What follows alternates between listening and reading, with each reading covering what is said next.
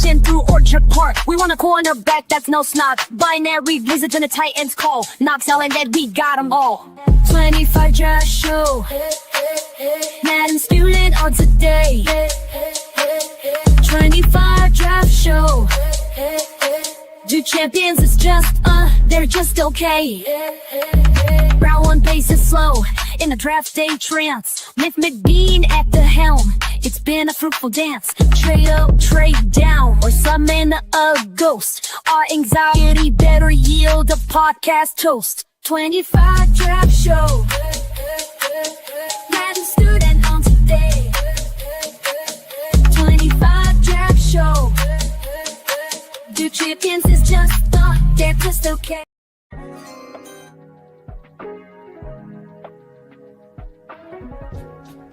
For the best Italian food in Western New York, Elliot Apollos, call 716-825-3675. The Lardon Construction Group. Fubo TV, the official streaming service of Do Champions. FanDuel, the official sportsbook of Do Champions. For all your summertime needs, beauty pools, as well as kayak pools. CX Chronicles, your total customer solutions focused manager. W.GG, the official energy drink of Do Champions. Hey, Sons of Erie, our artwork looks better on your walls. Hamburg Brewing, please visit our tap room on Boston State Road, Hamburg, New York. And finally, Fat Boy Surf Club for all your surfing needs.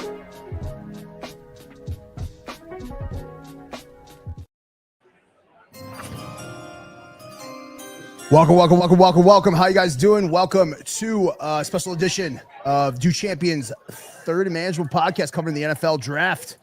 We're live. This is kind of where dreams meet destiny a little bit, boys. The next generation of Gridiron Stars are about to take the stage here over the next couple days.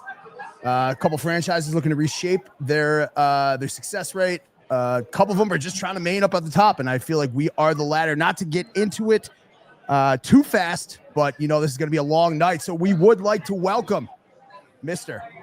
Pat Moran. You can find him talking Buffalo every day. It's quite the undertaking, but there's no better guest I'd rather have to start off the show and kind of bring it. Pat, you're at Resurgence Brewing, my man. How is it down there? How the fans seem? They kind of hyped? It's filling up here really quick here at Resurgence. Jeremy White, Joe DiBiase from WGR are hosting a Bills draft party here. I got Del Reed about maybe 10 feet or so to my left. He's got his 26 shirt stable. Lots of fans here. Kind of a weird backdrop. I'm against a brick wall here, but I feel like they set me up, man. Are you doubling as the fire marshal today, or? I know there's literally a fire hydrant right next to me. I tried to put up a little bit of a sign here. I'll be live, but I won't be live tonight until like around midnight. And I got another guest with me, and you'll be able to see this sign. But yeah, all in all, it's like kind of like a old school apartment building. But anyway, it is fantastic here. The vibe is awesome. I mean, it's probably a good at least 100 people in here, and they're still filing in. The draft is getting started soon. It's an enthusiastic time, after a long winter that feels like it's never going to end. Nothing's going on. This is kind of like the unofficial start of football season for fans. I'm not even talking about for the NFL. I'm talking about for fans to really start to get back into the swing of things, socialize together. It's a really cool time. Yeah, it's real nice to, it finally feels like, that monkey's off your shoulder a little bit after this, 8 p.m. start here for the draft. It kind of feels like we're back at it and we're ready to go. So I'm super excited to have you, Pat. Last time we saw you here on the network was Hockey Hotline. Want to thank you again for hopping on with us. All of our other great guests on tonight, but Pat, we are so happy to have you to start off the night. Oh man, it's an honor, dude. I appreciate you guys. You guys grind, you do really good work, and I'm looking forward. I'll be able to, go back and watch your guys tomorrow, of course, because I'm here live at Resurgence. But yeah, like I said, it's a really good time. It's a fun time for obviously for fans, but also for content creators. After going through endless mock drafts and speculation and digging in the players, is kind of people mocking your mock draft. Yes, exactly. And all these guys, you can do one or two things, man. You can either cheat like I do and listen to other people and read up a little bit here and there and watch a couple clips, or you can spend months and months and months studying players, and other than 7 or 8 of them, it's not going to mean anything in about 48 hours. Yeah, that's kind of what I've been doing for the last 3 months, is just been watching players. And, it kind of goes along with, the whole gambling thing with college football too, though, is you watch them all year. So, what's a little bit more and rewatching some of the games. So, Pat, with what you've said, let's kind of get into it a little bit here before the draft kind of gets going. Who are your picks for the Bills? Like, who are your? We put together a big initiative right here at Duke Champions. We called it the Dream versus the Decision. Pat, if I could put you on the spot, who's your reasonable dream pick that you see the Bills going after? And then, you know what? If they're not listening to Talking Buffalo or Duke Champions, who do you think the Bills' decision is? The Dream versus the Decision. All right. Well, I will answer that, but I want to preface this by saying something, and I'm not just trying to take the easy way out here. This is probably the first time in maybe 5 years, maybe even longer than that, where I don't really have a strong take on guys that I really, really love. And I also don't have that strong of a take like, oh my God, please do not draft this guy at 30. I honestly don't really have somebody one way or the other. I do have best case scenario 2 guys that I really do like because and let me preface this by saying this. A lot of I'll prefaces. start with the that sounded nervous for a guy who's a little apathetic. He sounds a touch nervous. It's a draft, baby. You got to be a little bit nervous because championships that's why are you had a made. brewery. That's why you had a brewery. And I'm at a brewery. And by the way, Cheers. shout out Howard Simon. If you're old enough to know how Howard used to work, Yeah. start with a notebook. There's no iPad there. There's nothing. There's a pen, a notebook, and hopefully I'll be big dog. I'm with you. All right. I'll start with a guy that I think is realistic, and I would like it, but I wouldn't love it so much. And it's a guy that a lot of people are talking about. And that's Kenneth Grant. He's a good player. He makes sense. I get all that. I personally, I want guys who are going to be impactful on third down. Guys are going to help you get off the field on third down. Now, Kenneth Grant will be a fantastic run stuffer, and he's more than just that. And again, I will not I won't be unhappy with the pick, 100%. I look at somebody like Derek Harmon, and I think he could be a game changer. I look at ceilings. I look at potential impactful players. Wait, Pat, but I thought he was undraftable by the Bills. Gotcha. That's fair. Also, this is a boring one, but I like Trey Amos a lot, and I know he's been a popular pick right now. Amos. He's just the prototype for the Buffalo Bills, and he really is. I say this a lot. If people look, get into the quarterback, and you see what Philly did to Kansas City in the Super Bowl, of course. But if you go back and you rewatch that Chiefs game multiple times, which I unfortunately have, and I'm sure you guys have as well, the biggest problem with the Bills, I mean, there were a lot of problems on defense. Nothing was not a problem, but they couldn't cover anybody. They couldn't cover a soul. Right. And I don't care who you have. You could have Myles Garrett at defensive edge. You could have Troy Hendrickson on the other side. And if Mahomes is getting rid of the ball in 2 minutes or 2 seconds and less, who gives a shit? You know what I mean? You're not going to get to him because you got to be able to cover guys. Right. And once Bedford went out of that game, we always say the second we start blitzing Pat Mahomes with someone less athletic than Pat Mahomes, we're already playing outside of our game plan. So I completely agree with you there, Pat. Yeah, I mean, look, Tamar Hamlin last year, Will Douglas last year, you know, it's just Cole Bishop last year kind of thrown into a spot that maybe he wasn't ready for. Taylor Rapp didn't play. I don't think he would have made any kind of difference. You know, Kyrie Elam, obviously. I'm looking for the secondary. You know, if you can take 2 of these first 3 picks, I don't think they're going to take a safety. Tonight, I know Starks has been a hot name by some very credible people out there who have been mocking him over the last 48 hours or so. I don't necessarily see that tonight, but I can see potentially a safety on day 2. Xavier Watts is my guy, man. I'll tell you what, if we do this tomorrow night after the end of round 3 and the Bills have Xavier Watts, I might be more excited about him than anybody they take at 30. That sounds like we found his dream pick. I actually got there. It is. It's Xavier Watts, but he's not a first round guy. I've gotten yelled at a couple of times. I actually have Xavier Watts being the best safety in the draft. That's a reasonable point to make right now. Look, he had 13 interceptions in the last 2 years. And I'm a Notre Dame guy. You know, a lot of these other guys, I try to read up on. Sure, like you're quasi-South Buffalo. I watch, but I'm a Notre Dame dude. I watch every Notre Dame game, and Xavier Watts is as good as any safety in this league, and he's a natural free safety, which I think is what the Bills need, that center fielder. And Rapp, Bishop, they have a battle at training camp, and you can still run a dime defense, all kinds of stuff like that. You can still utilize them both. But go get that free safety. That's my dream scenario You bring round up, two. you bring up a brilliant point of interjecting that dime defense, as we are typically known with nickel personnel.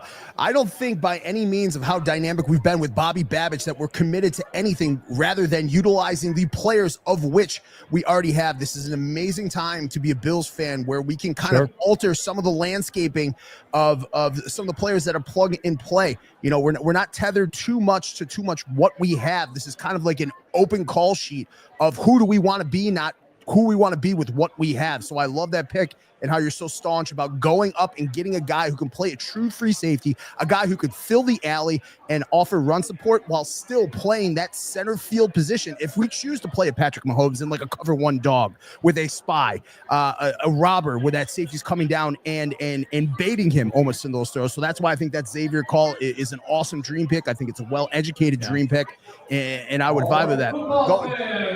It sounds like you guys are kicking off over there. We are 3 minutes and 21 seconds into their first pick. Maddie, I know you have another question for him. Why don't you hit him with it and give him his time back? Yeah, I mean, I just wanted to talk to you real quickly about what you see tomorrow and even into day 3 as far as if they don't get the defensive tackle today. Who do you think that they're going to end up taking as that one tech defensive tackle? Alfred Collins is a guy potentially in round 2. Jamari Caldwell is a guy who could be a late day 2 pick or maybe even early day 3 pick. I see a lot of people, a lot of rankings have him as like an early day 3 guy, but I wouldn't be surprised at all if he goes on Friday night at some point. There's definitely a drop off after Harmon and Grant, who I think are guys who could go early 20s to maybe one of them might be on the clock when the Bills are picking here at 30. There's a drop off at that point. It's just, you know what, it's who's on the board. It's the best available, when available, who's on the board, when you got the time. That's truly, I know that, and again, that's an easy thing to say. Just take the best player available, but that's what I'm on board with right now. If it's a tackle, even if it's an edge, I don't love taking an edge at 30 because of what they already have right now. But if it's an edge at 30, defensive tackle, especially a corner right now. Now having Trey White kind of opens up some options where you might be able to take a corner like Ravel Jr. or maybe Benjamin Morrison. You don't need him to necessarily be that week 1 starter, and you could develop them a little bit and let them, ease their way in the lineup because you got somebody like Trey White. So I feel like he changed the quarterback position because of that. Let me ask you real quick. What do you think about Deion Walker? Here's what I think. I think that I got a lot of respect. I think that I got a lot of respect for Joe Marino from Locked On Bills. That's a buddy of mine, somebody that I respect a lot. And hell yeah. Shout out to Joe Marino. I heard a couple of days ago on his show, he was talking about his guys that he likes and the guys that he doesn't. And he was on the list that he doesn't.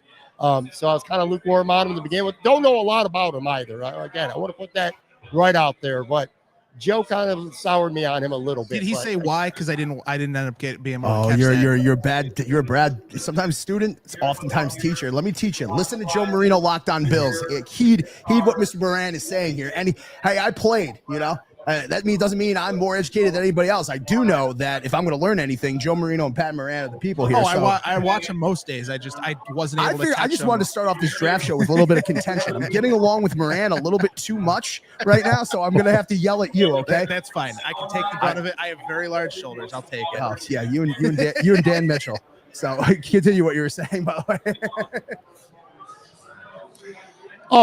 Am I on? I'm sorry. I'm looking around. There's a lot going on here. You're no. So like I said, I don't know a lot about him, honestly, to have my own opinion. And it would not be an informed opinion. I just go by, like I said, and I heard Joe kind of soured on him a little bit. I suppose it would be where you take him. And are you talking early day 3? Are you talking round 2? I mean, there's a big difference there. I'm thinking a double, like if they were to take him, I'm talking double dip at like 162. Oh, well then, yeah. I mean, that's the territory where you could take risk on players. As we say here, Pat, if my grandmother had wheels, she'd be a bike. So yeah, that sounds like a pretty cherry situation. Hey, if there is any movement with the Buffalo Bills here, is it back, forward, and or do you think we're pretty comfy in our easy chair at pick 30? I don't think they're going to pick at 30. I would be surprised. Okay. I think they're going to move up if a guy like Harmon or Grant and they really like it at that position is a position in need. Or if there's a corner that falls maybe a little bit, like maybe Barron gets into the 20s, or maybe Amos, everybody's mocking him at 30. Maybe they have him on their board in the early 20s and they want to go up and get a corner. I could see that. Or I could also see them going back. If the defensive tackles that they love, are gone, and they say, well, you know what? I think we could get a corner in round 2. There might be teams early in round 2 that might want a quarterback, like Cleveland or the Giants, that don't take one early. They might want to get up to the end of the first round so they get that 5th-year option. So I could also see the Bills going back. I'd be surprised right now if they end up picking at 30. Yeah, that was one of mine. That was one of mine is to kind of watch the Giants with the Bills and them finally get together and make a trade, and so the Giants can come back in and get either Jalen Miller or Jackson Dart, anybody like that if they do end up missing out on not taking Shedeur Sanders at the top, which I don't think that they will, but you never know. Hey, speaking about the top, we got 3 picks coming off the board pretty quick. They're pretty 3 established picks with Cam Ward, Travis Hunter, Abdul Carter. Are those the foregone top 3 you see going there? Do you see an Ashton Genty popping up there, or do you think it's pretty foregone who the Titans are going to pick, who I believe the Browns are going to take, and if there's any movement there? Do you think those are already well established, and these extra 5, 6, 7, 10 minutes on the clock are just performative? I think it starts with Jacksonville. They take the running back. There's been late smoke that the Chicago Bears are trying to get up to go get Genty. So I think it starts there.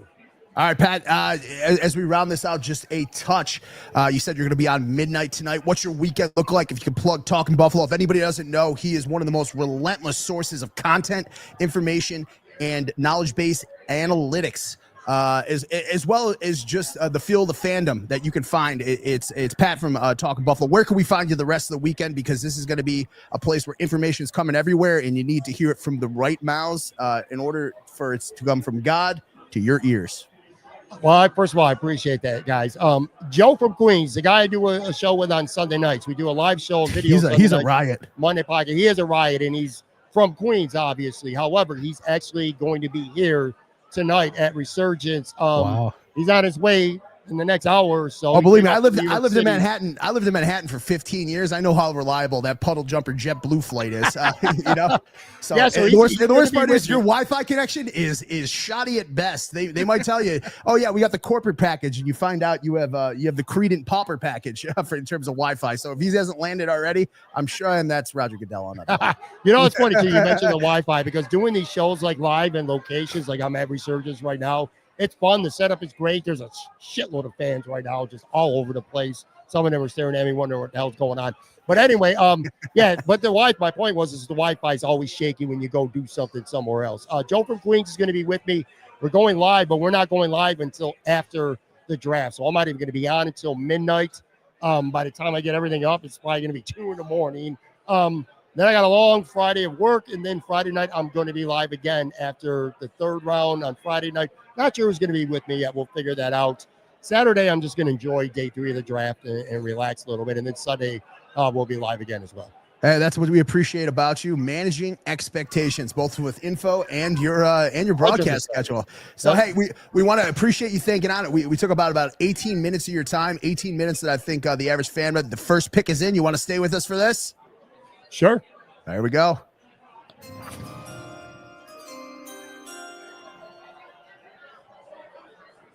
We got a lot of booing here.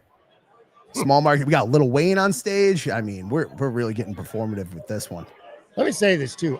If I were to Titans, this would not be my pick. I wouldn't make this pick. I would not take Cam Ward here. I'm sorry. I don't think. A guy from I get to support him. I'm an FCS guy. You can see my Monmouth jersey in the corner. Play with Chris Hogan.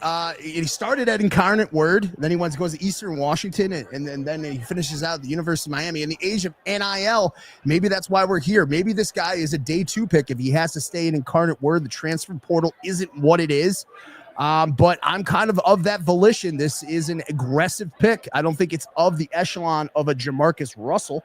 A lot of upside, some questions about the inner workings in between of the hash marks. But hey, shout out to small market teams, because I'm looking at this broadcast right now and I'm seeing maybe 100K strong. Do you think we could get that once that new Highmark Stadium opens up? They did. Sal did put it out today. He talked to Pete Gwelly.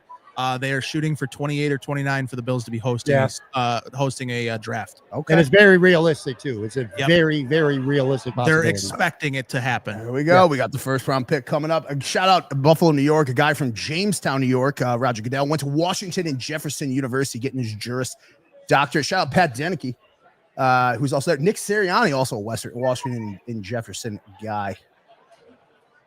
And I believe we're thanking Clay Matthews, a guy with a long lineage and bloodline. His uncle played for the Titans. I'm assuming there's the synergy there. What's his father's name? He was the center. Clay Matthews. Clay Matthews would be the linebacker for Green Bay. Yeah, and then it was Bruce Matthews. Was that his uncle or his father? I think Bruce was his uncle and Clay was his father. Got it. Understood. Little Wayne is just there. I believe he is. Well, he's a Packers fan. Oh, that makes sense. So I don't know if the picks in. Pat, what are we drinking tonight, by the way?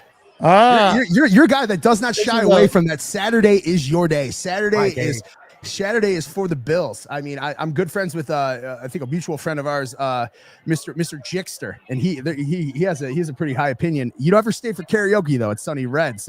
It's too busy there. Hey, well, let me ask you this: what if you had a walk-up song and you're getting taken number one, what song is going to play you into the league, into the NFL? What song are you picking? Are you guys familiar with Rocky IV? Yep.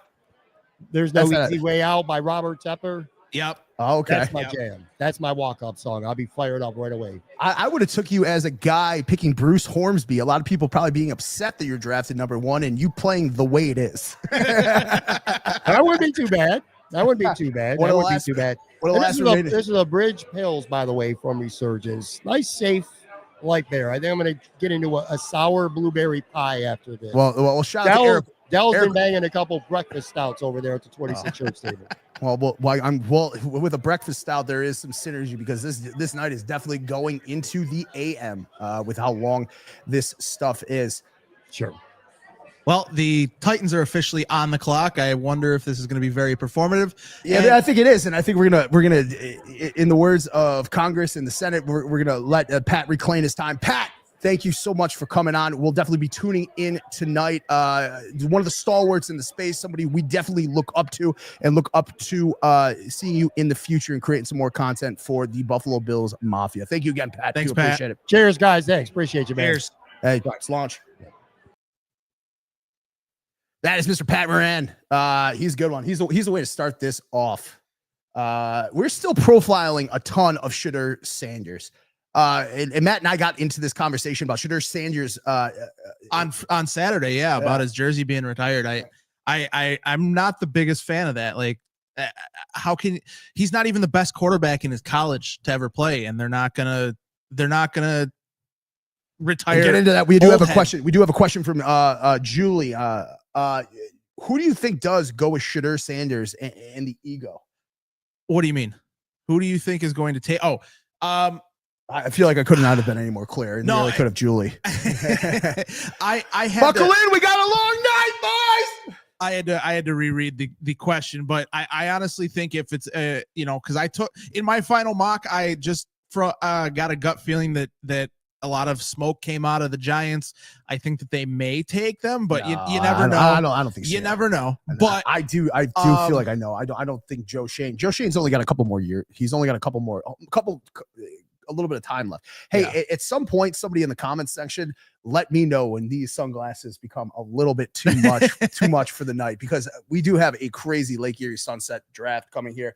Shedeur Sanders, he's just not my guy. He's not my guy to speculate on. He's not a player of which the quarterback touches the ball every single snap. Yeah. And he's not a guy that I can count on to make reasonable decisions and keep in that game frame and that mind frame. And to call on him over and over and over. And then when you take that, if you're uncomfortable with an entire game going that way, I'd be uncomfortable with those crunch 2-minute situations that a lot of quarterbacks have made their calling card on winning. I don't know who's going to take Shedeur Sanders. I truly don't. I know he started off as a Jackson State guy. I should be an FCS supporter at all times, but I am just not with Shedeur Sanders. Be that from all of the propaganda and the media that came out this week. Great question. Not a question for me. Matt, can you possibly address that better? Like I said, I think if the Giants are not the ones taking him at number 3, I think it's either going to be Pittsburgh or just like Dune Effie from Du Champion said, he's going to fall out of the first, because there truly is not anybody that's going to take him other than the Giants or the Pittsburgh Steelers. I don't think that's too misinformative opinions. Shout out Dune Effie. I do appreciate this. Also, the glasses are cool. Just let me know when they are not. Okay. We've also got a copy. Julie, thank you for your fandom and your patronage. She does hear the Steelers. That was circulated around a little bit out of it. I'm Schefter today. I mean, we're watching highlights of him right now, kind of performing around. He does fly around a little bit, spotting that number 2 of which Deion's in. How much do you think Deion plays into still recruiting his own kid? I don't think very much, honestly. I mean, I think that they might have obviously done their due diligence, talked to Deion and been like, actually talk to him like, they're going through the normal process, talking to the coaches, things like that. And obviously, I think Deion might give way to actually telling them how they feel rather than like hyping up his son a little too much. I mean, because he probably wants him to go to the right situation, even though, he said his son's going to play wherever he's drafted. So, I mean, and I can tell you right from a couple of my Pittsburgh sources that I have, that they're very interested in Shedeur Sanders down there, but they didn't feel like he had a good meeting with Mike Tomlin. Still got about a 5:25 left on the clock here. Still waiting for that pick from the Tennessee Titans, with Cleveland following, and then the New York Giants. Yeah, and this one from Nick Albini. Thank you, Nick, for the comment there. He's thinking the Saints at 9. I could see that too, with Derek Carr with his health and trying to kind of force his way out of there a little bit, and maybe them just starting over. So that's definitely a good spot for him as well. But I honestly do think that if he gets out of the top 10, he's probably either going to Pittsburgh or falling out of the first.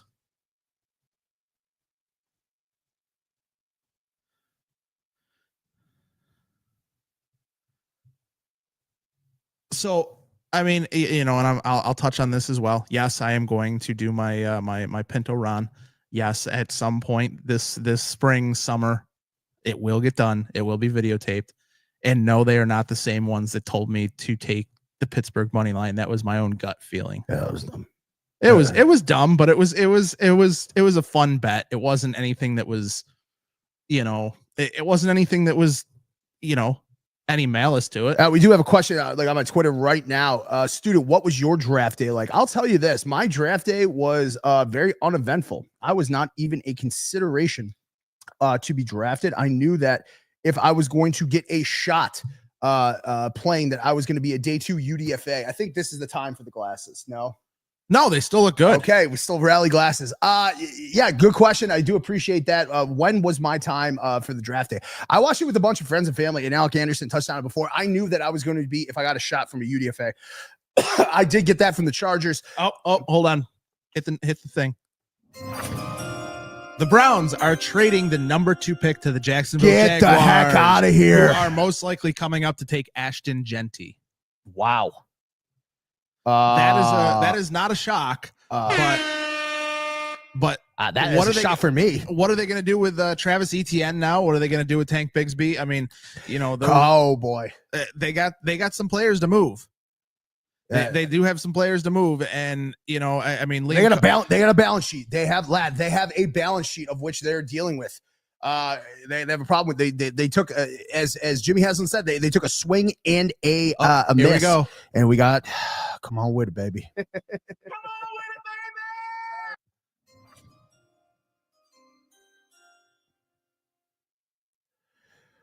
With the first selection in the NFL draft, it is Cam Ward. They have selected Mr. Cam Ward. Cam Ward started at the University of Incarnate Word. then transferred to Eastern Michigan, and then rounding out his career at the University of Miami. You do see him spotting the U, throw up the U. They had one of the best offenses of all of FBS last year, and truly was. You see him dapping up a couple of the players, Ashton Jenty. You see him dapping up. He is wearing a very, very modest. Maybe I'm going to do the fashion report. He's wearing a very modest Zenga suit, of which I could see, and it looks like a Patek Philippe a watch, which is not a modest watch at all. You know, Matt, I'm a watch guy. Matt, what does this guarantee you, kind of cap or not cap wise, personal income wise? Because most people don't know when you're drafted in the first round, that automatically guarantees you a 5th-year option. Correct. What else? You're kind of put in a bracket. He kind of knows what he's going to sign for. They kind of made that regimented and within a bracket. Matt, what are they kind of getting with Cam Ward? What can you expect to sign for? So I'm not 100% what he's going to sign for. But what I will say is he's going to be the one that sets the draft market, for that top 5. So most likely you're going to see other guys probably sign first, and then, cause he's going to be the top quarterback taken, top player in the draft taken. So, other guys behind him are most likely going to set the market for him to, and we also have to remember there is the rookie cap as well. Or rookie wage scale as well.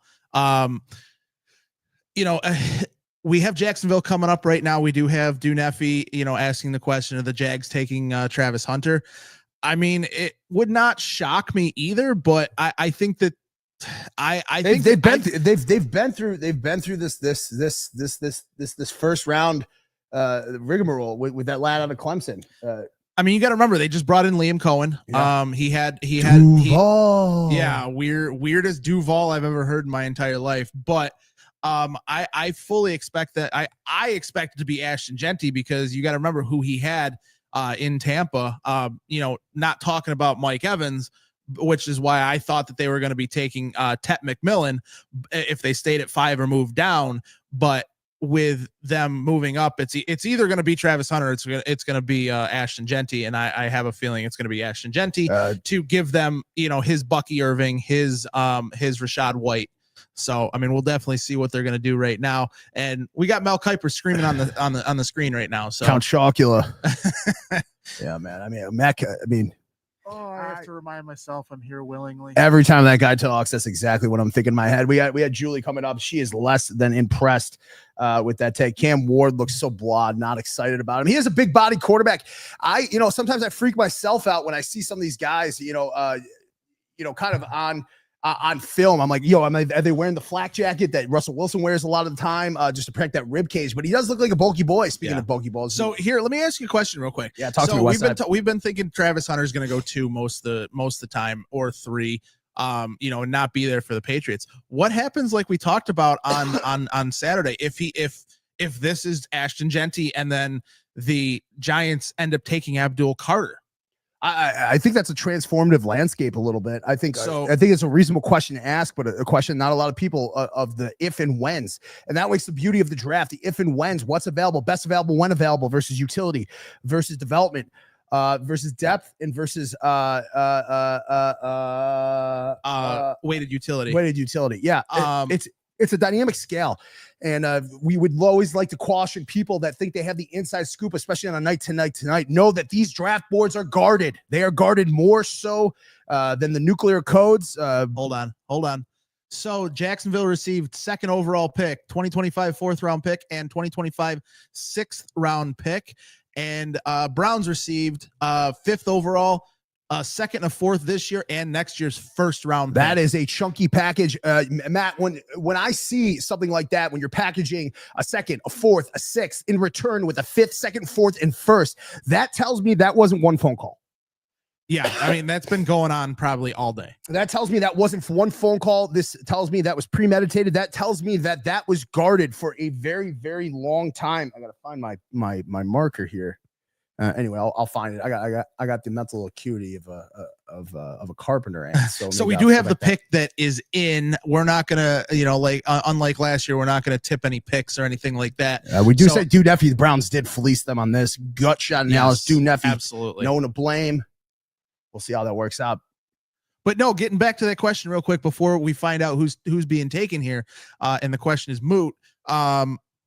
a touch move, but worth going over. New England, who do they take? Do they take Travis Hunter? Or do they take the left tackle? They take a long snapper from Holy Cross, Matt. do they take a long snapper from Holy Cross? Do they take Will Campbell or Membu? That left tackle. Who do they take? We do see Travis Hunter getting a little antsy in there. I mean, that is a very bright pink suit. Matt, I just want to go into this. We did an initiative with Dude Champions called The Dream and the Decision. I'll go over mine really quickly. The Dream and the Decision. That for me is, I have a dream of Trey Amos. Well, racial equality for Martin Luther King Jr. Shout out that. But I do have a dream of the Bills picking Trey Amos. I think that looks fantastic for them. The pick is in for the Jaguars. I do have a dream of us picking Trey Amos, but I do think, as Pat Moran did tell us, I do believe that we are going to go with the big guy, the guy with the unlimited motor out of Michigan. Mr. Kenneth Grant, the guy plays big. He's a one tech. He does remind me of the motor of Harrison Phillips. We got a couple guests arriving right now. This is a long night for us. Thanks for Dude Champions. The pick is in. Matt, if you could do a gambling man, who do you think this is going to be? I think it's going to be Travis Hunter. I hope it is. I really do think it's going to be Travis Hunter. If I was Jacksonville, I'd be taking Ashton Genty at this point. But that's just me. We'll definitely see who they got.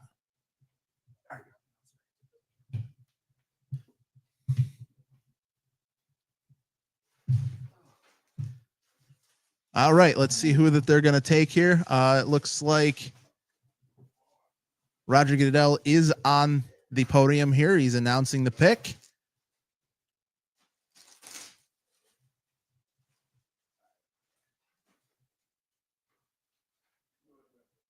All right. And it's actually not going to be him announcing the pick. Is that Tariq Armstead? Or Eric Armstead?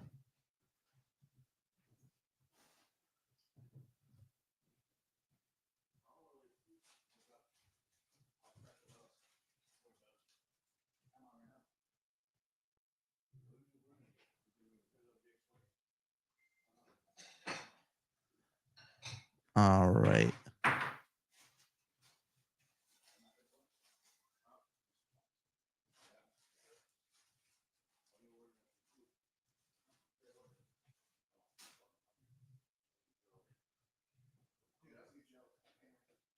All right, and let's see who Eric Armstead here says that the Jacksonville Jaguars are taking it second overall.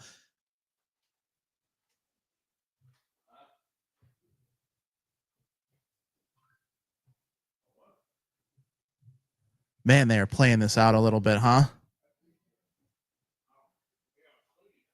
Well, and before he announces it, Real Deal Prime, thanks for joining us. I know you're a very, very staunch watcher of myself and Beyond 716 on Saturday mornings. So thank you for joining us here in the for the NFL draft on Do Champions. Who we got? This, I feel like this is a little bit performative here of these guys taking as long as they are. Because the Giants have now been on the clock for almost 4 minutes at this point. So let's see here. It is Travis Hunter being taken at second overall to the Jacksonville Jaguars. That is a big pickup for the Jacksonville Jaguars. Getting a cornerback, wide receiver out of for Travis Hunter out of Colorado. Definitely the best cornerback and the best wide receiver in the draft. That's why he's being taken at second overall. That's why Cleveland gave up as much, or Jacksonville gave up as much as they did to go get him.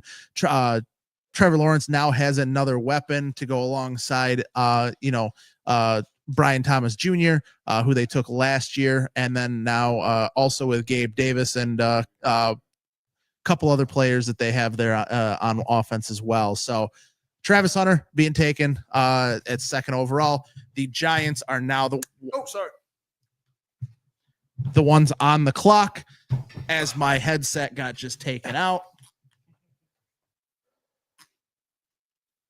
You're going to be seeing a lot of that today. Yeah, no big deal. No big deal. We're back. I can hear again. So, but like I was saying, Travis Hunter being taken. He's on the podium now, getting a picture of his him and Goodell with his jersey. Giants are on the clock. They have about 4 minutes left. So they have a choice of Abdul Carter. They have a choice of Ashton Genty. I don't think that they're going to take Ashton Genty, but I don't think Ashton Genty gets in the conversation for a little bit here. And I'm happy to wear that egg on my face just a little bit.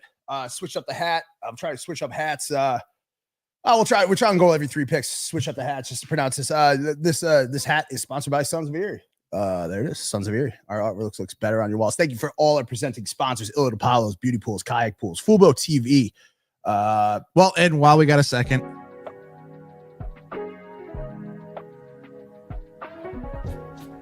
for the best Italian food in Western New York, Illinois Apollos, call 716-825-3675. The Lardon Construction Group.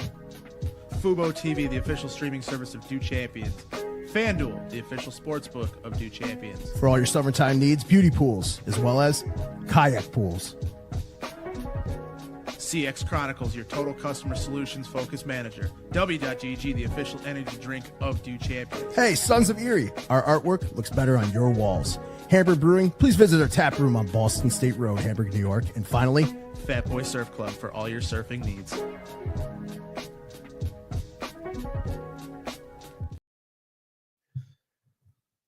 Oh, we got a good one. We got a good one. Let's pull them up. Let me intro this cat. All right. So this is a guy that I got to know from his time at Cover One. I got to play a lot of golf with him when I was on my garden leave for the main thing. He's a guy that I remember, Matt. One of my best moments with AJ was I think he was graduating Brockport. And I was like, yo, what are you doing tonight, big dog? And he was just like, I don't know, just like college shit. And he was getting into the game. And I think we had Alec Anderson over here and maybe Tommy Doyle, rest in peace. Not that he's dead, but dead to me. Anyway, we have a guy that came off the Right Here, Right Now podcast with a previous guest, Alex Brasky. We'd like to welcome to the stage. What's up? How are you doing? AJ Sobalski, how are we doing tonight? It's been a minute since I've sat in a podcast area and talked football. I've been full teacher mode. I'm going back to school to be a teacher. So I've been full teacher mode. So this is it's nice little break, right? Nice little break, right? It is, and it's nice and refreshing to be back. So how does it feel to be back, AJ? I mean, you were with the Daily forever. You cut your chops with Kevin Masseri, Kevin Syracuse, Mike Bunt over at Cover One. You had a big impact this year at broadcasting your opinions on this 2024 Buffalo Bills team. This is just a plead from Matt and I in the network. Can you come back just a little bit? Yeah, write it into your lesson pen. AJ Sobalski, weekly guest on Third and Manageable. Can we get that out of you? Yeah, I could. I definitely want to get back into it. Definitely need a break after. Not the nonstop. Doing it all the time. It definitely. It's weird because it ruins for me. It doesn't life, ruin everybody, but not life. But just the fandom and the fun of sports. And I want to enjoy it, right? I want to enjoy it with my family and friends. I want to take my kids to games. And doing it, covering it like that, you can't do it. So I definitely want to get back into it in the non-traditional sphere. But yeah, I'm definitely we were talking with Ryan Talbot. Shout out Ryan Talbot, a big friend of all of ours on the show. Look at Mr. Brian Dable. Man, he is looking svelte. Shout out Brian Dable, a guy from our neck of the woods, AJ. Are you down the street, by the way? Do you want to come over? Yeah, I'm still here. Me and Sarah just made Greek fries with chicken and feta. So did you get a little tzatziki? Just a little Sarah feta? does. I'm not a tzatziki guy. I just do the Greek dressing, but it was okay. Well, yogurt based. The pick is in for the Giants. Oh boy! It is Abdul Carter out of Penn State. Man, they mismanaged. The last guy they picked out of Penn State in the first round, one Saquon Barkley. Let's get a gut shoot from the hip reaction, Mr. AJ Sobalski. By the way, powerful name. Yeah, so I'm not gonna lie. I don't know too much about the draft this year. That's why I haven't really. That's okay. Yeah, that's okay. But I've watched Bill Carter a couple times. Do you think it takes a bit of chutzpah to select another Penn State guy that early when they kind of fumbled the bag the first time with Saquon in retaining the Penn State guy from the first round? Yeah, I'll be interested to see if they keep Thibodeau and what his plans are. But they have a nice, group of guys now. I don't know if Brian Burns is still there, but they have a plethora of pass rushers now that can really get it done. So I think Abdul Carter. I've watched him a few times at Penn State in the Big Ten. And obviously, the bend and the athleticism and the finishing ability and the motor all stand out to you. That's why he's going third overall, and he could be a premier pass rusher. He's got all the tools to be an elite guy right from the start. So I think it's a good pick for them. I don't know, again, they still have a quarterback concerns. I don't really know if Russell Wilson does much for me as well as Jameis Winston, but with a weaker quarterback draft in terms of what I've read from the experts, I think it's a good move to just go get the BPA. Yeah, I mean, you're not wrong, AJ. I mean, it's probably one, maybe two quarterbacks going in the first round this year. Honestly, if Shedeur Sanders gets out of the first round or out of the top 10, he's probably either going to Pittsburgh or not getting drafted at all. And then who knows what's going to happen at the end of the draft if anybody comes back up to take anybody. But the big thing out of New York has been they've been talking about trading Kayvon Thibodeau. Do you think that is more of a now bigger a better option for them now with them having Brian Burns and having now Abdul Carter? Do you think that they're more in line to keep Thibodeau? Yeah, I think it depends maybe they think they can run, 3 pass rushers on obvious passing downs and get them all out there, right? Maybe one of them can rush from the interior. Brian Burns, I don't know if he has any experience there, but I think there is a way that they can make it work. But I mean, if you're putting all those resources and you think Abdul Carter is going to be a guy, I think Thibodeau is a guy that you could definitely, get rid of and get some. Yeah. Good, I think he's a good player. He's young. You're going to have to sign him to an extension. The team that's probably getting him. So the teams are going to have to take that into account. But yeah, I think he's shown flashes. But I think it's a possibility they keep all 3. But I think it's also a possibility that Thibodeau, is on. We'll see what Joe Schoen does. Joe Schoen. Yeah, we've actually been asking every guest that's come on right now. We just had Pat Moran on. Shout out him. He did an excellent job. We have guests all night. We ran an initiative called "Do Champions Dream and Decision." It's something, an example right here goes on the screen of mine. My dream pick would be Trey Amos out of the University of Mississippi, Ole Miss. But I do believe the Buffalo Bills' decision will be the tackle, the one tech, the guy with the huge motor in Kenneth Grant out of Michigan. So I pose the same question to you, Mr. AJ Sobalski. Who is your dream pick? But who do you think is the penultimate decision the Bills make? AJ, to you. Yeah, so it's probably a little short-winded in terms of my research. Like I said, I haven't been too caught up with it. But I will say, over the last week, I'm not comfortable with the safety spot. And I love the topic because so many people are so fired up about it, and I think it's awesome.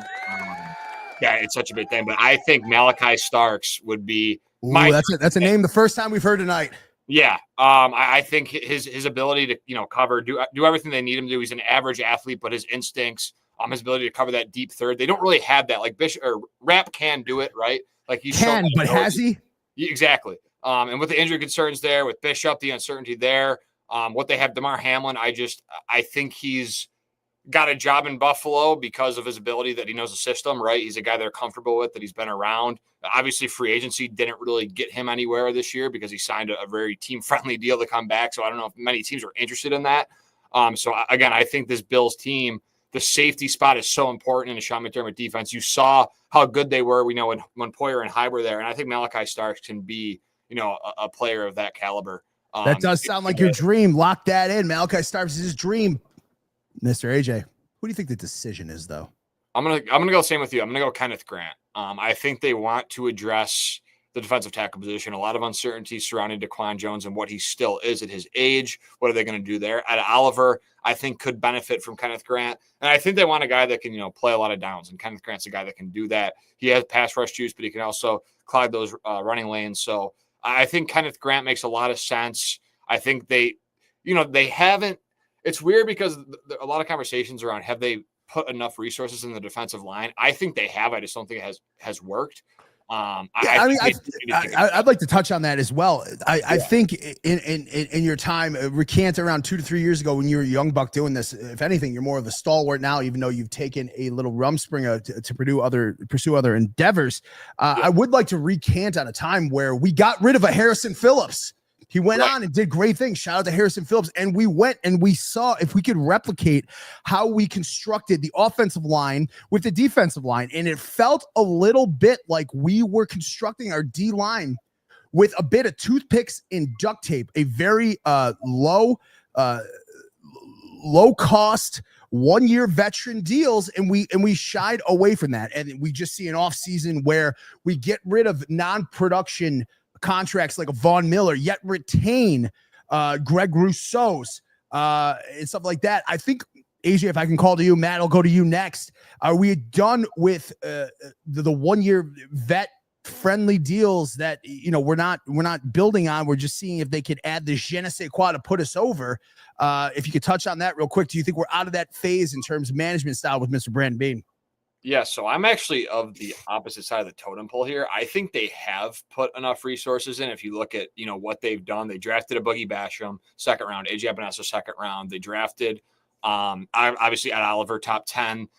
They've put a lot of Rousseau, and I just think it hasn't worked. They signed Von Miller to that big deal. They signed players like Vernon Butler to sizable contracts, Quentin Jefferson. They brought in Puna Ford, Tim Settle, and I get what you're saying with like the bandage work with those kind of guys, but still they were giving them a decent amount of money. Maybe Puna Ford and Tim Settle a little less, but you got Vernon Butler and Quentin Jefferson were guys. Daquan Jones, they've put a lot of stock in extended him. At Oliver, they've extended. Greg Rousseau, they've extended. And again, they gave Von Miller that big deal. So that's kind of where I'm at with the defensive line is. They need to figure it out. And with the offensive line, it was so nice that, the Connor McGovern signing last year was such a great signing because, he's a glue guy. Right. Yeah. Glue guy. And he played multiple positions of versatility. And he was honestly, in my opinion, a better version of Mitch Morse. Mitch Morse is a great center and a great player. Dog. Yeah. But you still got Alec Anderson there. And when we pulled Alec Anderson, he did have the wish, maybe, I don't know, breaking news, maybe. But he did wish that he could be tethered to one position this year, not play everything. And I said, Alec, that is you're pissing into the wind there because you're too good at being everything, Yeah. So we do have a question to you, AJ, and they preface it. It might be a dumb question. Shedeur Sanders, where do we see him going in your professional acumen? Could you answer that so I don't have to twice? Yeah. I honestly have no clue because I'll read like spoiler, neither did I. Talk about he's uncoachable and his ego and his character, and he's really not that good. That was what he comes with. Yeah. Yeah. So I think he's drafted tonight. I don't know where he's going to go. These quarterbacks. Do you think the team that he's drafted to immediately retires his number in the rafters just like Colorado did? Yeah, that's also wild. Yeah, wild. And even Travis Hunter, I get, but still, anyone a Heisman, he's a great player. But still, it's crazy that they did that. But yeah, I think Sanders is drafted tonight. I think the name bears too much impact for a team not pressure. Yes, and not to bite on that and be like, oh, dude, Shedeur Sanders works out. Like we got Deion's son leading our organization if he pans out. So I think GMs and people, front office people will still bet on that and bet on the genetics and what he came from, and he was a pretty good player at Colorado. I think his offensive line let him down a little bit. So yeah, he's 13-12. Yeah.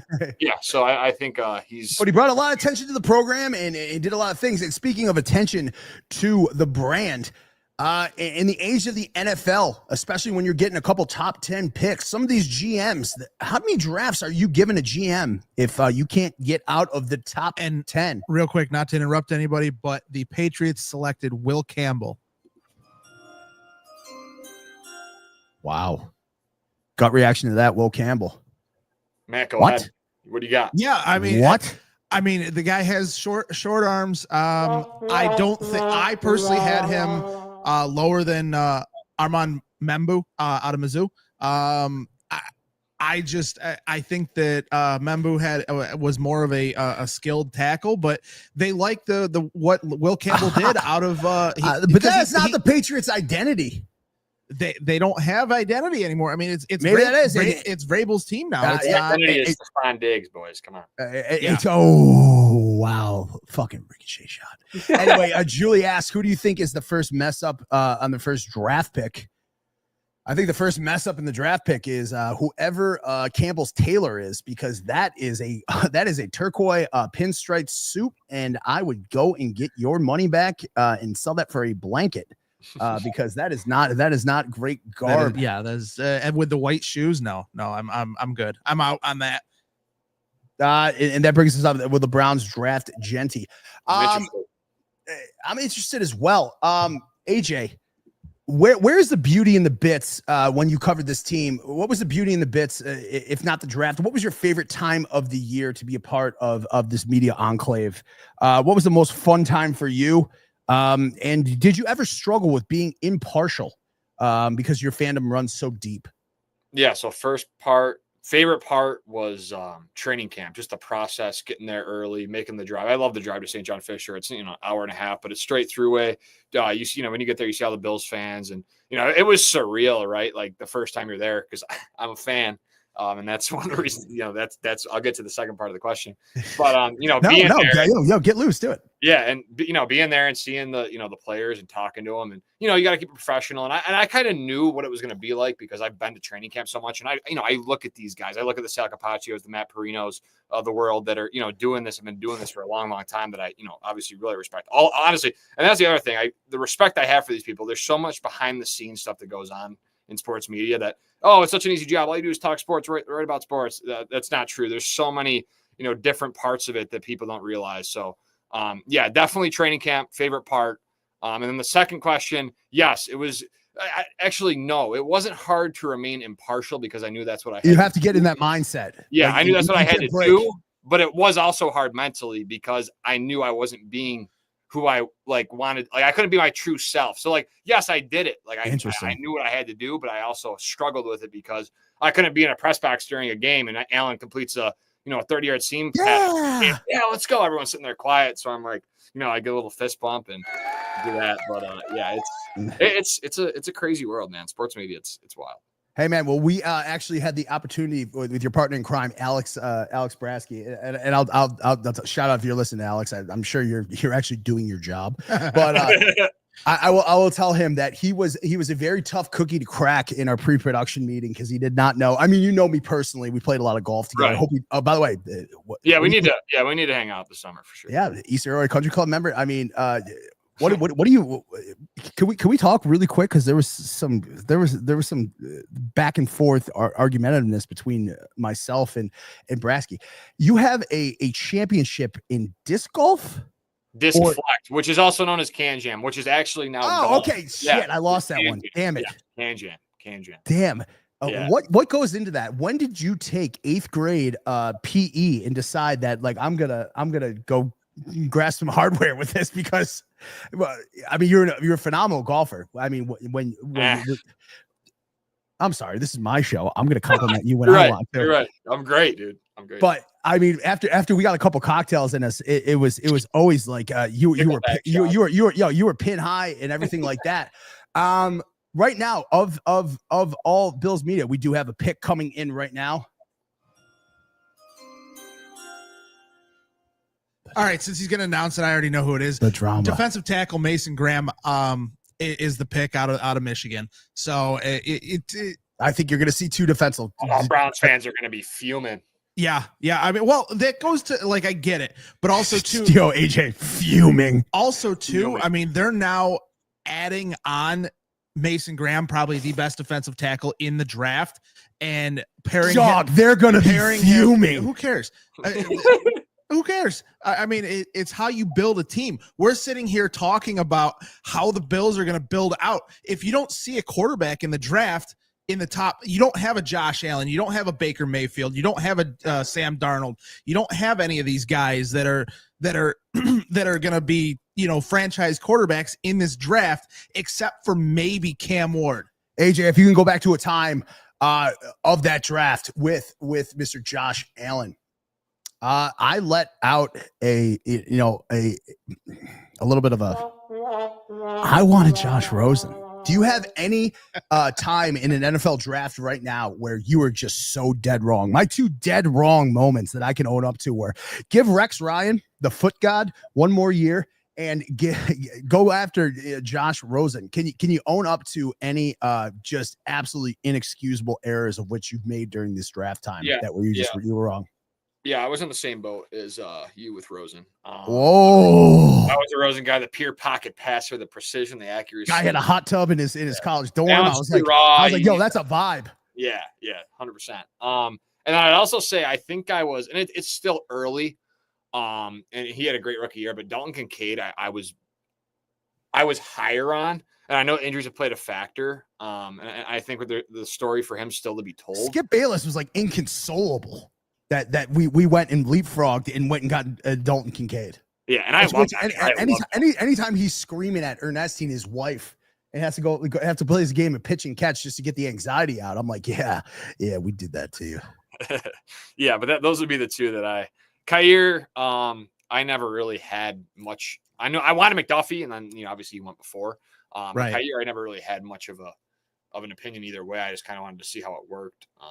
You rooted for the best, and you felt like we just never got it. I mean, by all things, we know Kyer pretty well. AJ, I think you know Kyer decently well, just as a man of merit and a man of character. It does stink, especially maybe you can recant on your time in the media of, he's last in, first out. First in, last out. Let me draw back on that. And he did everything he could. It just didn't work. Is it hard in your reporting duties when they're good, they're just not getting it done, but you have to report accurately? You got a guy who always makes himself available to you. He always calls you upon name. He's first to be like, hell yeah, let's do a pod. But it's just it's going the way of the buffalo. Not to make the pun.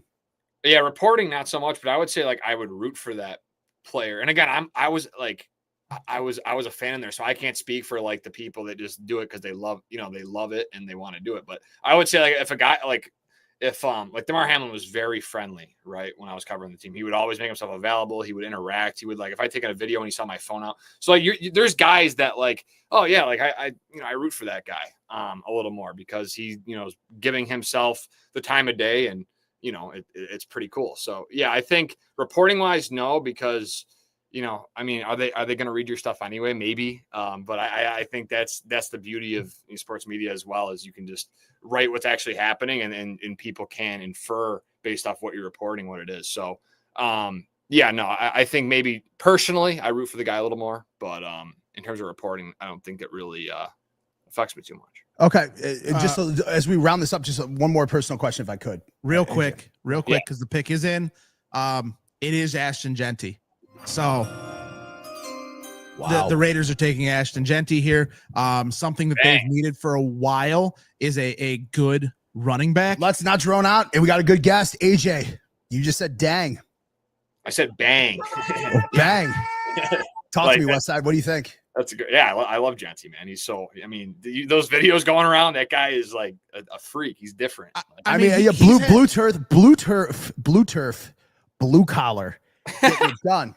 But this is a different NFL era, Matt, where you're not seeing a ton of top 10 picks going in running backs. But what I will say is a lot of people have equal. What do you mean, you people? You know what I mean. A lot of the pundits smile a lot, AJ. That's all I needed. A lot of the pundits, a lot of the talking heads on TV have equaled him to Walter Payton, Saquon Barkley. I've heard Maurice Jones-Drew. There's a lot of this kid is like the next good running back. All right, bring it to running backs. AJ, we got to wrap this up soon. James Cook. Yeah, James Cook. He'll be here. He'll be here no matter what. But I do know that there were 5 people of consideration for an extension, a rework, and everything like that. And 4 of them who did not negotiate in the media got their deals done. The one who did not. Where you at with that? Yeah. I think if he wants more than 10 million, I'm saying go get your bag. And I appreciate what you did for us, you know, as a rookie running back, and you really blossomed into something that I think the Bills didn't even think. Like, I think he's outliving the expectations they had for him. I thought he was going to be a pass catcher, but I think his running ability and his breakaway, I know people knew he had breakaway speed, but I think his ability as a runner has really blossomed, especially this year. I thought he was, you know, much more physical in that. Yeah. But I would not coward to that behavior. Not even the media stuff. Coward to that behavior is a little intense. I would just say get this brotherly almost like Capone mafiosis, like with Trey Diggs. There's no way Trey Diggs tweets that vitriol about Josh Allen unless he gets permission from Steph Diggs. And there's no way Dalvin Cook goes out in the media tweeting that, pay the man, all that stuff, and negotiates for his brother unless he has permission from James Cook. And right. I just think we have such an established locker room, of which you saw with the admonishment of AJ Epinesa talking about this the one, this is the culture, this is Settlers of Catan, this is poker, this is playing Madden. You get Deion Dawkins, like, I want to bring my kids around. I just think we're so far gone from USA Today captions, clickbait headlines, right? That it's just bad form. It's uncouth and it's bad form to negotiate like that, because I don't think we are a pressure based. We don't negotiate in the media, and we're not a team of pressure based. We are who we are because we say we are. Yeah. I think you're spot on with that. I think it's probably an issue. But I think, honestly, I think it really comes down to the money. I think Diggs was more of maybe something else, but I think with Cook, I just think they're not. I mean, you just can't pay a running back especially what you're going to pay. If you're going to pay Shakir, you're going to extend Kincaid. And you think there's other guys in the roster, who knows what they might make a big swing for a premium wide receiver here in the next couple of years. You throw in $15 million at a running back, and again, he produced, but he's not even on the field half the time. And that's just not worth it for me. And if he wants to come down, then that's fine. Yeah, to kind of stay along this same topic, let me ask you this question real quickly. So if for whatever reason Brandon Beane finally pays a running back and it's James Cook, if the agent number came out and the agent number was $15 million, but he's more making that $11 to $12 million, you okay with that? I'm good up to 12.75. 12.75. I like the specific. Why so specific, may I ask? Dude, because I'm a math guy. It's between the 12. Well, first of all, brave of you to think that's an original thought. Second of all, your analysis, H. I would be fine. Like 11, 12, like maybe 12 as high as I would go. But like I want the Bills to do what's best for them. I trust Brandon Beane, obviously. And I think whether or not, like, if he wants the 15 million, if it's, the agent reports that, whatever the number is, I think anything, again, I'm going to stick with it. Anything more than 10, I'm not, like, I'd still be okay with it because I think he's a really good player. But in terms of allocating resources, I wouldn't agree with that. I think he can still make an impact. I think he'd still be a great player. I think they could get a lot out of him. I think Josh Allen has really developed with him. They've really gone hand in hand, especially this year. But I would worry about, the cap moving forward if you got a running back on for 12.5 million per year. That's not even seeing the field more than 60% of the time. So, and again, if his snap count increases and he gets, more looks and he gets more production, and I know he has a lot already, but I think if with even more touches, they do that. But I think Brandon Beane drafts a rookie or sticks with Ray Davis or does something, and they stay cheap at that position so they can spend and build their D-line and their secondary. Their defense is – Matt Milano's getting older. So there's a lot of things that they need to look at. So, I mean, let me ask you this one more question here for you, AJ, real quickly. Yeah. Do you think it's mismanagement of draft picks, cap? That is a harsh word. Hold on. Mismanagement of draft picks, draft capital, of cap space, or anything like that, of drafting a running back. Dude, we don't negotiate with tariffs.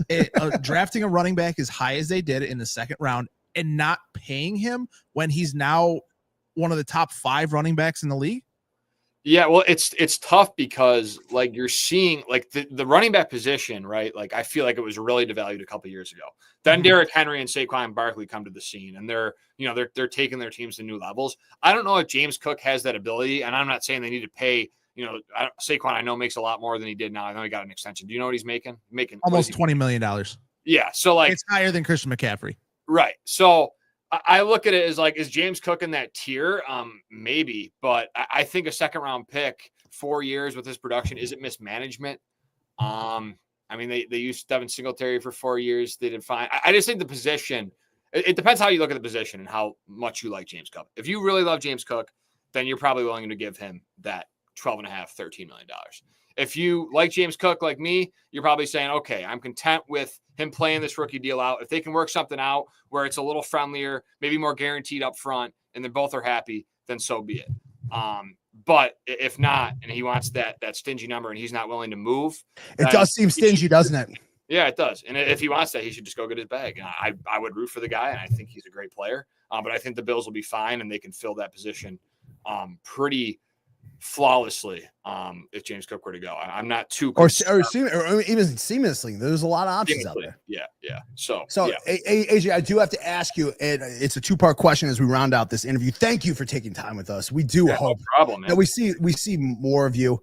No better person educating the Bills fan base than you, and no better person than educating America's youth than you. But I will say, is there anybody on this roster? I don't know if you're of the volition that you're getting too old to put grown men's names on your back.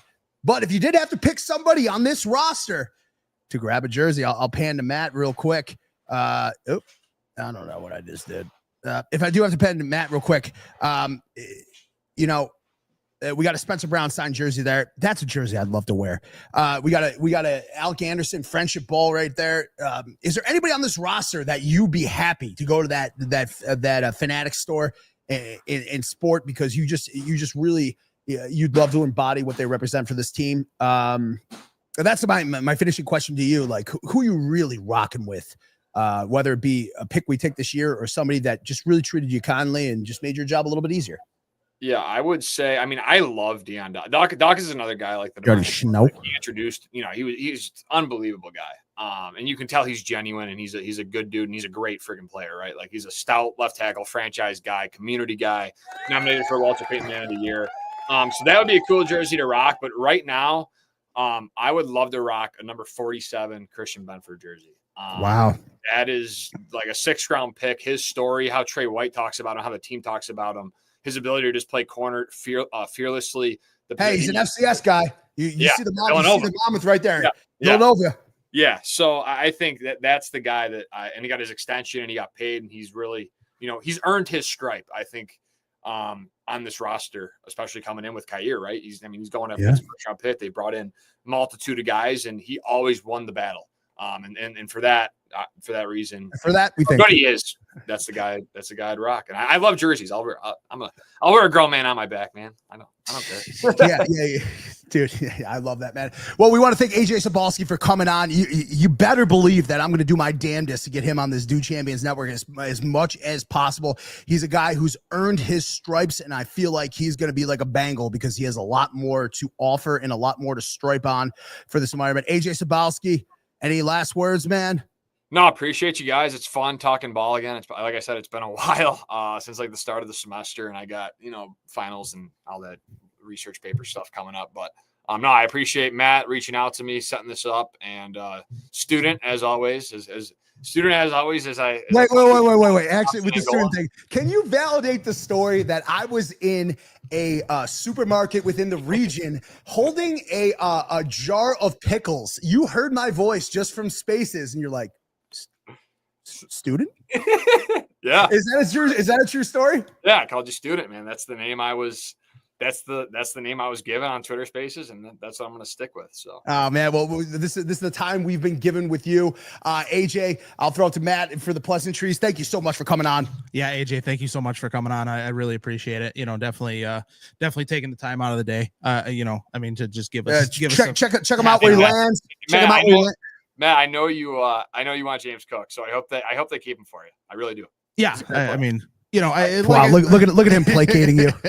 I appreciate it, but like I said, whatever they decide to do with him, honestly, is it's whatever at this point, exactly. But it's not my money. If they pay him $20 million, we have more content to make, right? Right. Yeah, that'd be a debate. Yeah, that'll We definitely have more content, and that'll pay for the Greek fries over in Angola. So, AJ, we do appreciate you coming on. Nothing but illustrious guests with the A-Will. Thanks for coming on, man. Yeah, no problem. Have a good one. Yeah, enjoy the draft. You too. Take it.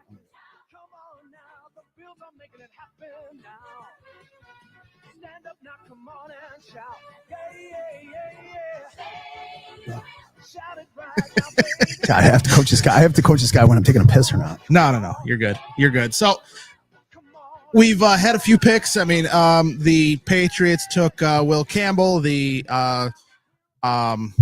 Browns took Mason Graham. The Raiders took Ashton Genty, which is none of those are surprises. And then Membu went to the who had the 7th pick? Wow, I am drawing a blank right now. I don't know why. But at this time, we are going to bring one of our guys from Do Champions on. He definitely check him out at King NFL Stats. He does a great job with all the analytics, looking at analytics side of things as far as, how to bring things up and look at things differently from different points of view. Definitely want to welcome in right now, Chase. Chase, how are you tonight? Good. Glad to be here. Like always, crazy draft so far. Yes. It's been chalk, but the teams that are taking these players are not chalk. Yeah, I definitely the Jets, by the way, are the ones who took Membu. Yeah. But I mean, it's been a as much as how weird it's been as far as like what teams are going where, like Jacksonville comes up with Cleveland, things like that. But when it comes down to it, they've all been relatively the same picks. Like they've kind of players have slotted where they've meant to go throughout this whole thing. Yeah, absolutely. Like, I mean, whenever the Browns made the trade to go back, I mean, I think it was a win-win for both teams because the Jags move up and basically they give up their first next year to get Travis Hunter, but they're also, if you think about it, getting 2 players with that 1 pick because they're going to use him. They've come out and said they're going to use him on both sides of the ball as wide receiver and cornerback. So he's at minimum CB1 for this team and wide receiver 2 behind Brian Thomas Jr., and that's a very good wide receiver too. The flip side of that is Cleveland getting more ammunition. They didn't have to take a quarterback at 2. They moved to 5. I thought for a second they would take Ashton Genty because they have no running backs. They have no one in that running back room, but they go and still beef up that defensive line with Myles Garrett and now Mason Graham. So that, and I'll be honest with you, is going to be crazy. I'll be honest with you. I mean, I'm of the mind that they're probably going to offer Nick Chubb a contract after the draft, depending on how things go for them in the draft. Like if they grab, like say they come up and grab Omarion Hampton or something like that, then sure, I don't expect them to, but I expect if they don't leave the draft with a running back, I expect Nick Chubb to probably be back. Yeah. I mean, they may give him another 1 year. I mean, he is still, I don't know if he's just not fully recovered or if time has passed him by because last year still was not ideal for him. He had like around a 40% success rate, which is not ideal in the slightest. But I mean, there's so many running backs later in this draft that they could get in the 3rd, 4th round that could come in and be the starter day 1 on this team. Because right now I believe they have Chase, don't mean to interrupt you real quick. Yeah. We do have a pick out of the Panthers. And he is sporting. By the way, what the fuck's up, Chase? How you doing? You like the glasses? We've been toying with whether to take about Ted McMillan, a guy who there was a little bit of controversy about. Doesn't like football. Doesn't isn't the biggest football fan, just kind of taking the money and things like that. But at this point right now, I mean, I will say, if I could get the mic for a little bit, I would say he's 6'4", he's close to 6'5", he's 215 pounds, and I've never seen a ball being thrown into his aura that is not beyond his catch radius. Yep. I think this is a great pick for the Panthers, and selfishly, and this is kind of a joke, but not a joke, I'm a long-term Bills fan, Chase, and I know a big trading partner, as long as Bean is around, is going to be the Panthers. So if this guy flames out in that Panthers system, I would love for him to return to that Arizona colorway and that red, white, and blue and end up on a Bills roster. I like this guy. I silenced the narratives. That pick is in. The Panthers are going to take him. Let's touch on it, Chase. Welcome to the show, buddy. Good to see you, man. And I know it's good to be seen. Oh, yeah, all the time. I mean, this is... Oh, yo, what jersey are you wearing, lad? Man, Ravens. I got to support my team. I know this is the Bills network, but I mean... Flacco. Yeah, Flacco. You ever hear that? Hang on. What was the score? Oh, this is going to get ramped up. Hang on. What was the score? This is what happens when you get the Dew crew together, okay? We've kept it real buttoned up with Pat Moran, with just me and Matt, and then with AJ Sobalski. Now it's the Dew crew. Now it's the... Yeah, there it is. Wow, wearing the Joe Flacco jersey. I somehow feel like that is a slight to me. I don't think it's a slight. He's a Ravens fan. But that is a slight to me. You never answered the question. What was the score? What was the score at halftime? When I played Joe Flacco? Yeah. A lot to a little. But we'll have to go into that. But I mean, Chase. So back to Tit. Hang on. There's a reason. I'm dicking down popcorn on my couch right now. And he's still in the NFL. Josh Johnson's still in the NFL. So props to you. I don't know if that's a personal slight to me. We got a couple people chanting your name in the comments section. I would like to silence those because I feel like people chanting Chase's name is somehow a slight on me. But go ahead, speak your fucking truth. I'll go on mute and take my headset off because I hate you. All right. Shout out. I'm getting metrics right now. We have over 2,000 listeners right now. A lot on Twitch, a lot on YouTube, which thus me, not to be performative, making it one of the biggest draft shows going live right now. But it has everything to do with Matt, nothing but illustrious guest, and it's everything you need and nothing you don't. So quick, shut up. I want to hear Chase. But before Chase, I do want to say real quickly, it's been a great year. Previous, because last year was our first stream from Do Champions. Was the draft show. So thank you so much for being part of this ride with myself and student and everything like that. So Chase, thank you for hopping on, joining us and everything and bringing great content for our viewers. Oh yeah, for sure. Glad to be here, like always. Are you gonna take a break ever? Take a break? What, tonight? Ever? When? I plan on being on from 6 to 11 tonight. So whatever. With his southern slang, man, take a break ever? No, never, boy. I ain't ever stopping I ain't ever stopping my copper still and making that moonshine of analytics. Oh. So where we're at right now, give us the general feeling where you're at right now. Are people falling the way you thought? Let's give this guy some respect, Dr. Chase King. And real quick, he can take everything but real quick, your New York, not your New Orleans, but where you live, New Orleans Saints. Continue with the Shedeur Sanders falling. They took an offensive tackle in Kelvin. I'm kind of getting into it. It's crazy. I did not expect it. I expected them to do something stupid. They always do. So it's honestly surprising. I'm also surprised that they didn't consider trading back. They could have traded back to anywhere before 18, because the next team after them that could take a quarterback is Seattle at 18.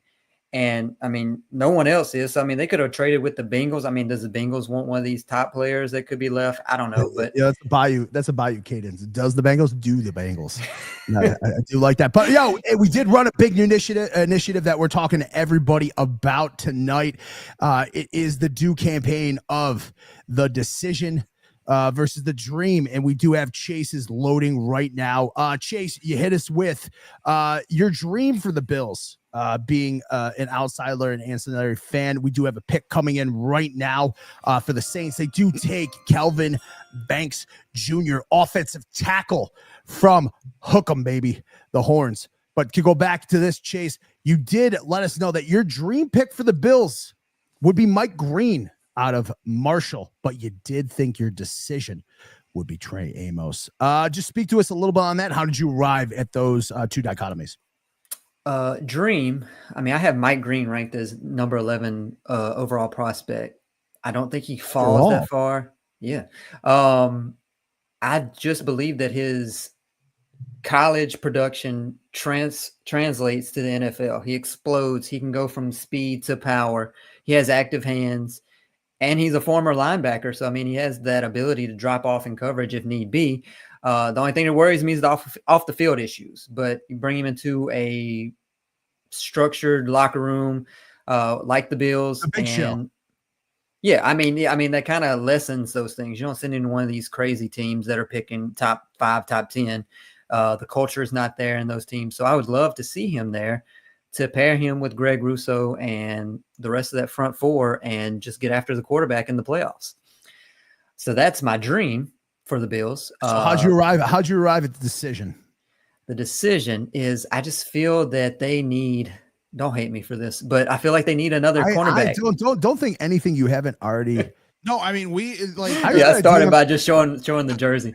I mean, students' dream is Trey Amos is a cornerback. My decision and dream are both Trey Amos. Yeah, you're in good company. I mean, okay. It's not a bad thing. Like I think Trey Amos is one of the. I have him ranked as the top, third cornerback in the draft, behind Travis Hunter and behind Jahdae Barron. Oh, Jahdae, okay. I just think he's going to fit perfectly. I mean, he's almost. He does. I don't want to say can't miss. I don't think you want. I got into him like there was less. I don't think you want to say can't miss either. I mean, the only thing he really needs to improve on is run defender. But I mean, whatever. We're not really worried about that. We need a press corner in Buffalo alongside Christian Benford. What do you mean, we? What are you talking about, we? You're on the outside looking in, laddie. Yeah, I mean, what happened? Von Miller, 40-year-old Von Miller took a ball and still, almost ran it in for a touchdown last year. Yeah, and Chase took a ball with us, two champions. And now he's about to punt me in for a safety. So it's all in good fun, Chase. We do really. As our viewership's growing, almost 700 live on Twitter, a ton of people.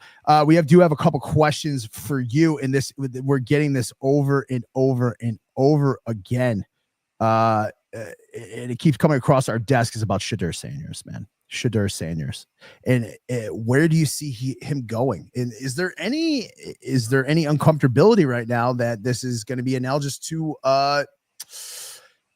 not an Aaron Rodgers, but the mud slide. It seems like there is a slide as we're here with pick 10. We'll see what the Browns do, as they do say. The pick is in. Shedeur Sanders. This is the Bears, not the Browns. Sorry, I was like, whoa, I missed the trade. Oh, hang on. Same, but different. Here is your first surprise pick, because I already know who the pick is. I'm not going to spoil it, but it's the first surprise pick of the draft. I'm waiting. Caitlyn Jenner is going to the Bears. Any guesses? Any guesses, Chase? Surprise. I'm gonna say Ezeraku. No, it is an offensive player. It is Marion Hampton. It is a tight end. Oh, Tyler Warren? No. Whoa. Loveland. This is why I said it was not Tyler Warren. This is why I said it was a surprise. It's Colston Loveland going to the Bears. Whoa. Hey, his comp is Sam Laporta. So there you go. Ben Johnson, Sam Laporta. All right, getting back to the question. There's Sanders. Gun to the head. Where is he going? Where's he going? Pittsburgh. What pick? What pick at this point? Pittsburgh 21. I don't think he's 21. Going to Seattle. Their offensive line is not good, which, I mean, they did bring in Sam Darnold behind that offensive line, but neither here nor there. Most likely Pittsburgh. Also because Pittsburgh does not have a second-round pick. So they have to make their move in the first round. They traded that second for DK. Well, that is not the first time. That is not the first time that we've heard that Shedeur is going to Pittsburgh. We had some of those. We had some of those in we have the peanut gallery here that clearly are munching on bar nuts, not peanuts. Because, speaking of real quickly, R.I.P. to Steve McMichael. I mean, ALS, everything like that. Stalwart in Chicago. Passed away 2 nights ago. Definitely R.I.P. to him. Great proponent of that 85 Bears team. Chase, go back to this. You imparted on Shadur Sanders. What pick are you most excited about? We're getting a question.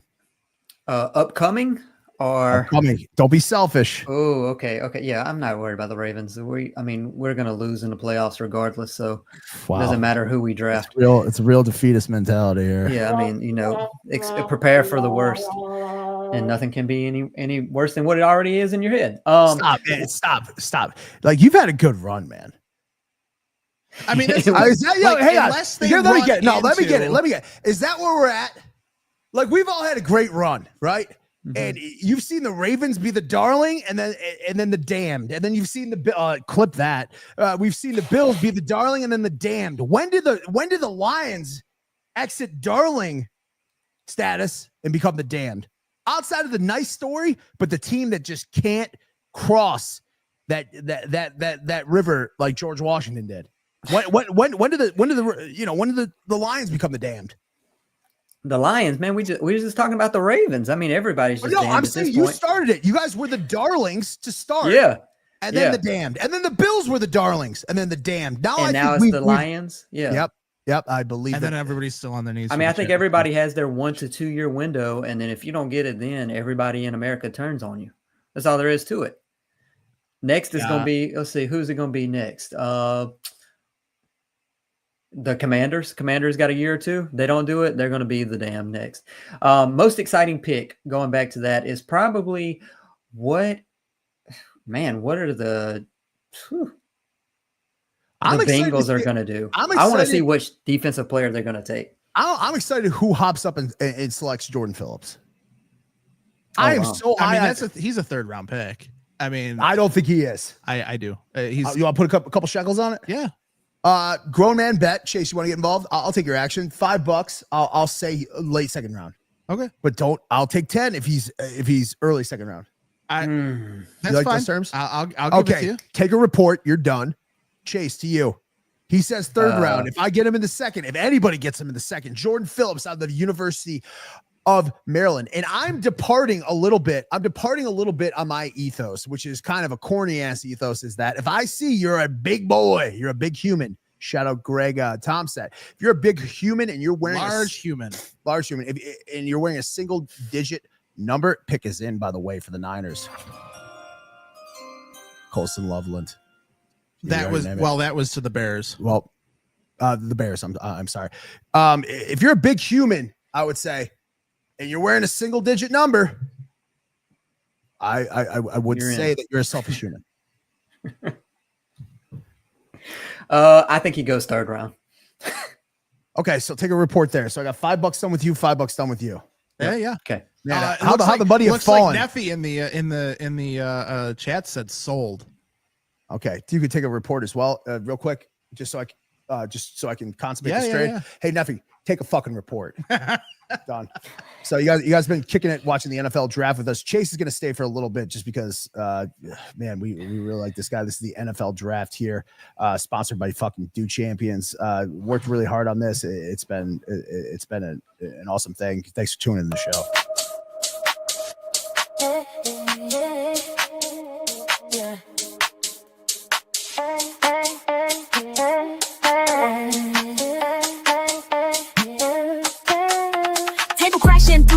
Park. We want a cornerback that's no snot. Binary visit to the Titans call. Knox Allen that we got them all.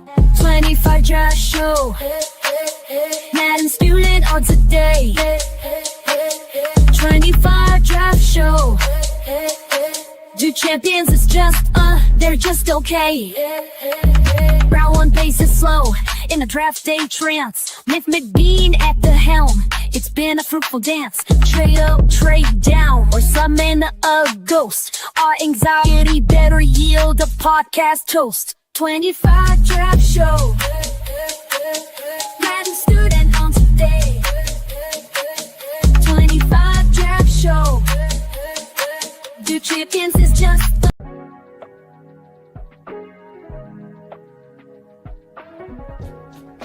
For the best Italian food in Western New York, Elliot Apollos, call 716-825-3675. The Lardon Construction Group. Fubo TV, the official streaming service of Do Champions. FanDuel, the official sportsbook of Do Champions. For all your summertime needs, beauty pools, as well as kayak pools.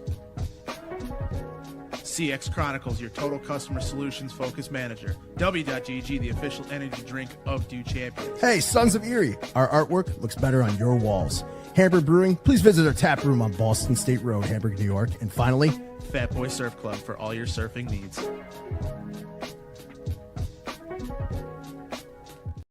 All right, and again, thank you to all our listeners. Thank you to our sponsors. Everything you need. nothing you don't. Thank you. With that being said, this has been a fun night so far. We have a lot more guests coming up for you. We're still here with Chase, King NFL Stats on Twitter. And I'm Chase, I'm going to get your analysis on the dream versus the decision. We're going to bring up Matty Diegert, his dream versus decision, his dream, Trey Amos, his decision, Trey Amos. And the reason that we want your candor on this is he's playing down on the bayou, trying to play with the KU.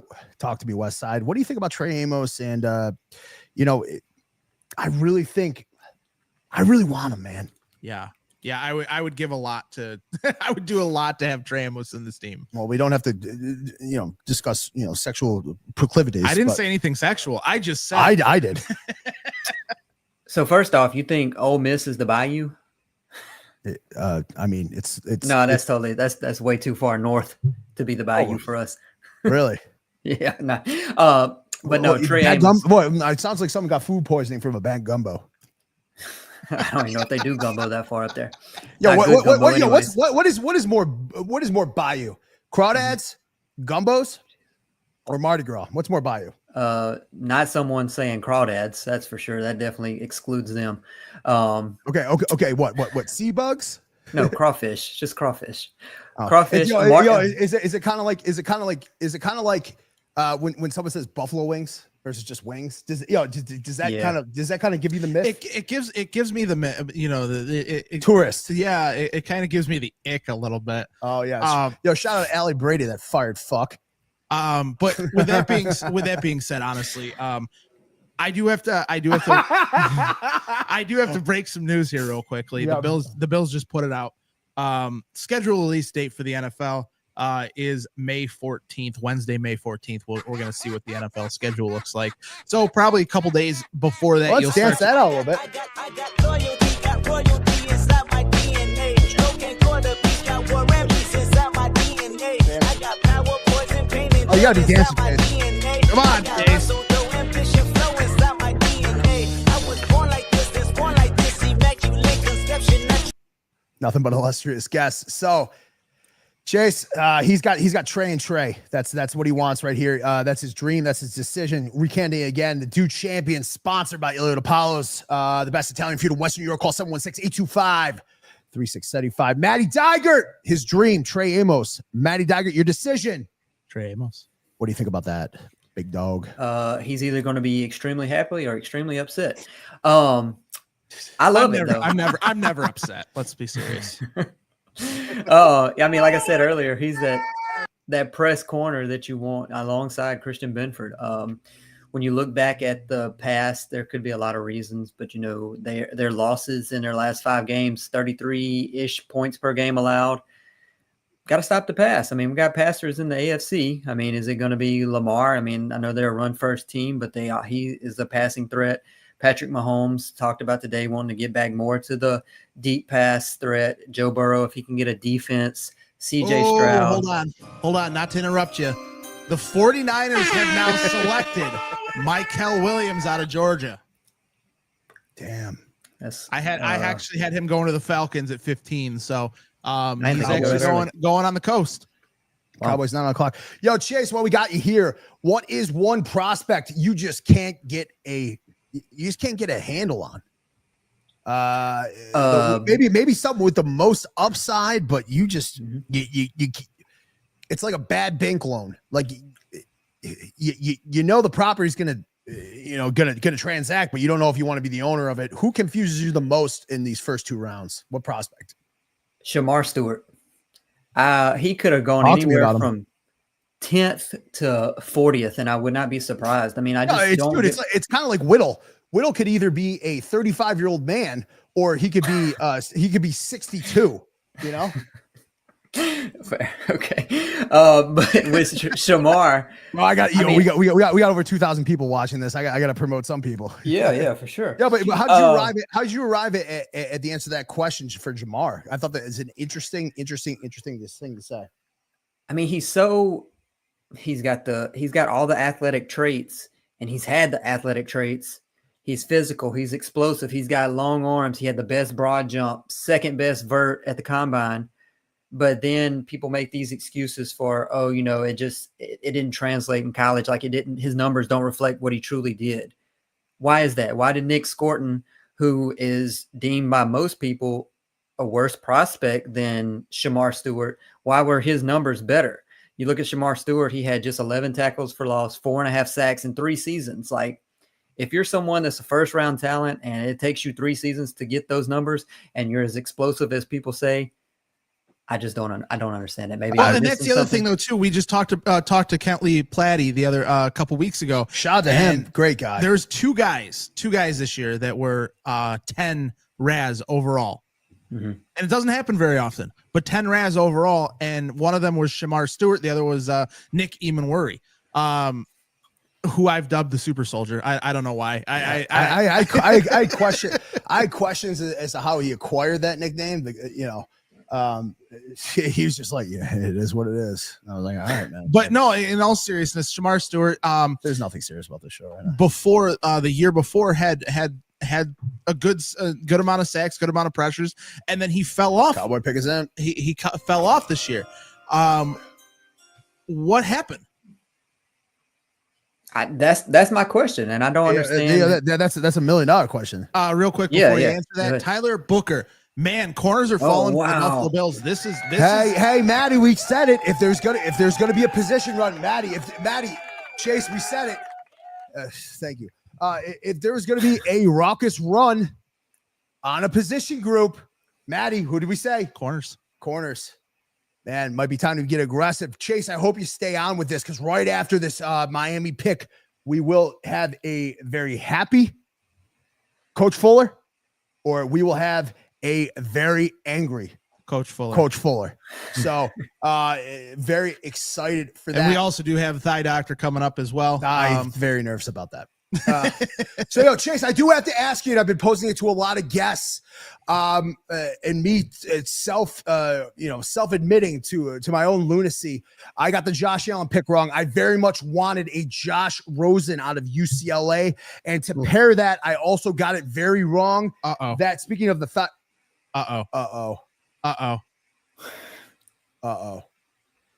Let me finish that. Chase, I will ask you this, and my next guest, if you're listening, I'll think, what is the one draft day pick you got categorically wrong that you wanted for our team, for the Bills? And you just said, but I do have to intro this next guest. The Bills make me wanna kick your heels. Let me think. Give me 30 seconds on this one. This is the guy, the Almighty. One more time. The Almighty. Whittle 2K. Whittle 2K. This is a guy who is it is let Whittle be Whittle. It is take it deep. It is don't it see is me. Curtains. Is curtains. I don't know, man. No, that is one of the best quotes on this network. It's probably curtains. See you on the Toronto Argonauts. Mr. Whittle 2K is here. Oh man, how's your draft night so far, Whittle? So far, man, I've been scrolling back and forth between the Knicks game and the draft, and this guy looks weeded right now. This guy looks like he got a shape up just for this show, and we hope that it's shaping up to be a happy Whittle, because a scorned Whittle is not a guy I want in my replies. Yeah, if Brandon Bean's message pick up, He's gonna owe me a television because this is ridiculous. For a number of years, like you brought it up just now with what pick did you get wrong? I thought for sure the Bills were gonna take Brian Branch instead of Kincaid, especially when they traded up. I was like, yeah, this has got to be a safety. And then we took Kincaid, and I forced myself to like that pick, but and here we are. you know, So Will, I hope, and I'll hit NFL King stats first. Chase, what is just one pick you got categorically wrong? Chase, if I can get some duality here, what was a pick you got real wrong that you either wanted or were you too low on when you acquired him for the Ravens? And is there a pick for the Bills, much like mine and me wanting Josh Rosen, that you got wrong? Whittle, I'll swing to you after that. Kyer Elam for the Bills. Definitely. Okay. Fair dues. I mean, that was definitely one I was on board with at the time, but categorically wrong for sure. For the Ravens, this is already a quick one, but Tez Walker last year, I really thought he would come in and contribute, and he's been nothing. Absolutely nothing out of UNC. I thought when he was with Drake a more nothing burger than some would say Keon Coleman is. Ooh, but I mean, he wasn't drafted as high. So I mean, the expectations. What do you mean he wasn't drafted as high? When was Keon Coleman drafted? He was first round. I'm saying Tez Walker wasn't drafted. Well, no, he's talking Tez Walker for the Ravens. Okay. Tez drafted with lower expectations versus Keon Coleman, but similar output. Keon had a little more. Hey, credit to you that you can admit to that stuff. Whittle, I'll swing it to you. You're a man of means. You're a man of humility. Tell me something you got categorically wrong because you stand on business. Yeah, I was pissed about the Josh Allen pick. I'm not gonna lie. I did not like the Josh Allen pick. I actually love the Boogie Basham pick. So, wow, Matt, I'll go to the judges. Yeah. Which one is worse?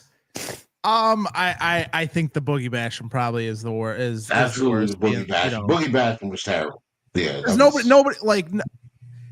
Not a lot of people expected Josh to be Josh. Like in all seriousness, like myself personally, I had him as the number one quarterback that year in that draft. I had Lamar Jackson second. It's turned out that way, luckily, but it's not a science. Boogie Basham, them taking them, unfortunately, we all thought that it was going to be the guy's a big guy. Maybe he loses a couple of those LBs and the Dolphins pick is in. They go from there, but who we got? So Whittle, right before this Dolphins pick goes in, big initiative for us tonight was the dream versus the decision, and bringing up your file. If you could just explain yourself, the dream versus the decision. Your dream, Trey Amos, man, you were in there early, in there often. Trey Amos is our guy, but you did eventually, I don't want to say kind of amend. Hold on. We have a problem. What? Your decision is gone. No fucking way. The Dolphins just took Kenneth Grant.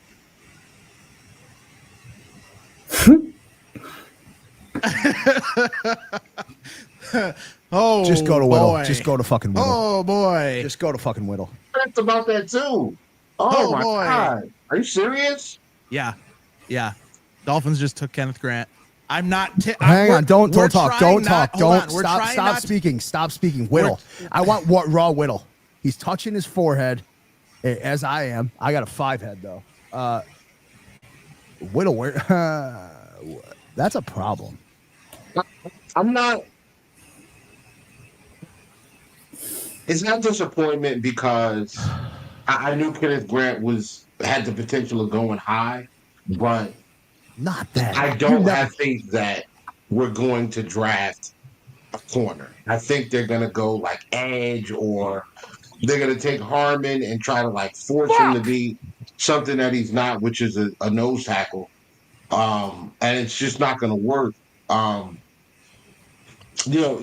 Listen, I don't want to get too deep into the numbers, but last year the Buffalo Bills were at the bottom of the league in completion percentage against. Everybody was completing passes against us.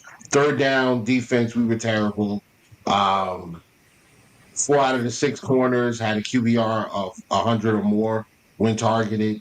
When you have those type of numbers, it tells you two things. Your coverage isn't good, and you need to invest in that area. And I don't know if we are.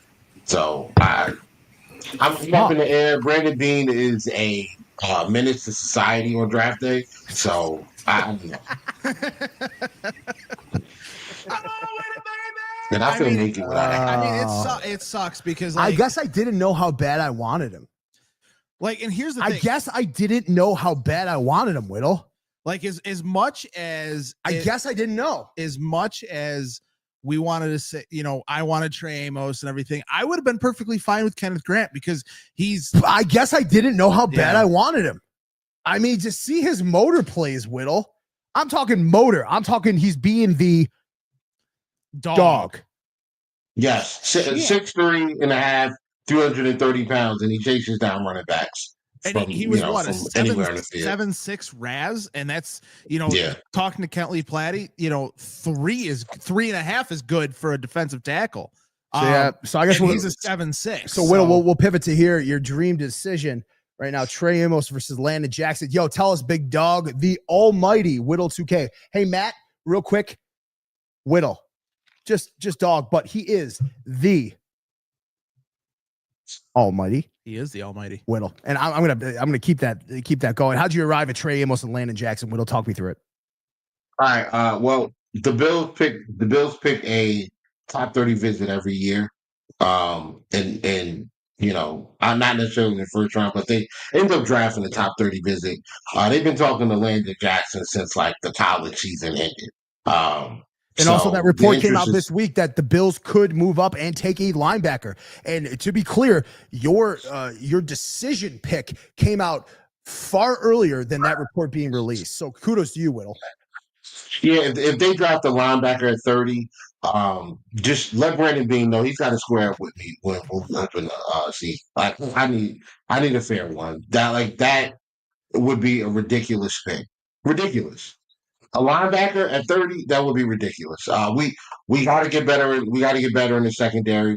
We definitely got to find a guy to transition Daquan Jones from.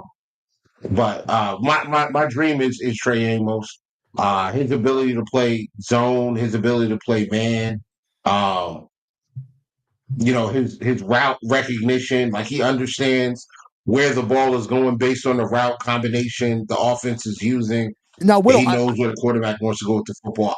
We need that. We need that. And here's a guy that we respect a ton, a guy very active on Dolphins Twitter, a guy that is coached at a lot of different levels, a guy who's played in the NFL, he's played in the Arena League. Whittle, I hope you stay on with us, just so that this is Coach Fuller, notorious Miami Dolphin. Whoa, a slim down Coach Fuller.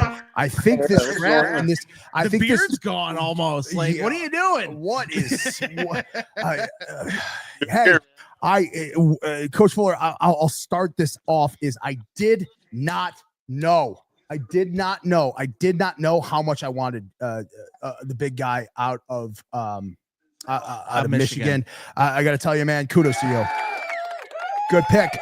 Gut check reaction, homie. Yeah, man. How you feeling? I like it. I like the move. We needed a D tackle. It was the weakest part of our roster. We were a little thin there. We only really had one starter on the roster. We still got to pick a couple more guys up in free agency. But hey, Coach Fuller, real quick. Yeah, go ahead. Fuck you. But in all seriousness. I was being serious. I did not know how much I wanted that guy. Hit the pick. Yeah, definitely needed him. Hit the pick. Went off the board. Taken Tyler Warren. Oh. So is this enough, Coach Fuller, to silence the very raucous Finns base? No. Now we have all this Ramsey crap going on, man. I just spoke to Jalen tonight, so. You spoke to Jalen Ramsey. Breaking news.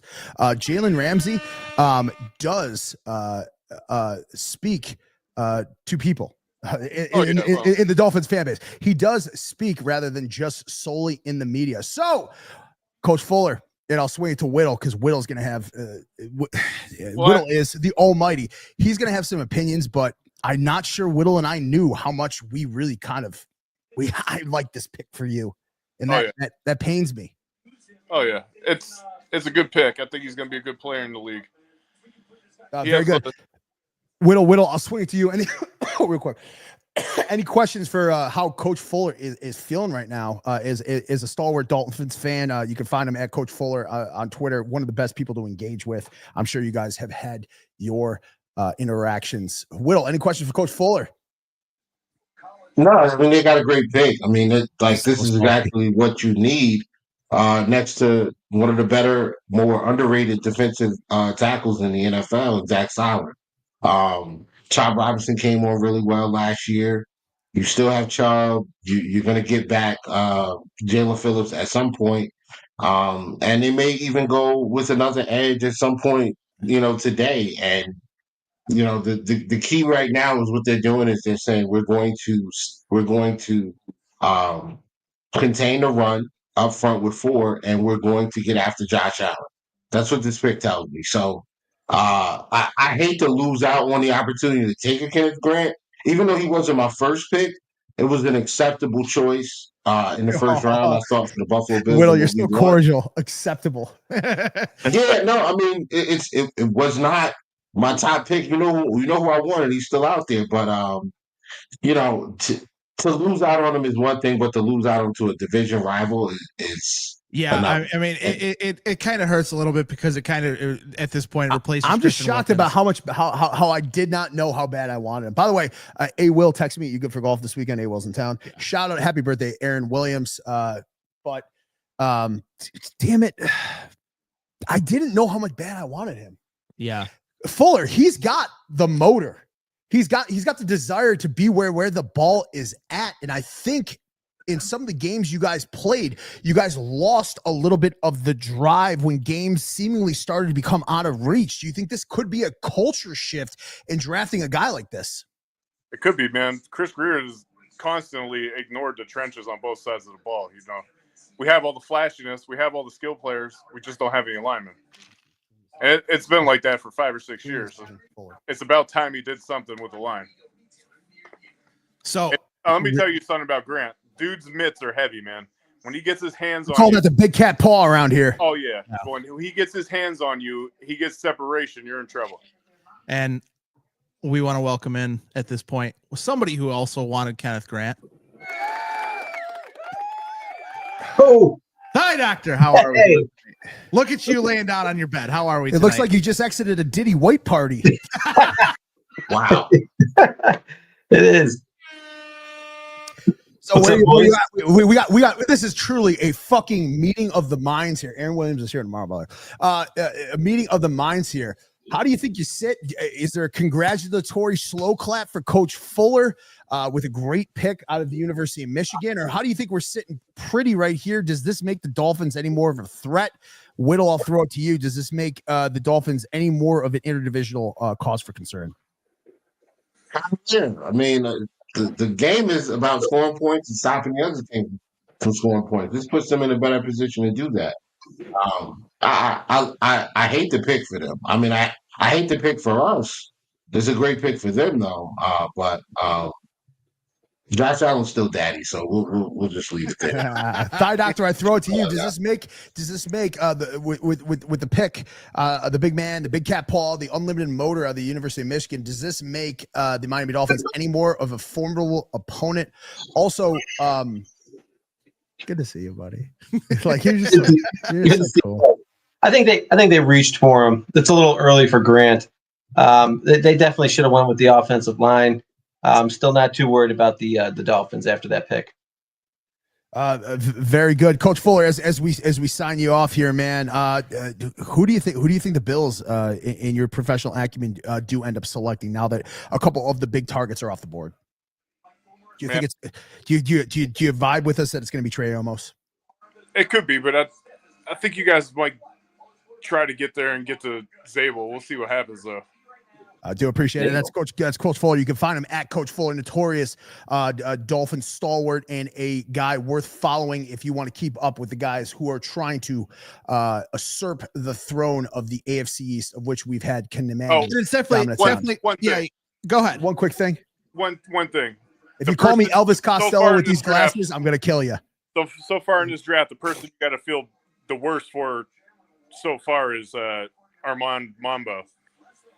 That's Maddie's going guy. to the Jets. Going to the Jets, man. I had him going fourth in my mock draft to the Patriots because I thought they would wouldn't do Patriot things since Tom Brady left. But in all seriousness, well, that's Robert Kraft. He's still there. He still owns the team. But Membo is definitely, I think, going to be the better tackle than Will Campbell. So yeah, yep. So we do appreciate you, Coach Fuller, coming out. You can find him at Coach Fuller on Twitter. Do appreciate your time here, man, as we said through some of the guests. Thank you. So, Thigh Doctor, man, what's up with you, dude? Hey, just chilling. Dude, I got to ask you, man. Okay. Are we gonna talk about that? How now, as we go into draft grades from your medical background, I want you to grade out some small scale athletic performance, and that would be Matt's thigh dance. His thigh dance, of which that he did have he pay out for there. Any critique as a guy who invented it, a guy who is forthcoming that this is the brand, and as you and I know, Matt, you and I are for the brand. What was your criticisms or admonishment of Matt paying up his bet to you? And is there going to be another sequel bet this year between the two of you? I'm always down to bet with Matt. Matt's thigh dance, I mean, it wasn't very fluid. It was very rigid. It didn't exist in space very well. He seemed disconnected between the thigh and the chest. It needs to work together. Couldn't really see a lip fight, and I didn't love his music selection either. And it wasn't my music selection. That was his selection. He said, "Do it to that." I'm like, "Oh, whatever." Yeah, and unfortunately, I don't know, Matt, not to be insulting, but no, please do, please. You don't seem to carry. He doesn't carry his weight in his thighs very well. Oh, his chicken legs. Yeah. So I'll swing it to both of you, and this is kind of just a fun one, fun little question. Say you guys are a first round pick, and you get to pick that music that you're coming out to, and you're both going to the Buffalo Bills. Whittle, Thigh Doctor, what song is going to play you out to the stage? The pick is in, by the way, briefly, really quick. It's Jalen Walker. Doesn't affect. Okay. Whittle, what song are you going to be played up to as you get selected to the Buffalo Bills in the first round as the Almighty? What song? Return of the Mac. Mark Morrison. That's got to be it. I don't know the words, but if I can imitate. Return of the Mac. Hey, what about you, Thigh Doctor? What Kygo song are you putting on? Funny. I do rollerblade to Tropical House all the time. Kygo is a good pick. But I kind of like to shock the crowd, maybe do a throwback, something off Shania Twain's first record. Shut the fuck up. I was about to say Shania Twain. No, you weren't. Stop it. Don't placate me. He feels like a woman. Big Shania fan. Yeah? 99. Oh, very good. Yeah, so we've been doing so the big initiative with Dude Champions here, Thigh Doctor, was the dream versus the decision. If I could ask you, we've been asking all our guests, shout out to all our illustrious guests, Coach Fuller, Pat Moran, AJ Sabalski, Chase from King NFL Stats. We got A Will coming on later, Bud Carpenter, Ryan Talbot, all them. Yeah. Hey, Mr. Doctor, the doctor of the lower extremities, who at this stage, knowing what you know, is going to be your dream pick for the Bills? And then, Penn, ultimately, who do you think the Bills' decision is going to be? And Whittle, I'd like you to critique every single word and every single faux pas in his semantics. Oh, I definitely wanted Kenneth Grant. So now I'm scrambling a little bit. Obviously, we go with a cornerback. A cornerback 2 would be great. But there is some red flags on The fact that this guy is casually like just lounging around in his best Lululemon let's fucking be serious. jogging guard. Let's be serious. You I were laying can't- with a I can- blanket last week. Hey, yeah, Wait, but let me get my chicken wing necklace on. Hang on. yeah. Whittle, what do you think about this guy? It's up here. Like this is the guy that I think this is the guy that who's on top of every injury report. And do you think I we always say you got to be dynamic, not static. But I think wearing Lululemon spandex cross trainers is just a little bit too aerodynamic for a podcast of this echelon. Flip the camera. That boy's dragging a wagon. Pause. Okay. What do we got going on here, guys? Yeah, I know. I mean, at this point, I'd like to introduce a new. I feel like I need an adult. Yeah. Yeah, but Thigh Doctor, as you pour through some of these things, a big lad out of Eastern Carolina was subjected, to some ACL criticisms. If you could impart on us what it really takes, the dichotomy between the average player getting back versus some of these hyper dynamic NFL athletes, that obviously the ECU athlete I'm thinking of, Matt, is Siobhan Revel. Where are you at with that? Is it hard to, do you think, evaluate a draft prospect? And then I'll swing it to Whittle, who is being evaluated based on a very traumatic lower body injury that unfortunately a lot of people at that playing position will be subjected to a rate of which we wish was lower. All right. Yeah. Hey, this is good. So let's rip off some injuries because we know cornerback 2 is what we're looking for. If we don't get the D line here. Sure. So Revel. Okay, and this is what we don't talk about with these like mock drafts and let's break down these guys. No one's talking about these guys' age. Revel is 24, okay? So that's ancient for a draft prospect. A JUCO guy that was working at Amazon and then walked down to Eastern Carolina. He had 1 year of production at Eastern Carolina, so not big boy ball. Known for his speed and fluidity. However, he's going to be coming off an ACL, so who knows if he gets that back. It was a September ACL. They take 9 to 12 months generally, and you're looking at someone who might be on the PUP and miss most of training camp. So do I think he's a plug and play? No, and he's 24. I don't think he's a first-round pick. I think this is someone that you want to take a shot on more in the second round. And Thigh Doctor, if you could impart the difference between the PUP and the IR. Yeah, well, the PUP is 4 weeks, the first 4 weeks of the season. It's actually they changed it. So the PUP and the IR are the same thing. But there's like some roster ways to move around it where you can have an extra roster spot if he's on the PUP in training camp.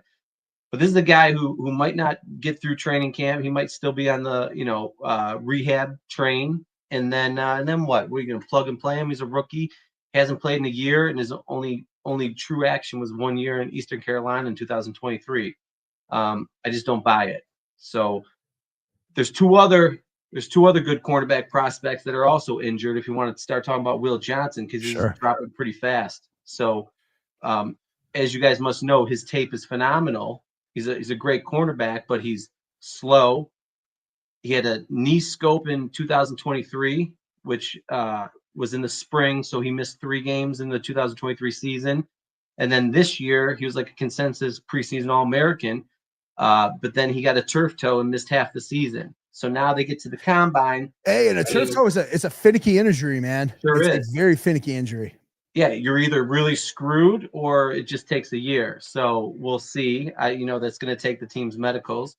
And then he's got a hamstring injury, and then he got flagged for the knee, which means he probably has cartilage issues from that knee surgery. What probably happened is he probably had a meniscal repair and it didn't do well. So that probably was the reason why he missed 3 games in 2023. And we do have an Ole Miss guy coming off the board, Walter Nolan. He is headed to the Arizona Cardinals. Yep, to head in there.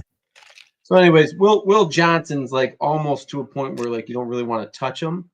But if it works out, he's so good. Don't want to touch him. Hey, the almighty Whittle 2K. What do you go with that analysis with everything that Thigh Doctor imparted? I do just wish in the discourse a lot of this did come up about how injuries, as he just divulged to us, are dynamic. How, especially with Trey White, I know we were told by someone in the Bills, Maddie, if you could pick up the story, so I'm just not drowning people out. Yeah. From Mr. Bud Carpenter about how Trey dealt with some of the mentality that comes with, unfortunately, coming back from these big traumatic lower body in an age where a lot of lower body extremity injuries are just commonplace. Yeah, I'm not going to get too much into it because that's more personal. It was stuff, a private conversation. I mean, he said that Trey struggled with, when he was coming back from the ACL, he struggled with the mentality part of it, to basically get back and be able to play to the level that he was able to, because it was the first time he ever dealt with an injury. So, I mean, you can only think of Siobhan Revelle, Will Johnson, any of the other corners out there, because they have to do a lot different things than, wide receivers are always going forward or, left and right. They're never going backwards. Corners have to go backwards, forwards, left and right. They have to jump, so getting that mentality down is definitely a big thing for a lot of these guys. So, I'm just, it's tough for me to sit here and, like you were talking about with Will Johnson, I have him ranked at, I have him ranked as the fourth best cornerback because of the injuries, and same with Siobhan Revelle. I have him fifth. I would probably have Revelle as the number one cornerback in the draft this year if he was healthy. And then Will Johnson's probably two, just based on tape. But because of the things that he has, either of those guys have going on with them, they're not worth taking a chance on, because like you always say, it's, once you get one, it's more likely that you're going to get another. Sure. And I'll ask you this. We've been asked all night. Shedeur Sanders still not off the board. Whittle, what's up? I like what Doctor was talking about, man. When you talk about these corners and these lower body injuries, I mean, the amount of cutting and stopping and and turning and accelerating again, and then stopping and accelerating in a completely different direction. That matters, and that matters a lot. So a guy like Revelle, who is an older prospect, like the doctor said, and played at ECU, so he's not going up against NFL talent for the majority of his playing time. I expect you to look great. But when you have other players like a Benjamin Morrison, like a Will Johnson, that are going up against NFL talent week in and week out, the injury for them definitely hurts their stock. But if I had to rate these corners, this top five group, I honestly believe that if everybody's healthy, Benjamin Morrison is the best corner in this draft. His ability to stay sticky in man coverage, match narrow routes, make plays on the football. His tape's great. Like, his film is absolutely amazing. But yeah, he would be my one. And then it's between Will Johnson and Trey Amos as my two. I just think the difference between Trey Amos and Will Johnson is that Trey Amos went to Alabama and sat behind Kool-Aid McKinstry and Terrion Arnold. If he was at Ole Miss for 2 years, I think we might be talking about Trey Amos in the same breath that we're speaking of Will Johnson. Yeah, and I completely agree with you there. I have Trey Amos is my third ranked corner in the draft this year, behind Jahdae Barron and Travis Hunter, who everybody behind Travis Hunter is on the board. It is still on the board. So we're literally sitting here and the Bengals just took Shamar Stewart. So that's another one that just came off the board. The other, the one of the, we were just talking with Chase about that. The one of the 10 Raz guys, it just came off the board. to the Bengals, and they're going to put him opposite Trey Hendrickson, and like their defense is going to look good. Who knows what they're going to do with Trey Hendrickson? So, now with Side Actor, I wanted to switch it to you because I sent you a list of players last night as far as injuries go. Out of that list of players, can you kind of impart some wisdom on those injury fronts on some of those guys? Yeah, let's break this down. So we went over Will Johnson. He's almost a do not touch prospect because he's kind of banged up too much, but he's so phenomenal that he's a top 10 talent. If you pick him at 30 and he has some trouble, it is what it is, but I mean it could really pay off. That's the one guy I would take a risk on with his current injury acumen. Rebel, I wouldn't touch him in the first round. This would be a second round prospect to me. 24, hasn't played in a year, only had 1 year of production at ECU, coming off an ACL. I'm not terribly worried, even though there's a risk in the first 2 years as you come back to tear the other knee. But with age, lack of competition, don't like it. Now Morrison is a nice prospect too. He's 21, but he's coming off of a hip labral surgery. Hip labrals do good, but he had it in October. He also got his shoulder scoped, but he was able to do the bench reps at the combine I saw, or his pro day, and he had like 17 or 20 reps, which is really good for a corner. Mm-hmm. But he must be a pretty strong guy. Other guys that you shot over, those are the corners. I would have liked Grant. I thought Grant would have been a great pick, like a really sturdy D tackle, someone who is like real fat, got skinny, reminds me of Bruce Smith's early career. And then Amos. Now Amos is pretty healthy. He had a hamstring early in his career when he was at Louisiana, but he sprained his ankle at the Senior Bowl and had to sit out the game. But it's a non-issue because he was able to do his pro day and stuff. I understand people like him. He's versatile. He's a good tackler. He is 23, and he has played for 3 teams. And I remember a tidbit from Bean's presser, and someone asked him, "Is it harder to scout these guys with the new transfer portal?" And he's like, "Yeah, because some guys can play for like 3 teams, and then you got to get information from all of them. Some say they liked him, then at the next stop they hated him, and then the third stop they love him." And I swear he was talking about Amos because he had 1 year at Alabama. He probably thought he was hot shit, couldn't get on the field, and then transferred as soon as the season ended, and then had a nice season at Ole Miss. So what does that speak to his DNA? I don't know. Does the team want that? Maybe not. So, that's an in-house thing. We'll never know. Other guys on the list, Hairston's a nice prospect, but he's a very thin corner. But he's super fast and he's got good ball skills. He's good at zone.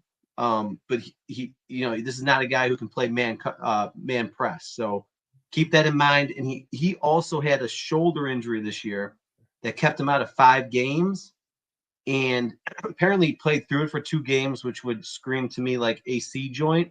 Yeah. But then apparently he had to go to the hospital for it after that and then sat out 5 games. So I don't know the extent of it. There was no surgery. He came back later in the season, so he should be over it. But he definitely didn't test out his bench. So, he might have a pretty wonky shoulder, which will affect his tackling. And we know the Bills want good tackling corners. So that's something else to keep in mind. But super electric, very fast. I think he was like a 4.28 guy, but very like frail, thin. Yeah, let me ask you something about somebody a little bit later in the draft in Deion Walker with his back. That's a good one. Yeah. So now that Grant's gone, I'm not like jumping for joy at any D tackle at 30. Apparently Harmon got flagged, had a medical flag for his shoulder. Now he's a 21 turning 22-year-old prospect. He's going to be a 3 technique. Not feel like we don't really need to put a first round pick on a 3 technique. But he only missed 1 game his whole college career, but he got flagged for his shoulder, which to me screams labrum, which probably means it needs to get fixed. And that is about a 4-month recovery. And if you remember when we took Shaq Lawson, same situation, got flagged for a shoulder. We picked him. He had the surgery, started on PUP and came back. But labels do real good in the shoulder and the hip. So not too worried. But if you're going to draft a 3 technique like Harmon, and you already got the kid from Pittsburgh we picked up who's on suspension, and now you're Ogunjobi. plug another 3 technique who's probably going to be on the PUP if you have to give him surgery. I don't think it's a good idea. So, which trickles down to this question: is this Walker out of Kentucky? Correct? Yeah. Yes. So he's another big boy. He's the guy who came in at 360, got down to 330. He had a pars defect, which is basically like a fracture in your back. I actually had one in high school, so I know what they feel like. But they heal. But his longevity, like, is this something that might bother him later in his career? Absolutely. It only made him miss 1 game this year, but when people talk about like his compete level, like he's hot and cold, he probably was struggling with pain. So I think he's probably a little bit of a better prospect than people are giving him credit for.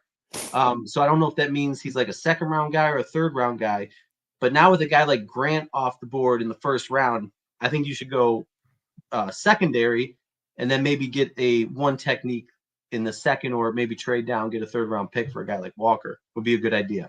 Well, and that's the thing. Like, I think that, somebody like a Tyleek Williams, who I'm going to ask about next, is somebody that could be there at 30. Also could be potentially there mid to late 3rd round or 2nd round, depending on how the board falls and things like that. But, I think that, 162 is a good double dip spot for somebody like a Deion Walker, where they could bring him in, get him in a NFL program, and try and help to alleviate a lot of those issues. So, with that being said, give us a little bit of insight on Tyleek Walker as well.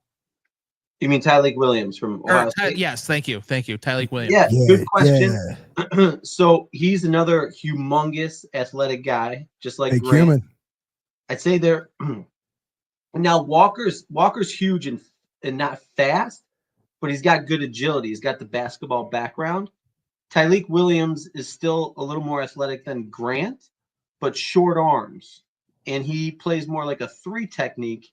This is what reports are saying. I don't watch a ton of college ball, but it sounds like he's not like your typical fat nose tackle. He's like a nose tackle body trying to play 3 technique. And health-wise, he's missed several games each year. Nothing major, but he's got some shoulder, knee, and ankle issues that have missed him like 1 or 2 games a year. Okay. So he had the hammy pull in training camp, not training camp, at his pro day, but it's a non-issue.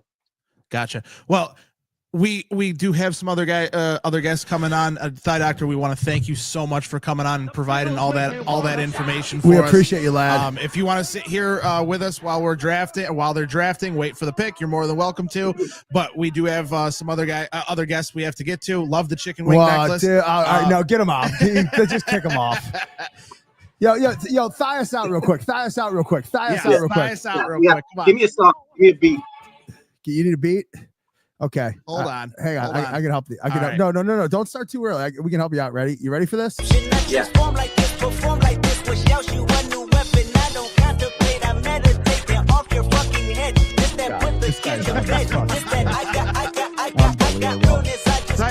Thanks, dog. Thank you. Everything you need. Nothing you don't. Jeez, what a nut. Hey, next time we want to thank Thigh Doctor for coming on, but we want to welcome kind of the stalwart of the New York Jets Twitter space. He's put on some charades. He's put on some analytics and some opinions. He does communicate the opinion that it is okay to like Mark Sanchez. Welcome. That's right. Welcome, NYJ Mike. Come on, boys. Thank you very much for having me. Is my background loud? Can you guys hear a bunch of shit in the background? No, you're good. Let's go. No, I'm gonna be honest with you. The shit that we're hearing is very close to the microphone, and that is your words. That's right. Did that guy just fucking like hump the air? What was going on with that guy's It's called thighs? a thigh dance, and it That was awesome. we'll explain it off air. That was amazing. But Mike, thank you so much for joining us here. We definitely want to thank you. We do got to keep moving because we do have a lot of guests we got to get to. But real quickly, how do you feel about? Fuck it, let's bring on Hellcamp. He's right here. He's right here with us. Yeah, let's welcome him real quick. John, how are you tonight? Hold on.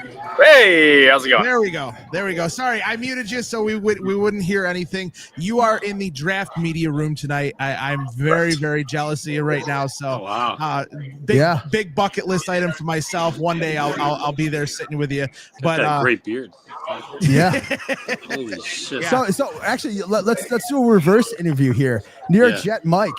Real quick, NJ Mike, you got any questions from somebody with the boots on the ground right now? Like, what's the go for it? You know, man, the Jets haven't picked in the late 20s or 30s in fucking 15 years. So who cares? You guys are gonna take someone. You're gonna win 13 games next year. That is a defeatist mentality. I'm frustrated. What do the Bills even need? What are you guys gonna draft? Cornerback. Well, John, how about you take that for us? What do the Bills need?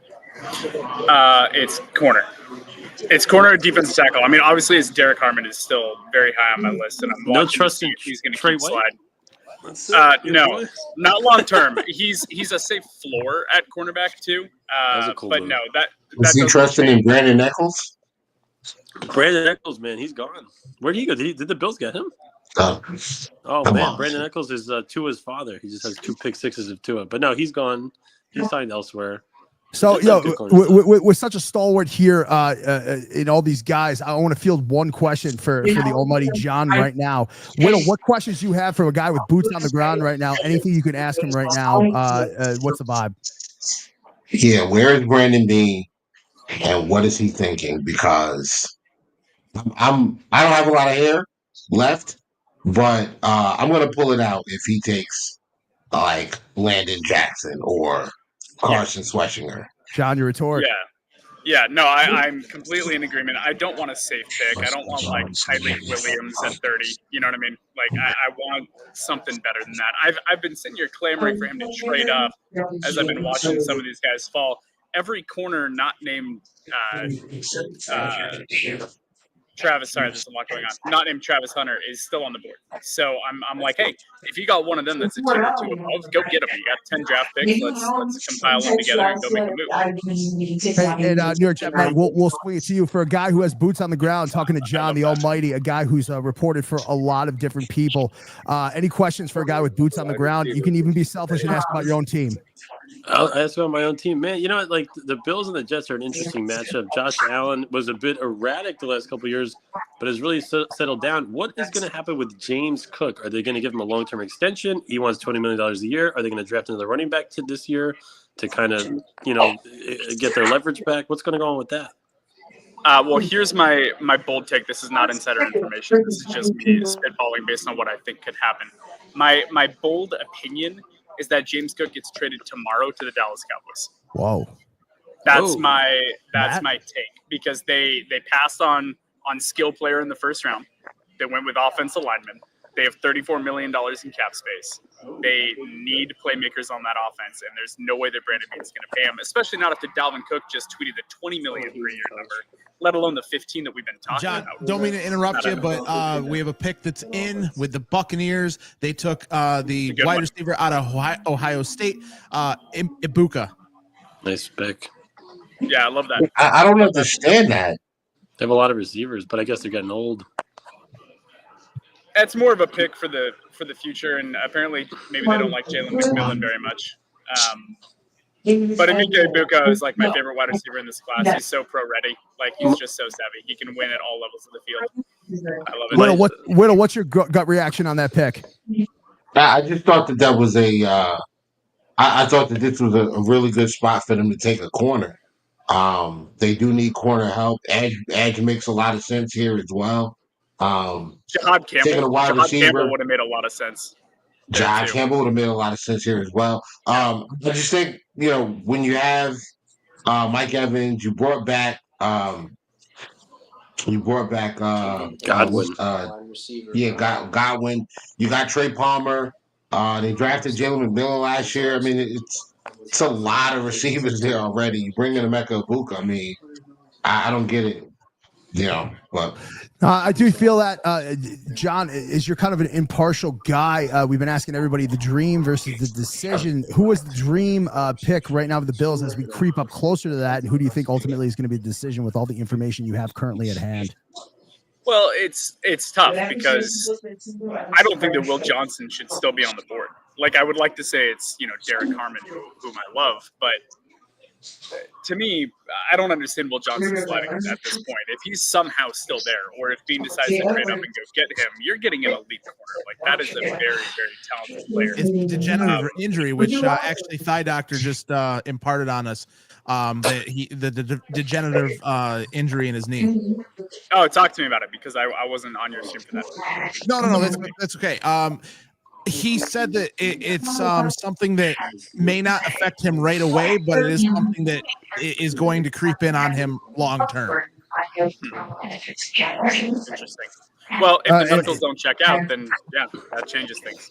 New York Jet Mike, as you've been a very troubled fan base, who was your dream pick, I guess, for the Jets at this point? And are you happy with depending on what the decision is going to be? Oh man, listen, I wanted Mason Graham or Membo. I'm very, very happy with the pick. The Jets offensive line, the left tackle is a first round pick, Ola Fashanu. The left guard is John Simpson, who was terrific last year. The center, Joe Tippmann, was a second round pick 2 years ago. The right guard was a first round pick, AVT, and now you have another first round pick in your right tackle. That is a monstrous line. They're building a Cowboys offensive line that we grew up with. So I'm very excited about it. I thought it was the best pick. And once Mason Graham was off the board, it was a no brainer. I'm happy that they ran it right up to the table with the cards. So great pick for the Jets. We do appreciate you coming to the table with us. That is at New York Jet Mike. You can find him on Twitter. I just want you to explain one story for us, New York Jet Mike. One story, and that is the sandwich of which you can claim fame with. I don't know, Whittle, if you know this story. New York Jet Mike, he is a Monmouth University alum. Oh, right there. He's an ex-coworker of mine. Would you be so kind, Mike, to tell us the story of what got you in the New York Post, a paper that John used to write for? What was the move you pulled? I give you the story, and then we're gonna play it out. Thank you for coming on. Yeah, man, guys, thanks for having me. So I do the podcast with my buddy NYJ Matt, and Matt had the hilarious idea. We knew Mike Williams was going to go to the Jets facility and go on a visit. He sent a breakfast sandwich from a local deli to the facility with a nice note on it that said, "Hey, Mike Williams, come to the Jets." The story took off, national news. Mike Williams ended up eating the sandwich, which is hilarious. And while he was signing his contract, biting into the bacon, egg, and cheese. So, and he took it to the basketball game afterwards. So yes, he went to the Nets game and was eating the sandwich. And it didn't really work out, but it's hilarious. The Jets got a compensation pick they got a pick. They traded Mike Williams to the Steelers this year, so it's a 5th round pick. We're gonna root really hard for that guy because then it's like people are like, why the fuck did you send this guy a sandwich? He had 12 catches. Well, we do appreciate you joining us tonight. That is at New York Jet Mike from New York Jet Media. Thank you so much for coming on, my brother, and best of luck the rest of the draft, my man. Hey, it's okay to like Mark Sanchez. Sure. It's okay to. I will never not laugh at the butt fumble. Yes, the butt fumble is the best play of all time. Denver's pick is in here. My guess is Amarian Hampton.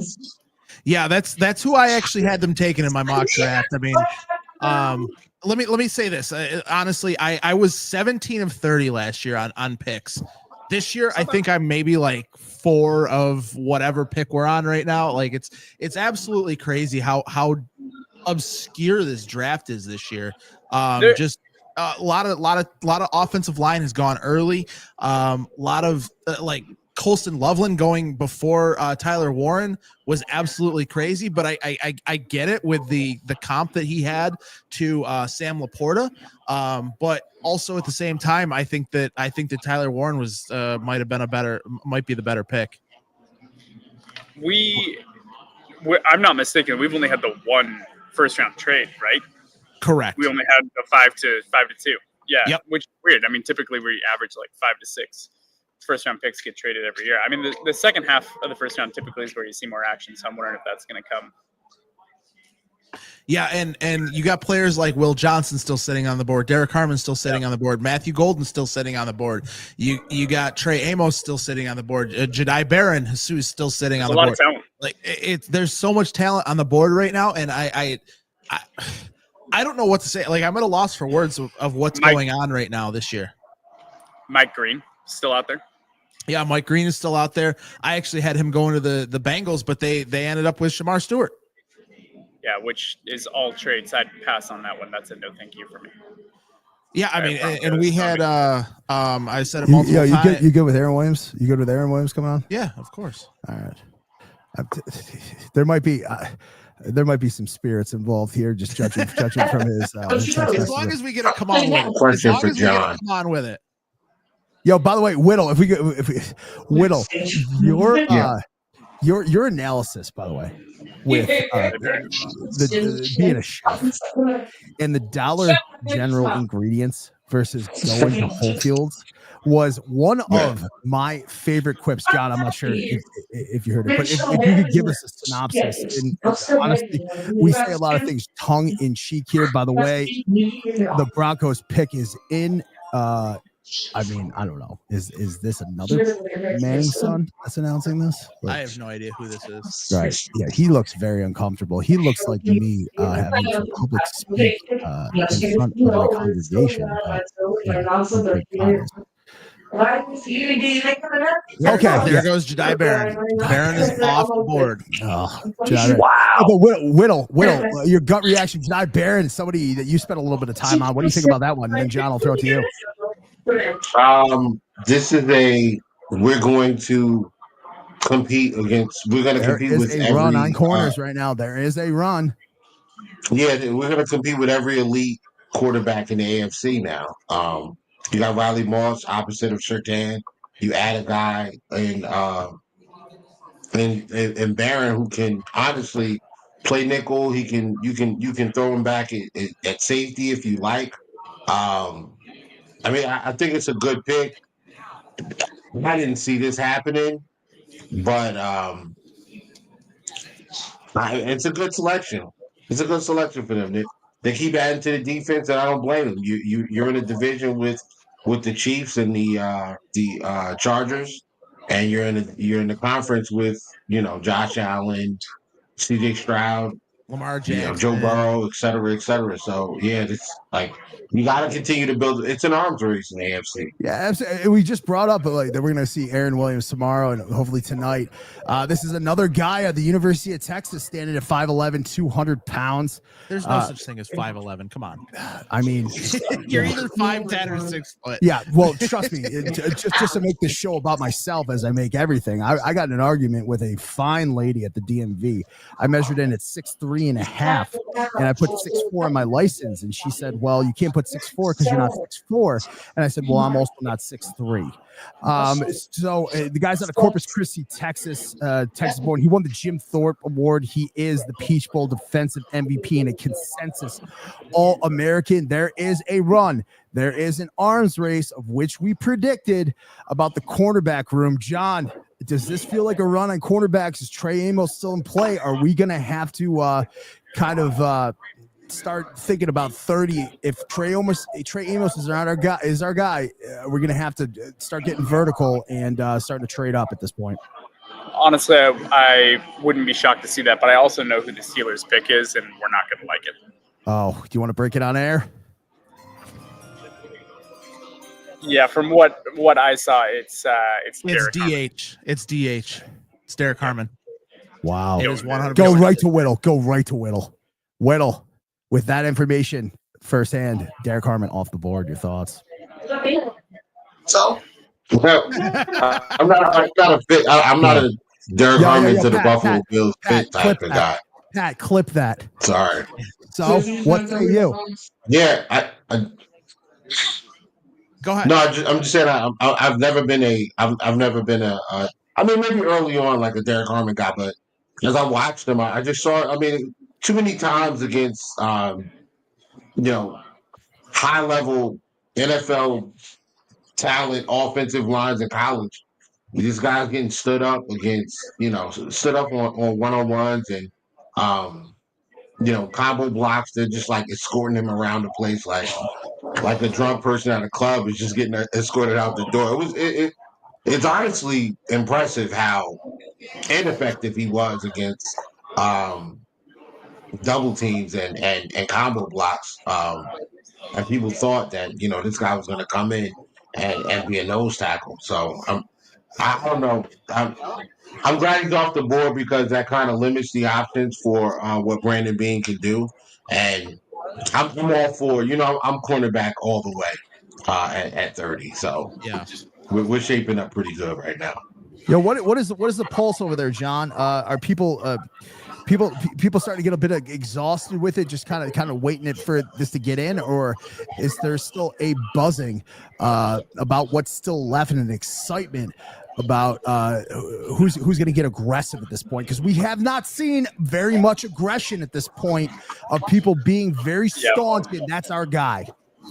I kind of think that the thought process was that this was almost to be expected in some regard, because the top 10 or so players, we know that there was like a clear top tier of guys. And then outside of that, people have been saying it, different analysts have been saying it for months now, that it's like, well, the guy at 12 could be the same caliber of player as the guy at 40 to 45. So I think you've got a lot of teams in this range that are going, well, it doesn't make any sense for me to really trade up because I think that I'm going to get the same value where I stand. And other teams aren't like, well, they might want to trade down, but no one's wanted to trade up to do it. So you might, I'm curious to see if we're going to get one or two here late in the first round, like trades, teams in the second round moving up.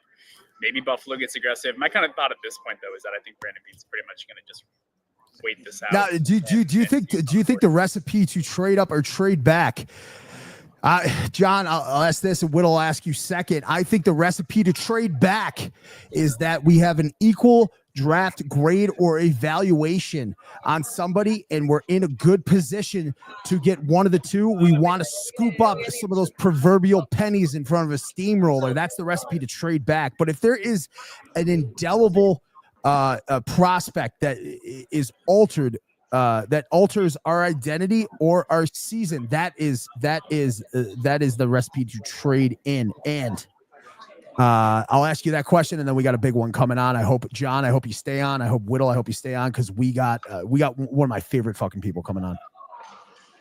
Yeah, I mean, I think that's generally the course of action there. It's got to be a clear tier above for you to move up at this point. And I think that there are a couple players on defense that would fit that mold. I'm a big Siobhan Rebel guy. I like Benjamin Morrison, although I think that there's a good chance Morrison could be sitting there at 30. So I just think that looking at the board and looking at the teams in front of them, I kind of think that at this point, Beane's just kind of content to sit and wait. Maybe he decides to move one or two. I don't know. I know Detroit and Washington are both teams that have similar needs on defense, so maybe he tries to get in front of them, but I don't know. I think at this point, we're pretty much just sitting and waiting at 30. And with that analysis, we got one of my favorites coming on right now. Matt, any idea who it is? There he is. This is our guy.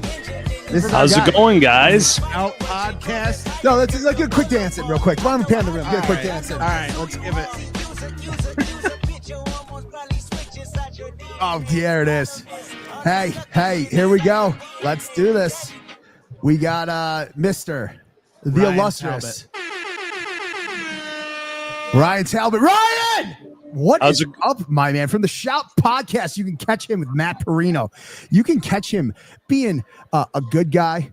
You can catch him being a teacher. And you can catch him taking down a wrestler cut. Yeah. At Elliot Apollo's, man. Yeah, fueling up to get down with this That's Draft Day right. podcast. We want to thank of the 2,000 people by our data analytics. We have one of the big ones going, and I can say as soon as I tweet this, and Ryan Talbot retweets this, is going to be the biggest one. If you haven't met him, we'll pan to the room. We'll welcome you on the podcast. I am Student Body Right. That is Matt Diegert. This is the almighty Whittle. 2K. This is John Helcutt live from the draft, and the guy Ryan Talbot. Hey, my man, how you feeling right now? Crazy atmosphere here. We are at the New York Rec and Social Club in Verona, New York, Turning Stone Casino. So we have a lot of We have the draft blaring, a lot of playoff games on the screen, some people gambling behind me. Quite the atmosphere. Well, I feel like everybody is gambling right now on the structure of the direction of their franchise and on some of these 20-year-olds that have not laced up their cleats or played a down. How did you catch that burp like midway and I just powered through it? Nothing but illustrious guests and nothing but hiccups sometimes in this draft period.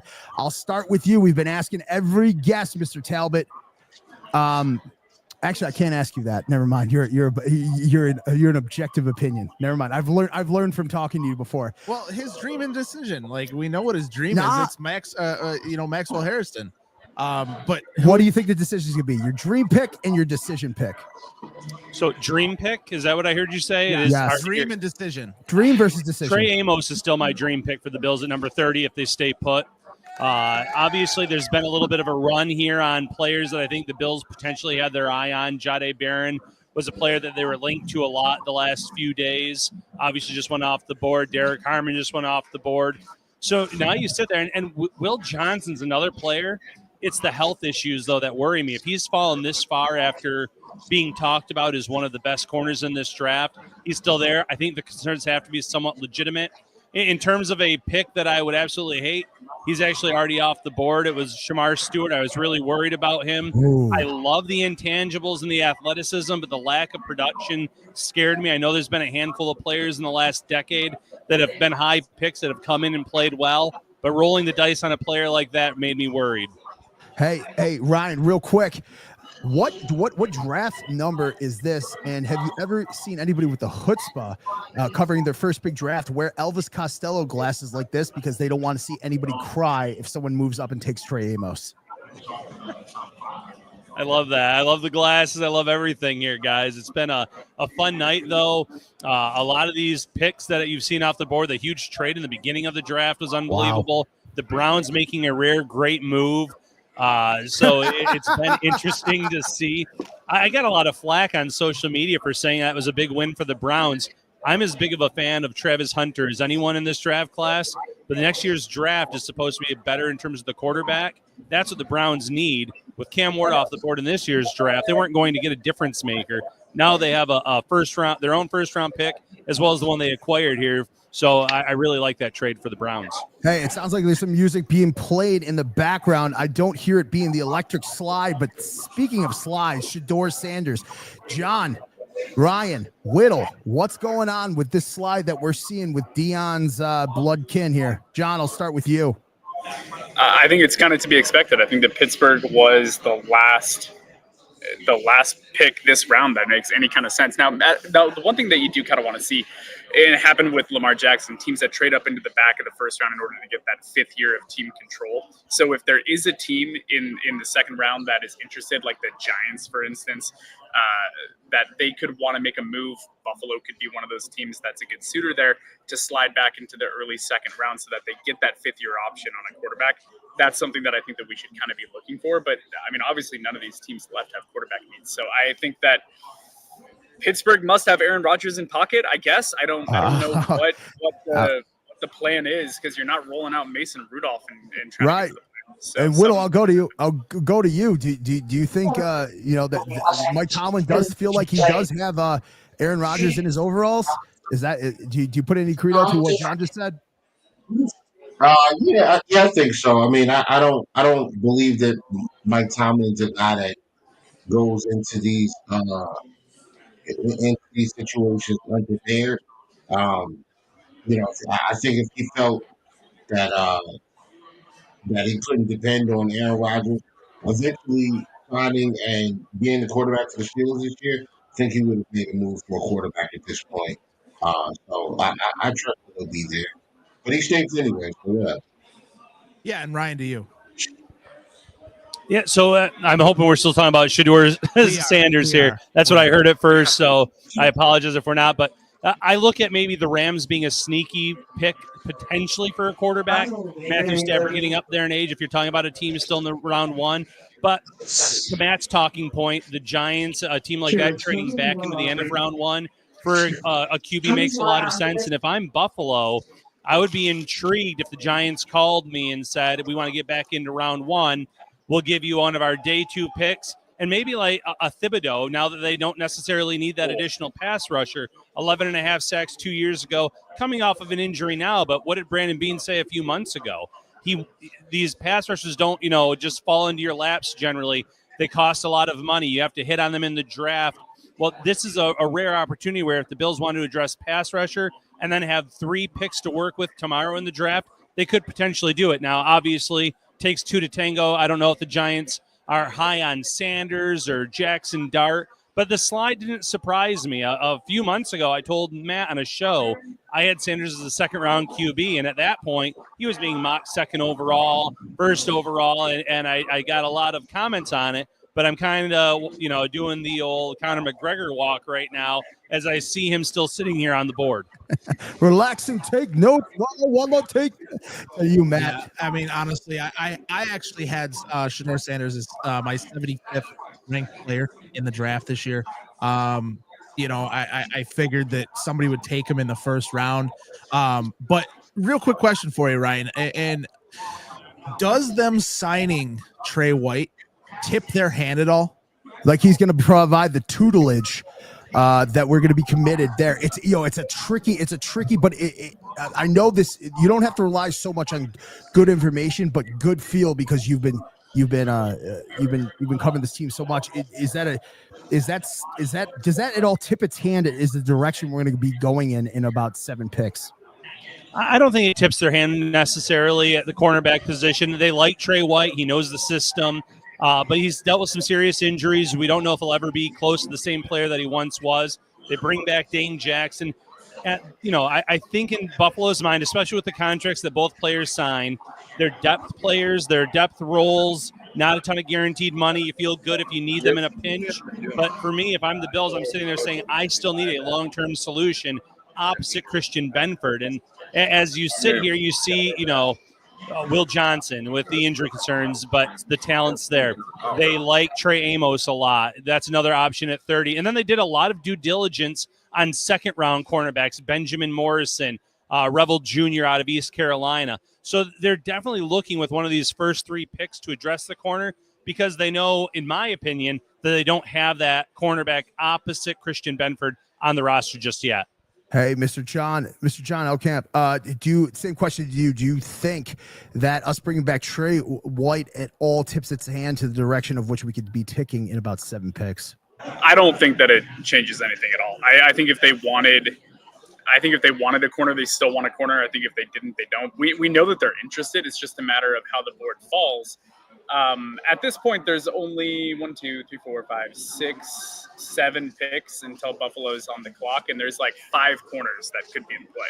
Like there's a lot of guys that are still out there right now. So I think that in particular, you have Brandon Beane looking at this and going, yeah, I think there's a few corners here that I'm comfortable with, and I have a good odds of getting one of them at least. So I think that's just been the most likely outcome for a while. I thought the defensive tackles would go off the board earlier than expected, and they did. Mike Green's still out there. That's a very good edge rusher. That could definitely be in play. But yeah, I think that corner has always been the most likely outcome. Now, what I will say is there's so many corners still left. Does that almost incentivize Buffalo to trade back a different direction or trade different back? direction? I was going to ask different direction or trade back. Well, I think if there's an edge rusher that they like that's on the board, I almost think that has to be the precedent at this point because there are so many corners and having 2 picks in the second. Maybe that becomes the top priority right now with the way that the board is shaking out. Whittle, I'll swing it to you. Where are we at right now? Do you the same question? We do have a predominant edge still on the board. General feeling, you're an emotional guy. I like emotion. Where are we at? Just personally and everything like that. And the same question to you in signing Trey White does that tip its hand? For Talbot, a no. John, a no. I don't think so. To you, what do you think? I'm personally right now a little nervous because I'm invested in us getting a certain player, like we all are, I'm sure. I do think that getting Trey White it does tip the hand of what the Buffalo Bills are doing, but I don't think it tips DeHaan is saying that the Buffalo Bills are not interested in the corner. I think they are very interested in a young corner because they brought a guy like Trey White back, somebody who was here since the beginning of the McDermott, tenure with the team. He was the first draft selection. He's been an All-Pro in this system. If you want your young corner learning from anybody, it's probably Trey White.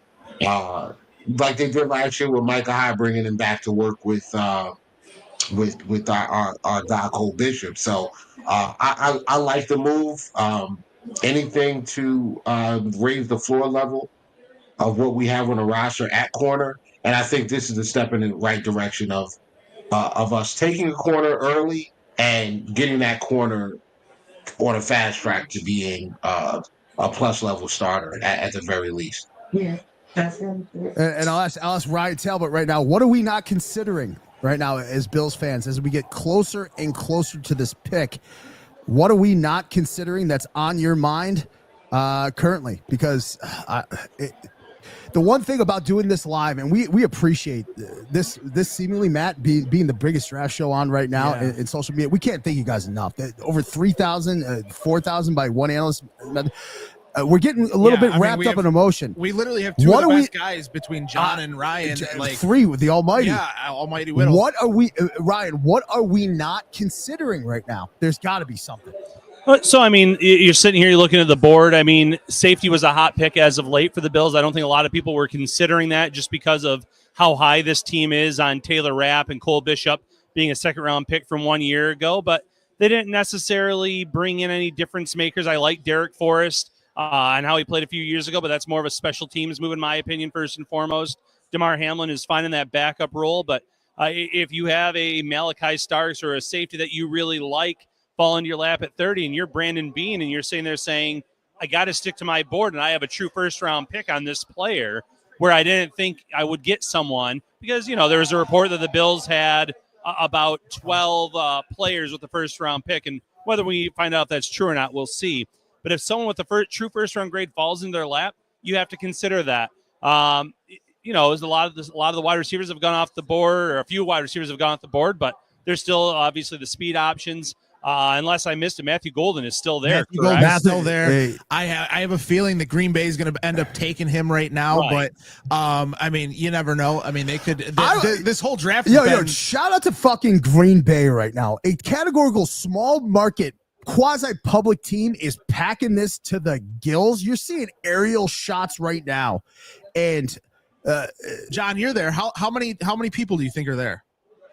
I mean, he's pretty dialed in, right? John, I'm going to go ahead. I don't have a number offhand, but I do know that they had to close the gates like 2 hours ago because they were at capacity. Oh, geez. That sounds a lot like Ryan Talbot's DMs. Yes.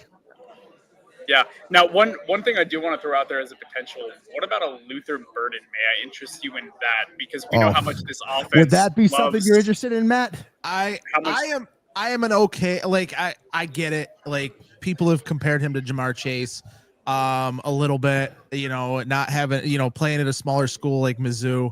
I don't think I would be upset by it. But I also think this team needs somebody in the corner area. And at this point right now, I mean, the way the board is falling, maybe you can trade up in the second.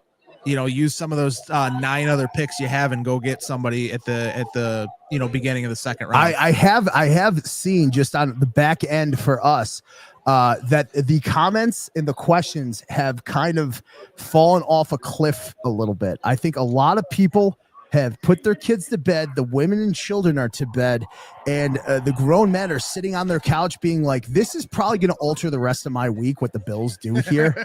How important is it, Whittle, John, and Ryan, to not get too hung up on firing from the hip reactions? Whittle, how do you curtail some of those emotions, not firing from the hip? Because I know Matt was inconsolable last year when we took Keon.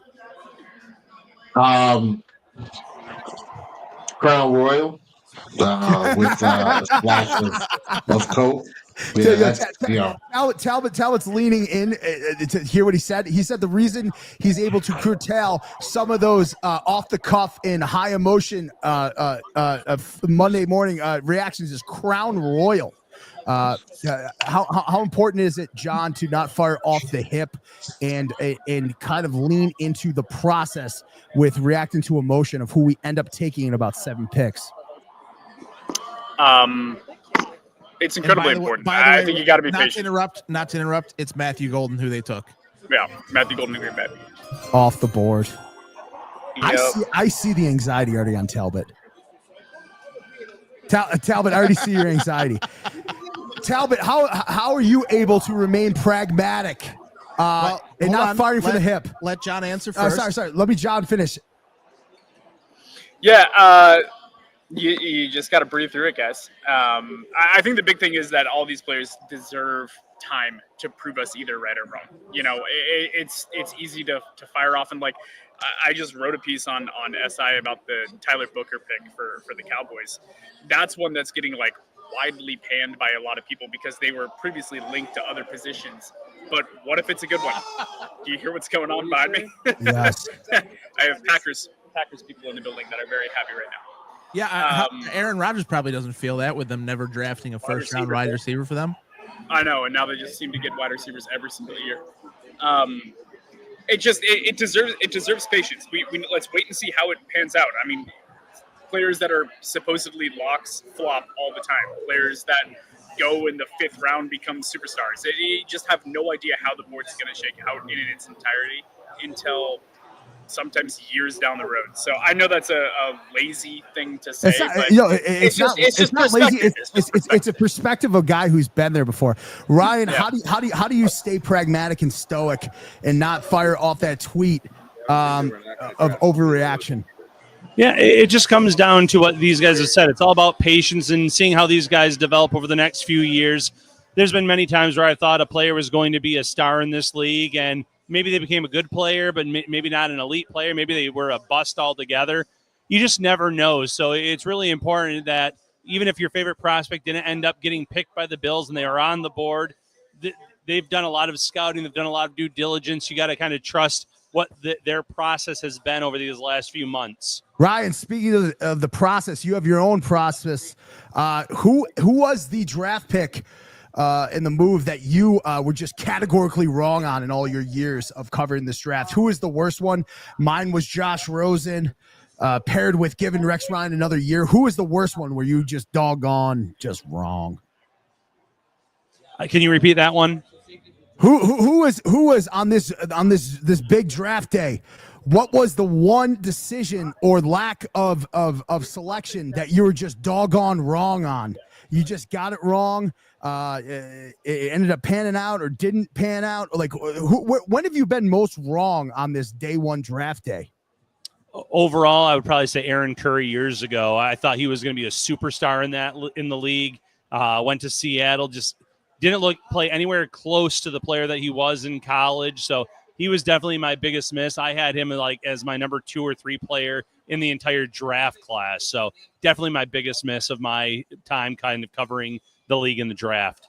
Well, Ryan, we do want to thank you. I know you want to be off air and you want to digest and really look at that Bills pick. We want to thank you. Ryan, are you going live tonight? Are you going to have one with Matt Perino? Does he have 24-hour gel in that hair? Is he able to clean up for the pod? Once again, shout out to the Shout podcast. They're nothing but value add whenever they choose to impart their opinions and their information on this podcast. Are you going to be going live tonight? And just tell us what your schedule is for the rest of the 2025 draft. Yeah, I just appreciate you guys so much. You know, Matt Perino is right next to me. The hair is on point tonight. Can we see the hair real quick? Can we see the hair? Look at that. Matt, can you tell him real quick, by the way, it's amazing what it can do for the worth of the man when he gets skinny. I can only kind of grow it down here at this point. So It's the best I can do with a good hair. Yeah, day. I mean, one of the big things that I was worried about, and I was really had anxiety about, was that I was worried that you were going to be taller than me, and you know, and honestly, your kindness towards us and your willingness to work with us makes you about 6'9". So we want to thank you for coming on. Matt's going to finish this out. He's got one more question to round this out. It'd be fantastic. Thank you again, guys. Yeah, definitely. And Ryan, thank you so much for hopping on with us. I mean, we definitely absolutely appreciate it. Cannot, look forward to any of your stuff. Now, real quickly, the last question I have for you is you did touch on the Bills potentially trying to move up with the Steelers earlier, about 5 hours ago now. You put that article out. Do you see them trying to move up at this point, or do you expect it to be a move back? At this point, I think they're going to probably stay put at 30 or more. I don't think trading up's in play necessarily at this point. They could surprise me. I look at the needs of some of these other teams. Houston, in my opinion, offensive line is so crucial for them. That's not necessarily something that you're upset about if you're the Bills. The Rams could surprise with the QB, but they've also been linked to Trey Amos by a few teams in this, or a few mock draft analysts. So I think the Bills might just be content staying with where they are at 30. And then even listening to offers when that time comes. I know fans would be upset if for the second straight year the Bills didn't make a pick in round 1, but people have been saying for the last few months the true talent in this draft, the players from about 15 to 50 to 70 are about the same talent level. It's just all about how you view them. So I think the Bills might try to get as many arrows as possible to kind of shoot at the board to try to upgrade their roster. Yeah, absolutely, Ryan. And thank you so much for joining us. Definitely check him out at Ryan Talbot Bills. Definitely check anything out the Shout Podcast is doing. And Ryan, we're gonna have to get dinner again one of these nights. So thank you so much for hopping on with us. If this guy's eating wrestler's steak still, I'm not paying the tab this time. Shout out to the pals. Ryan, thank you so much. Appreciate you guys. Have a good night. Thank you. By the way, when the hell are we getting Whittle and John in the same room? Because I feel like I feel like that dinner is going for 3 courses if these two get together. Just two guys that absolutely love the draft. Whittle, John, is this your favorite time of the season, or is there a close second? Oh, hold on. We gotta stop. So the Vikings took Donovan Jackson at number 24. Don't give me a heart attack. The Texans are trading with the Giants. Here goes Shedeur Sanders or Jackson Dart. I'll call it right now. Whittle, what do you think is going to happen? I think it's Jackson Dart. I'm just pissed, man.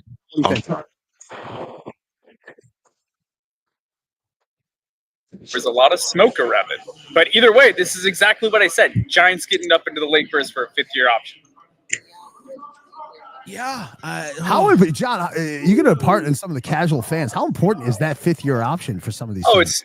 It's huge. I mean, especially when you're talking about a quarterback needing to develop. It gives you an extra year of that development time to see how it goes, to put the assets around them from a financial standpoint of building out the roster. Having a quarterback on a rookie contract up through 5 years where they can really get towards their prime in the league before you have to pay them again puts you into a potential championship window if they hit that ceiling. Like, if they become great, it's huge. Like, it's a massive, massive benefit. It's exactly why Baltimore traded up to get Lamar Jackson. It was for the same thing. Matt, you getting nervous about? I don't know. Your fucking your tax situation. You fucking muppet. Like no. I'm not nervous. Honestly, I'm getting nervous. I mean, honestly, I'm not nervous whatsoever. I mean, because one of these guys. Now, you know, I need Whittle. Whittle, you getting nervous? 12, 19 out of. Whittle, you getting nervous? No. Yeah. You see the glass, man. I got a question. I got a question for John. Do it to it. Okay, John. Do you think the Bills? What do you think the Bills value more? Do you think they value defensive tackle or defensive end at this point? And this is why he's the almighty Whittle. I'm excited to hear this answer, John. In your professional opinion, we all lean on you. Hit me with it. And I'm sorry. The reason why I'm asking is like the because direction that they go drafting, or no, I'm saying the reason why I'm asking is because just like you said, the talent level from 15 to like 60 is pretty much the same. So there, and then there's a second tier of defensive tackle. You have your Jordan Phillips, you have your Jameer Caldwell, CJ West, those guys. Are they looking at this draft and saying we got to get a corner because of drop off from corner sheet? But after that, we probably want to get one of these defensive ends because if we miss on a defensive tackle or nose tackle or one tackle, whatever, we can just get one later on in the draft. And they're not starting over Daquan Jones anyway, and we can address it in a much bigger way the following year. Yeah, and real quick, real quick. It is Jackson Dart coming off the board. Is it Justin? Oh, Jackson Dart. Called it. So did you. Both. Yeah. Yo, let me hit you with something real celebratory. This is who's a big DJ? Yo, Whittle, maybe you can help me out. Who is it? What, Funk Master? Is it Funk Flex? Yeah, absolutely. Yeah. Go to your local bodega, reach into the cash register. So, yo, John, he drops about 37 bombs every 10 minutes. New York, I don't think you're ready for this. New York. Yeah. Yo, go in there and clog up the Holland Tunnel. We don't need any more hood people because we're already popping off.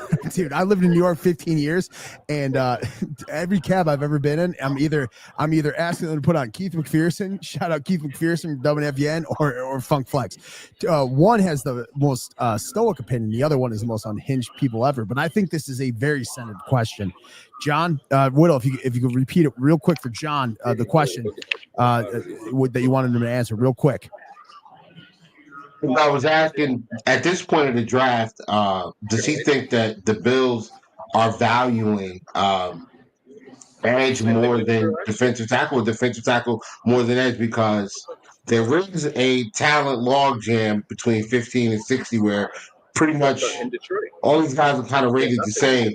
But then after that, there's a second tier of defensive tackle that's still pretty solid and come in and can help. And the edge, though, after, let's say the middle of round 3, it starts to really, really, really dip. Now you're talking about specialists, you're talking about, guys that are going to take a couple of years of season and get them really up to a level where they can really contribute on a down-to-down basis. Yeah, I definitely think that at this point, defensive tackle takes a back seat, right? I think there were 3 or 4 guys worth going in the first round. Walter Nolan, you put him into that group too. And when those ones are off the board, it's no longer – it doesn't make any sense, in my opinion, to take any guys left at pick 30. That would be a big reach, in my opinion. So I think that you go edge or corner, and then you get a big, nose tackle, defensive tackle type on day 2. Maybe we see them try to trade up into the 3rd round to get one of those guys.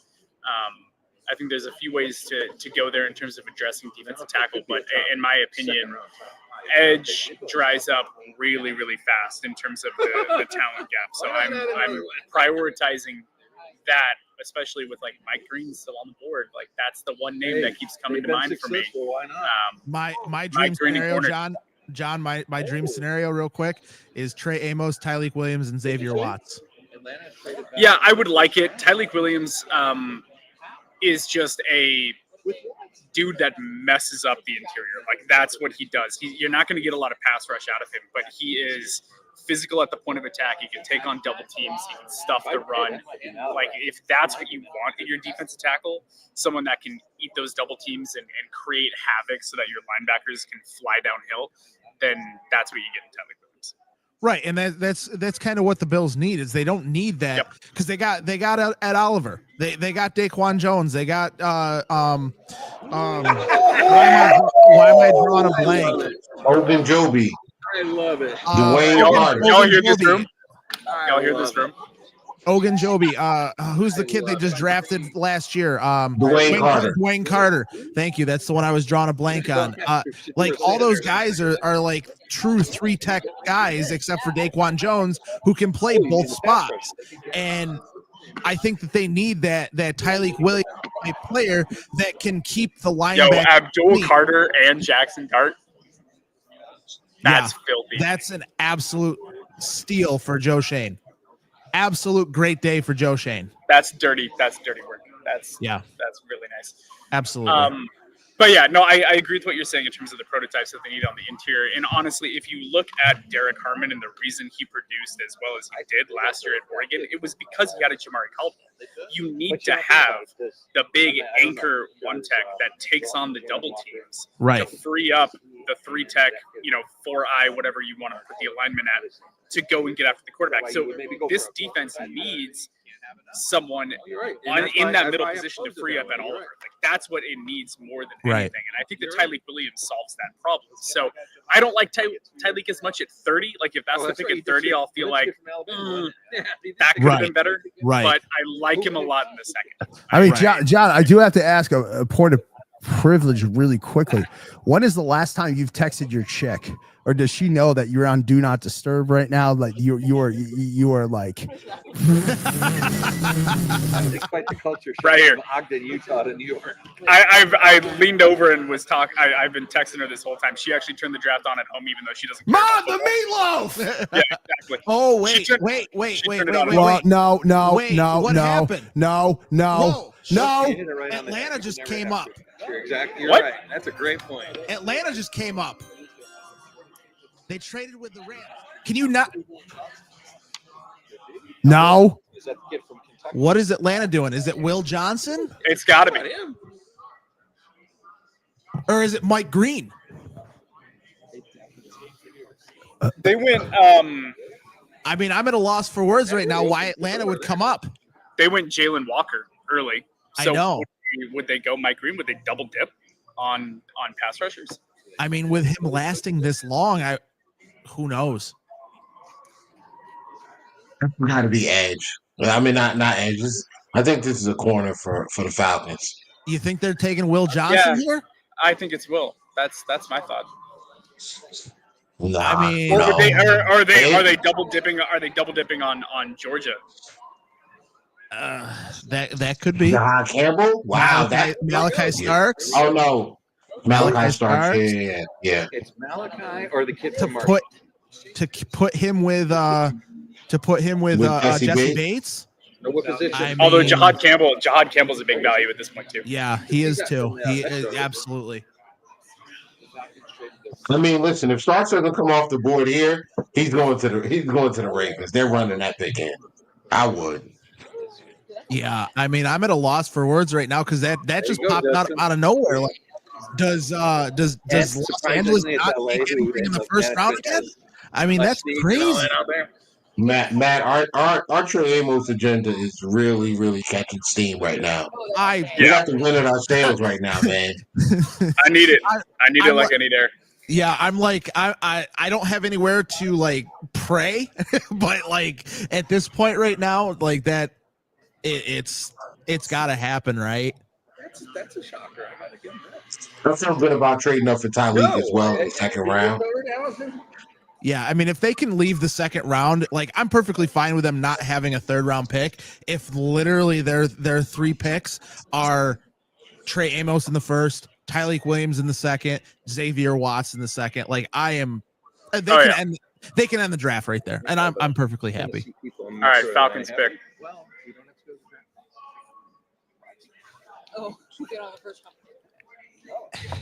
And we completely apologize for the the dead air right now. We're just still in shock about this trade. Oh my! Who is it? James Pierce. Oh, he's from Charlotte. Oh my God! I'm not even gonna lie. I'm not even gonna lie to you. I forgot about him. Like I missed that. I missed that he was still on the board. I knew he was still there, but I thought with the concerns with his personality and everything that he had going on that he was going to fall into the second round. This puts Washington on the clock for possibly a corner. Yeah, they're definitely a team to look at corner. But John, there's still Donovan Azarique. He's still available. Yeah, Easy E's still out there. Yeah. Mike Green feels like a Lion, doesn't he? To go opposite Aiden Hutchinson. They need a running mate for him. That would be nasty. Yeah, Mike Green opposite Aiden Hutchinson. Oh my. Like Lions fans at this point, shout out to Kent Lee Platty for being a Lions fan his entire life. That team and the Bills are like the next logical Super Bowl, right? Oh, we need a Lake Erie Super Bowl so bad. It's got to happen. Yeah. I need that. All right, real quick, just to touch on this real quickly. Falcons traded the 26th and a 3rd, and the Rams received a 2nd, a 7th, and a 1st next year.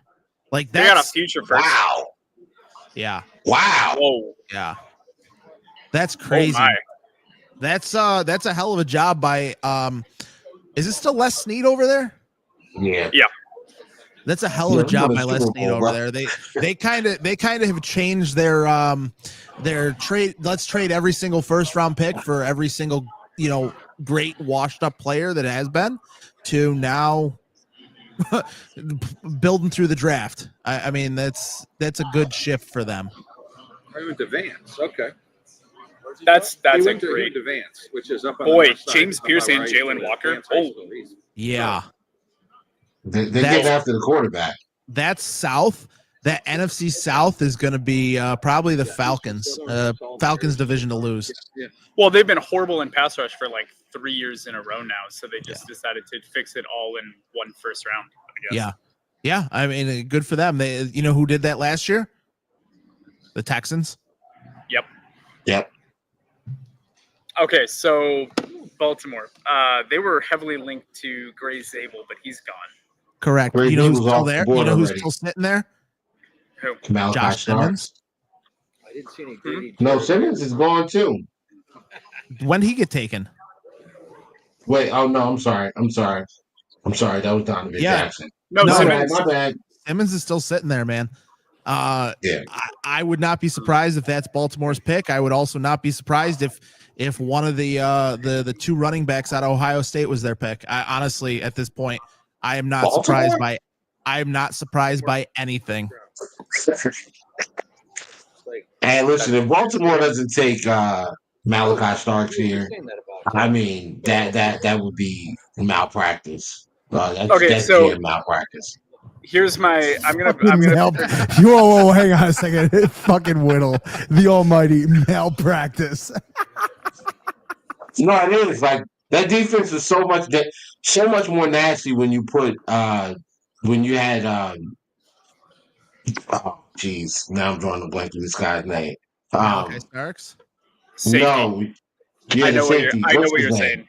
name? Kyle Hamilton. Hamilton. Thank Kyle you. Hamilton. Yeah. It's been such a long day for me.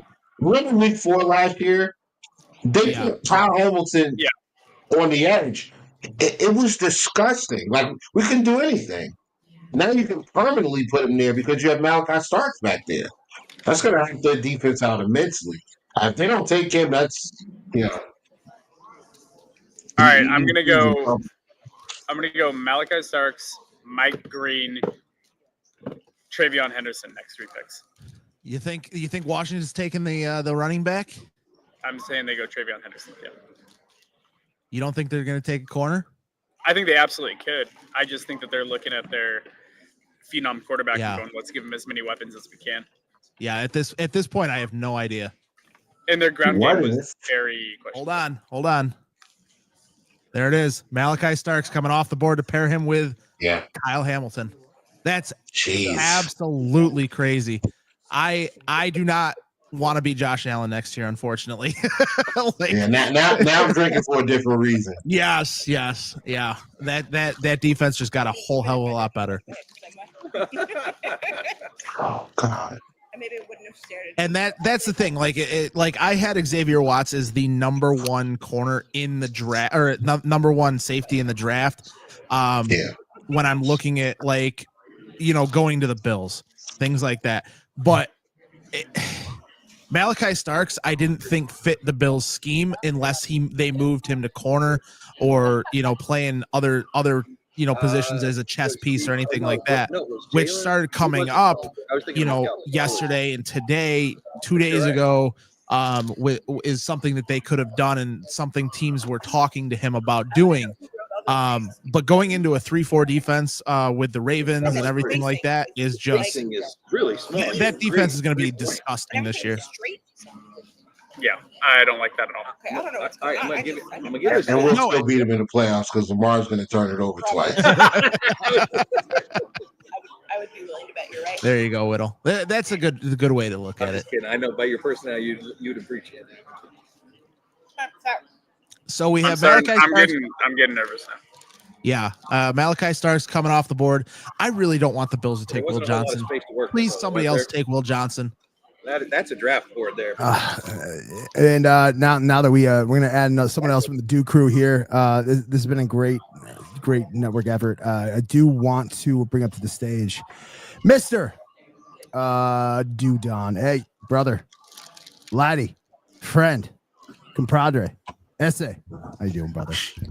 What's up, fellas? It's been a day. Really been a day, but it's been a crazy draft. Like I think after the first 4 picks, it's just been after the first 5 picks, it's just been totally unpredictable. I don't think we've seen anything that has gone any way that I thought it was going to go. No, this is one of the most odd drafts right been going on. I don't think anybody except for maybe Evan Silva who got this like anywhere close to being right. What I'll say is that it went exactly how we expected, which is that nobody knew what to expect. Exactly.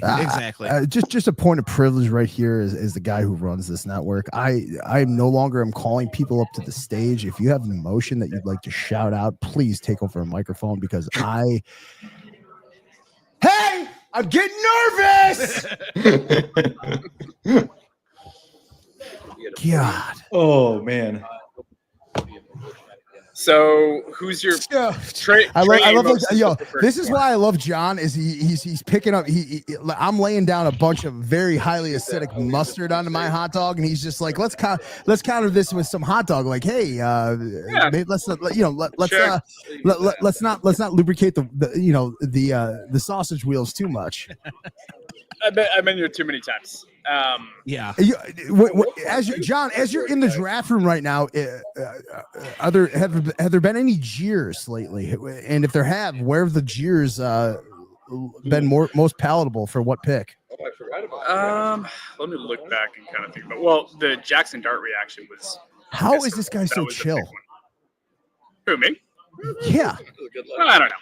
I'm just saying. The Jackson Dart one was visceral for sure. I don't really think that any of them have really been jeered all that much. I don't think that there's been anything egregious because there's no consensus. That's just the way that this draft board is this year. You have like a pretty consensus top, but then after that, it's like, okay, sure, yeah, pick your poison. Like whatever you guys want to do, go for it. You know, like if you told me that Colson Loveland was going to go at 10 or at 45, I would have believed it. If Kelvin Banks went at 9 or 20, I would have believed it. Like it's just so wide open. Oh wow, he's got his name on it. That's where it's just the way that it was shaping up to be. Like I'm not surprised by how this draft went because I didn't have any expectations. It's not a year where I have like 35 players ranked 1 through 35. You know what I mean? Like it's just not that kind of class. So it's just kind of like, okay, cool, yeah, that makes sense. Oh, I can see that fit. Like it's just been really easy to see what people are doing.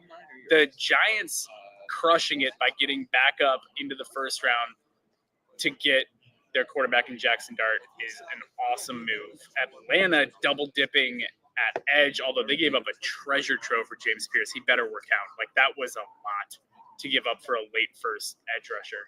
But going 2 pass rushers because that's been their biggest issue. Like those are a couple of really cool things that have happened. I think the Cowboys going with Booker might be the biggest kind of surprise pick. Not that it's necessarily a bad one, but because they were linked so much to playmakers. They were linked to the wide receivers and the running backs or even the tight ends to go get some help for CeeDee Lamb because he's the only thing that they have on that offense. But the other wide than receiver that, draft, yeah. the wide receiver draft this year is pretty deep. Like, maybe not so much at the top end. You only had your couple of guys, Matthew Golden, McMillan, Isaiah Bond for a little bit, but he was still projected to go in the second round. And, you had Luther Burden, who I can't believe is still on the board. Like, if he's available, it's worth at least considering, especially with how much Buffalo prioritizes Yak. Can you get the ball to a playmaker and him take a 5-yard slant for a 40-yard gain? And that is what Luther Burden can do. So if it is the pick, I understand it because he fits exactly what the Bills are doing. Yes. Exactly. Yeah, it would make sense to me. Now, it's not the biggest need, but if he's one of the guys that they have a first-round grade on and they don't have a first-round grade on the corners that are left, I find that hard to believe at this point with Will Johnson, Trey Amos, Siobhan Revel. Like, I find it hard to believe that would be the case. But if that's how they're looking at their board and going, we have a first-round grade on this wide receiver, and we think that we can get an equal corner with pick 56. My brain is mush at this point. I think it's 56. Yeah, or even trading up into the beginning of the second round. Yeah. I mean, you still got Will Johnson on the board. You still got Trey Amos on the board. You still got Maxwell Harrison on the board. There's so many corners. Maxwell Harrison, Benjamin Morrison. There's so many corners that they could go get on day 2. Yeah, I mean, we've seen what, corners get drafted? One corner get drafted? Two. Yeah. Travis Hunter and Ja'Day Barron. Well, yeah. Travis Hunter, yeah. I'm having a good time, guys. Right. Real quick. I'm having a great time. I'm going to release Brady. My dream is dead. My dream is dead. No. Tyleek Williams just went to the Detroit Lions. Your dream is Trey Amos. Do not dude. Do not pump. Do not pump. Matt. Do not. Do you know how happy that makes me? Do you know how happy I am that they reached on him in the first? It definitely he would have been a great fit, but a little bit of a reach. Yeah, if you told me a month ago, hey guys, please pan to Whittle. Good Lord, you told me a month ago, man, get it together. You want to know why he's acting like that? It's because Will Johnson's going to be the pick. That's why he's acting like that. That's kind of. I'm feeling that way unless Washington takes them Washington takes him right now. Oh man, I'm about to get his UMG. How do we feel about the Lions passing on Mike Green? Yeah, I'm shocked. I thought that's a better fit for them than Tyleek, but I get it. Am I Green going to go to the Chiefs? Oh, please no. Dude, no. Whittle. Okay, so hold on, guys. Whittle, fall off the stream, Whittle. Stop talking about the Chiefs. We're not talking about the Chiefs. Buffalo has the anxiety in this room is starting to get palatable. I think I got to laugh the rest of this all. Buffalo has guaranteed that they have a choice between Trey Amos or Mike Green. That is true. For anybody's here, just throw out a retweet. Anybody right here, let's take a network pause real quick. Let's throw out a retweet real quick because I feel like this reaction is gonna get a little crazy.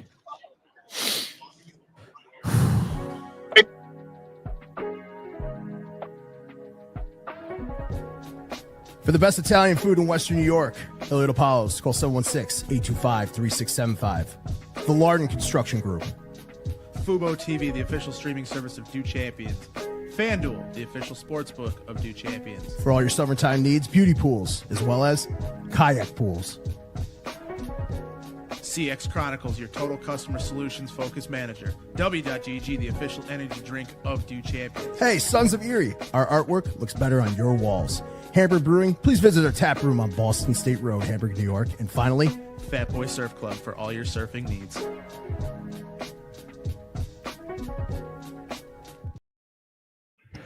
Man, thank you. A special thank you to, I'm going to be honest with you, a special thank you to Whittle 2K and John for sticking with us, guys. This has been a huge, and we got a couple thousand over on Twitter, a couple thousand here. John, you went from a guy who does this for a living, who is this like, is this the preseason Super Bowl for you? Just knowing that, man, something like this can evoke this type of emotion. Yeah, I love the NFL draft. I mean, I always have. This is my favorite event of the year, other than when the Bills are making a deep run in the playoffs. But I love the NFL draft. I love the build up to it. I love all of the months in advance. You know, I love when this is over, I'm going to start looking ahead and putting together a 2026 big board. You know, it's just a constant thing where I'm always looking Do you ahead. watch? Do you watch a lot of Jeffrey Dahmer biopics? Because that is psychotic behavior. I just love it. It's fun, and even though it's anxiety. Yeah, I don't rank them early, but I start getting to know the names, and that's just I would request everything out of you guys. We do need good vibes. Everything after this pick is in, we got to do a little dance. We got to do a little dance session. Yeah, let's go. Any requests? We could do, something like this, I suppose. I can only play 15 seconds before we get the QMG.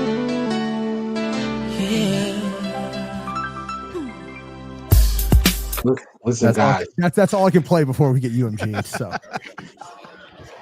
guys, listen. Give it to Whittle. Whittle's raw. Whittle's hurt. If we take Mike Green at 30, it was nice knowing all of you. I have to deactivate all my social what's media. it gonna be? I'm gonna be honest with you. It's probably curtains. Curtains. I'm gonna be honest with you. It's probably curtains. It's 100% curtains. Whittle, just say it one time. Give it to us one time.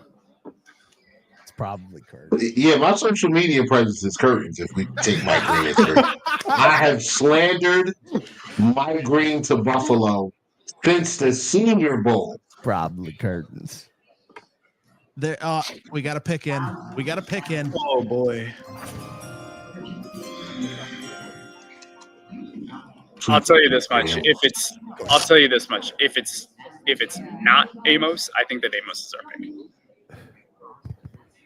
Fuck. If Please it is don't. Amos, then we're all going to be very sad. Please don't be Amos. I already played Tupac, so I can't play the do do do do do do do from the Bulls.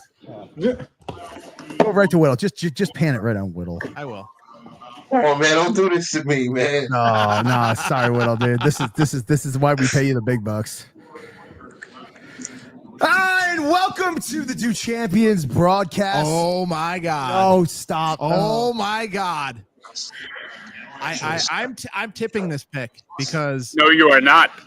No, don't do it. They took No, Mike you Green. are not. It's Mike Green. They took Mike Green. It's not. Stop! It's not. I don't think you know that my mental. John, tell us a little bit about this guy. About who? Josh Connolly. Well, Let's Washington. go. Sitting Connery? Yeah, let's go. Let's go, baby. Josh Connolly Let's just get Trey went Amos. number 29 to Washington. Oh, I love that for them. Yeah. I love Josh Connerly so much. I also love that Josh Connerly is not a Chief because now I can root for him. Yes. Yes. There you go. My I love Oregon that heart pick. is my Oregon heart is very, very happy. That's fantastic. This is crazy. This is the craziest fucking thing in the world. Very mobile offense. Let's go 4 wide if we can. 5 wide. You know what? I don't have Listen, that. gentlemen, first round's on me. Whenever we're all together, first round's on me. Just strictly off of this pick right here. First round's on me. We're all up, Don't be boys. crazy. Everybody, Don't be crazy, everybody. Hey, listen, everybody's mic's unmuted. Here we go. Does Buffalo trade this pick? Do they pick? What do they do? Oh God, if they trade out. Can we just clip Brady right now? Look at how he's sitting. He looks like a depressed sports fan right now. He's sweating this one out. First of all, I'd like to let you know that I was diagnosed with Asperger's at the age of 30. And honestly, I think they should re-diagnose me again at the age of right now. Happy for him. I'm perfectly fine with Josh Connolly going there because that leaves. I really hope that Will Johnson does not go to the Bills. Do we trade? Do we just trade back? No, please don't. Please don't. Just fucking take the Should we get a dance real quick? Just take the guy that has Trey Amos. Don't be haven't talked about just a good is Emin Worry. Is there any shot? As soon as they say we're on, I'd the be clock, depressed. I'm hitting it. Anyway, this is the end of the stream. Goodbye. Do it. All right, Chip, we ready? You got it, Milk. Yes, sir. LA Leakers Sour Milk, just incredible. This one has been about 12 years in the making, man. It's been some time. Sitting next to The only arguably thing I can think of is one of the greatest of J. this Cole. generation. Yeah. Man, we are here, North Carolina, invading This Los feels like Angeles. this feels like I got some J. Cole coming on. this feels like a West Side Gun moment. No. Hey, yo!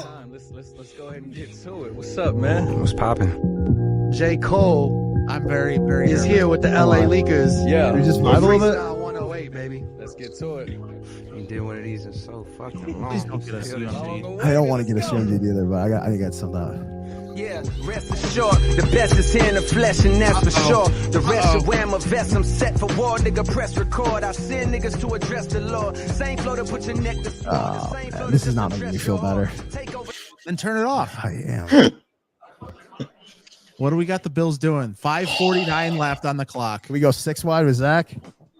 Well, as Bring soon him as he connects Oh, his mic no and his camera. mic and his camera, we'll definitely have him hop on.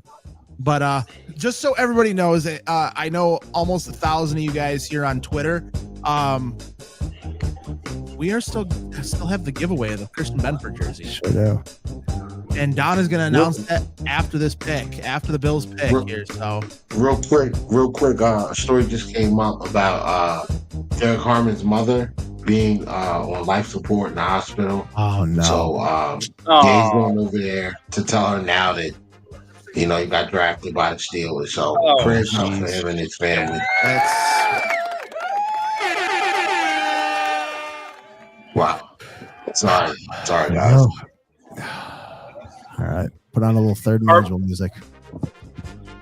what's up, John? Just who was Harmon drafted by? Pittsburgh. Yo, tip that cap, Matt, for the Pittsburgh. Yeah, Whittle. Do you know Whittle? Do you know Matt grew up kind of in Pittsburgh? Really? Yeah. I see Bean walking around. North Allegheny. Good for you. You didn't become a Steelers fan. Good for you. I grew up in Jersey. I didn't become a Jets fan. Pick is in. Pick is in. Everybody shut up. Hang on. John, you want this one? Sure. We got the pick. Where's Asil? Hey, shout out to Asil Mulba. Hey, Asil, come on the pod. You're my boy. You've been my boy since 18 years old. Come on the pod, please. I see you. You look dapper. You look handsome. And I'm just rattling them. Look at Brandon Bean's smile right now. He's So just is it- smiling ear to ear. Is it Amos, Will Johnson, Mike Green? I don't think anything you're saying right now is helping me cope with this moment. It's definitely not. I'm probably making it worse. Yeah. All right. Here we Yeah. go. Here we go. Pick is in for the Bills. Please, for the love of God, be Trey Amos. Come on, hurry up, Goodell. So I'd like to speak really quickly. I lost my father about a year ago. Hey, Dad. Trey Amos, please. Real quick. One time for me, one time for the One DJ. One time. The Buffalo Bills select Josh Allen. Wait, what? Hey, Will just texted me. That's never been a fucking quicker decline ever. Well. Can we reselect here, Williams? Everybody, just so you know, everybody has touched their face with their hand. Collectively, I'm watching you guys all on screen within the last 3 seconds. So I'm gonna call when I touch my face, it's either. Oh, we got Nappy. Just bring him on. Just bring him on. Oh my fucking God. Yeah, I know. Calm down. Hang on. Oh, the pick is in. Oh boy. Oh, here we go.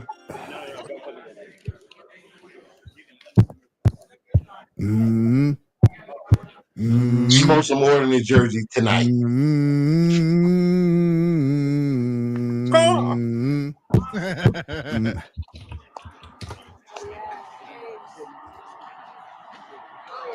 I mean, John, you have to come work with us after this. Been on for 2.5 hours at this point. Yeah, Basically is. Show me the money. If we take Trey Amos, 2,500 sign, 5K sign, 20. Come on. Come on. Oh man. Oh, what do we got here? Come on. Come on. Come on. Come on.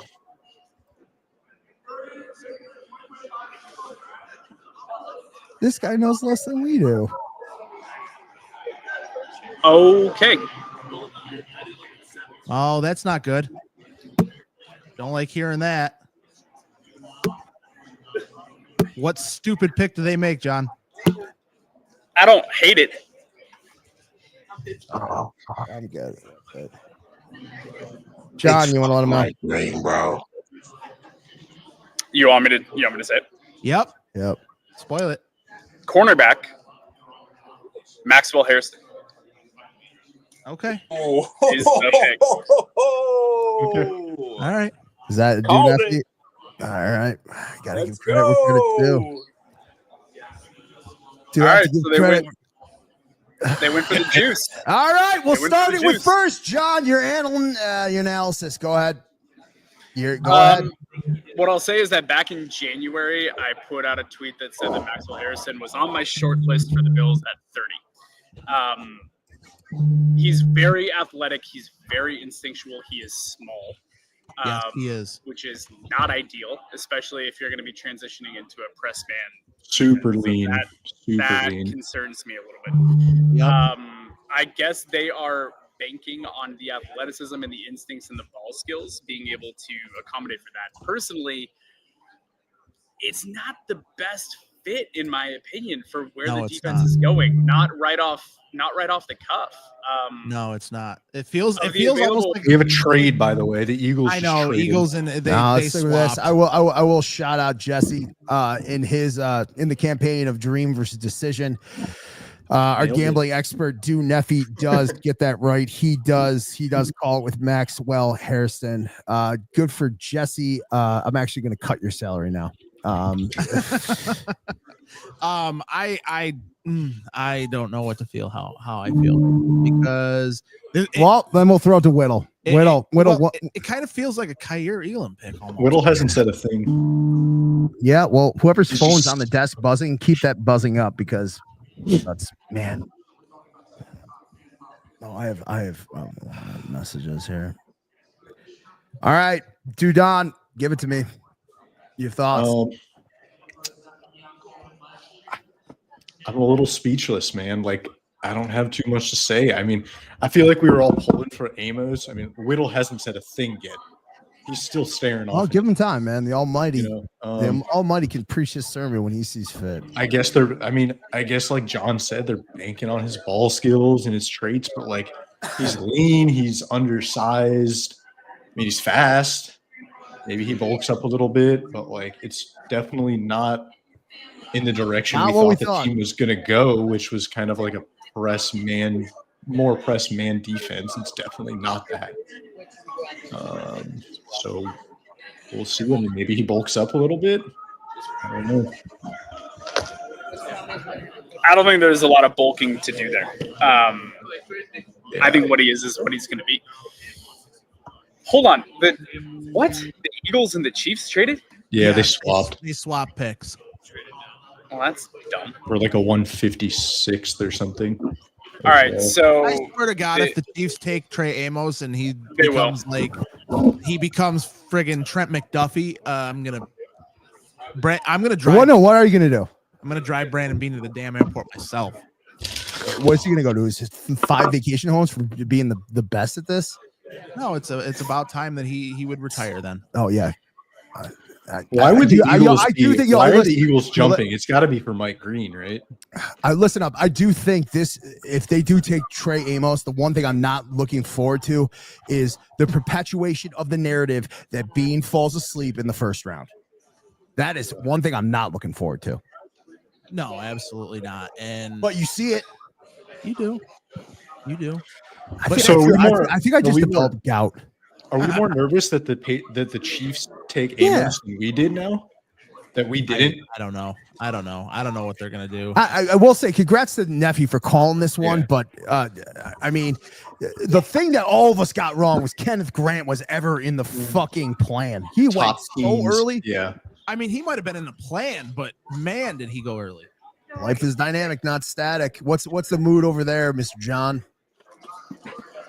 Well, I'm not surrounded by many Bills fans, so it's basically just my mood that we're talking about, which is very okay. That's kind of what I want. Like, okay, they got a corner.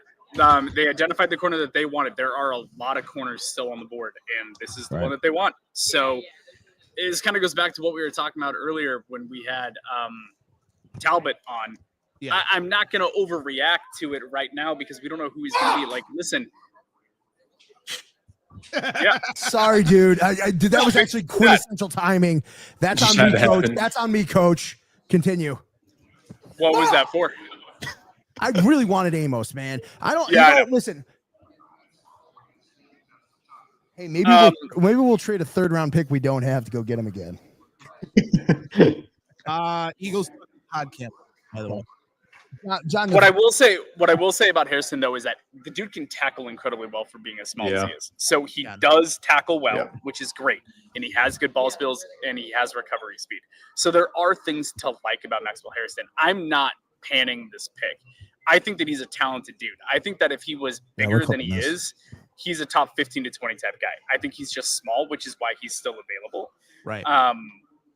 But I think that the upside is there for him to be this incredibly athletic, fast corner that they can disguise some coverage with, that they can move around into space, that they can create opportunities for. He's going to be the 2. He's not the 1 because we got Benford. So I'm trying to just see the vision that Buffalo has for him. Yeah. But if you told me a month ago that Maxwell Harrison was getting drafted before Will Johnson, I would have sent you to the psych ward myself. You would have been a gas. Yeah, so that makes no sense to me. Well, it does because it's the injuries, and that has to be a bigger issue. It's got to be the degenerative knee thing. Yeah, it has to be a much bigger issue than people thought. So, yeah, I do like him, and he's a dude, and he brings attitude, and he is a talker, and like smiles all the time, and like good locker room dude, and like there's a lot to like about the guy. And I just also really hope that his size doesn't hurt him too much in the NFL. Very good pre-snap, good post-snap reads, watches the quarterback well in zone. Like maybe we are just going to continue to play this zone-heavy defense that we've been playing for 6+ years now. It didn't seem like that in the offseason, but maybe that's the way we go. I mean, especially bringing Trey White back. I mean, that kind of leads you to think that they are going to be. And Dane. Yeah. I mean, maybe we saw maybe the writing was on the wall and we just didn't see it. Except Nephi. Shout out Nephi. This is a reaction pick to Xavier Worthy. Xavier Worthy's fast. Let's go get a fast guy to cover. I'm texting AWOL right now. I'm like, dude, if you want to like literally play golf tomorrow and not see me floating in the Lake Erie, you will come on. By the way, happy 36th birthday. Now watch the next 2 picks be Mike Green and Trey Amos. Oh God! No, it's Jihad Campbell. Well, we're only it's Jihad. I'm about to go Jihad on my fucking own brain. He's going to the Chiefs. I already know that. He's going to the Chiefs. Oh man, he'll go to the Chiefs. He'll be an All-Pro. They'll have the best secondary in the league. And if I can pump something out, the one thing I am looking forward to is 3 things. 1, Talbot going live after this. 2, Pat Moran going live after this, and you guys picking up Jihad Campbell to the Eagles. Yep. Yeah. And the final thing I'm looking forward to is you guys picking up whatever John decides to write in long form after this. He is a stalwart in written word. It's one of the reasons why he is so popular on X and all of the various media outlets of which he is tethered to. I mean, in an age of dying, long word, Whittle, you put out a great piece last year about Joe Andreessen, which we will welcome onto the podcast later in the month of May. Let's talk about real quick a home ground boy, and I'm pretty sure Whittle, you've done a little bit of Sean Dolak.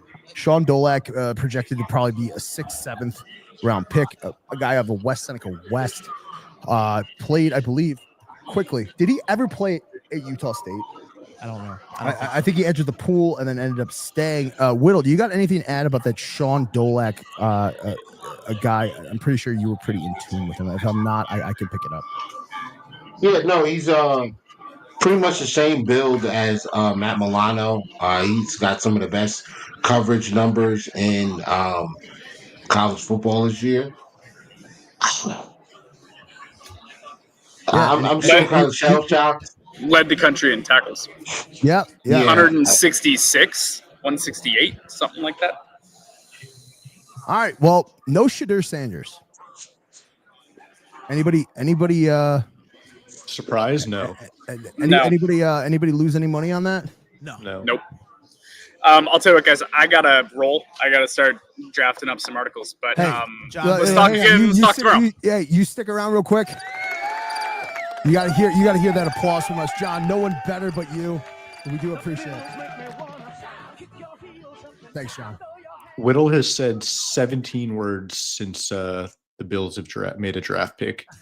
Did you count them yourself? No, but I think it's roughly around 17. Yo, Whittle, real quick as we round up this out. Yo, we started this a year ago. Yeah. Isn't that crazy? The viewership over 4,000 tonight. It's crazy. You know, last year our views were somewhere around about 200 people. If nothing else, man, I gotta thank you for fucking just being, the Almighty. And there's a reason we call you the Almighty Whittle. There's a reason that we prop up with the curtains.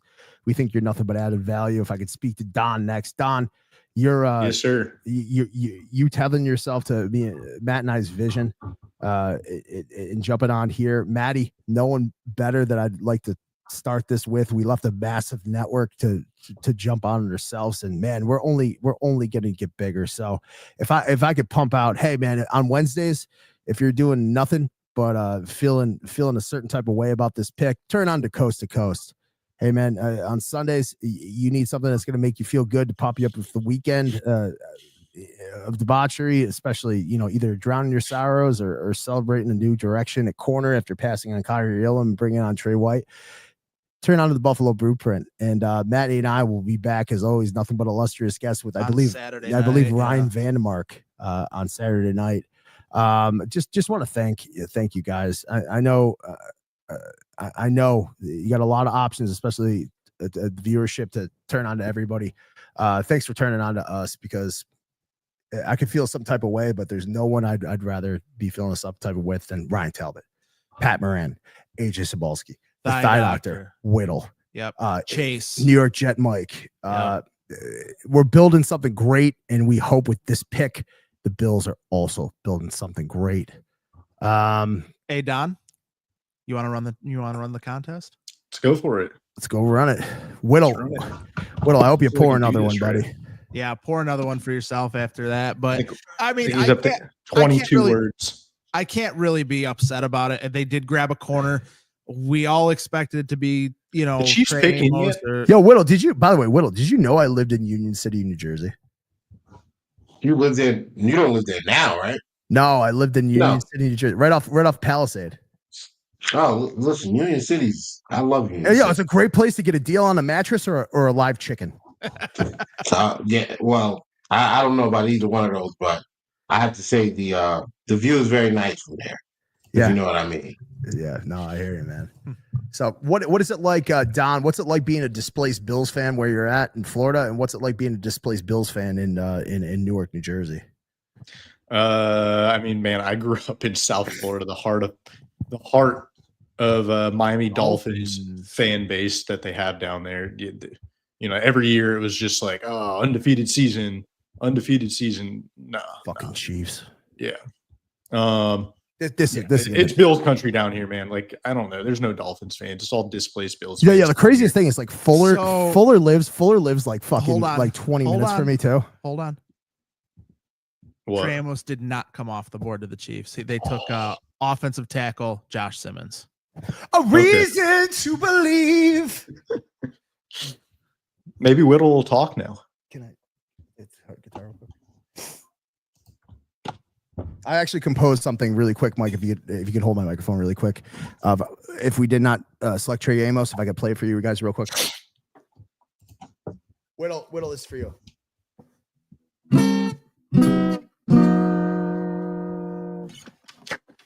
Damn it!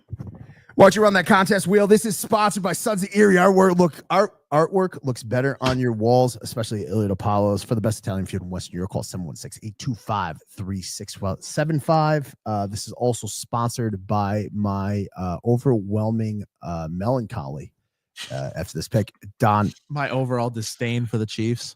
Maddie, you want to talk about what we're giving away? Yeah, Even though we've talked about it real quick, we are giving away. Definitely follow us for any future giveaways or anything like that at Do Champions on all social medias. We are giving away the signed Christian Benford jersey. It's got the COA with it and everything, so that'll be sent to whoever wins it. Fuck it, let's draw twice. For what? Oh, for the Alec Anderson. Yeah, why not? Yeah. So we're gonna do. We day 2. Yo, let's announce now. Day 2, we'll give this away. Yeah, day 2, we'll give away the Alec Anderson signed football. Worst signature ever. Best sixth offensive lineman ever. We'll give away on day 2 the Alec Anderson thing. Friend of the show, friend of humanity.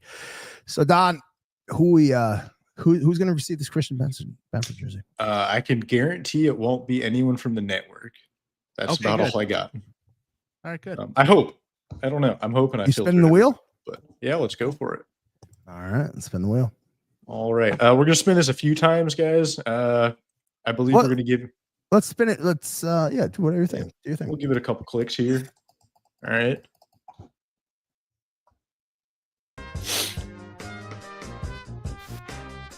God. Rainy days. We will Rainy reach days. out to Rainy Congratulations Days. on the win. We will be contacting you through Twitter. We also got to make sure you are following us on YouTube as well. Subscribe to YouTube as well. We will let's give a JV thing if we find out the terms and conditions weren't met. Hey, give that one more spin just in Oh case. yeah, we're gonna give it like 3. We'll give it 3 spins. Okay. Just in case Rainy Days did not meet terms and conditions at time of contest, the backup winner is. We got Moses Duncan. That sounds like a Muslim from Liverpool. He's a scouser. Dude, can we panda Whittle real quick? I was gonna say we need to panda he's Whittle on real screen. quick. He's on screen, man. Whittle, you all right, man? Do we need to do a welfare check on Whittle? I just don't. Bro, we do this every year. We make moves to counter the Chiefs the year before.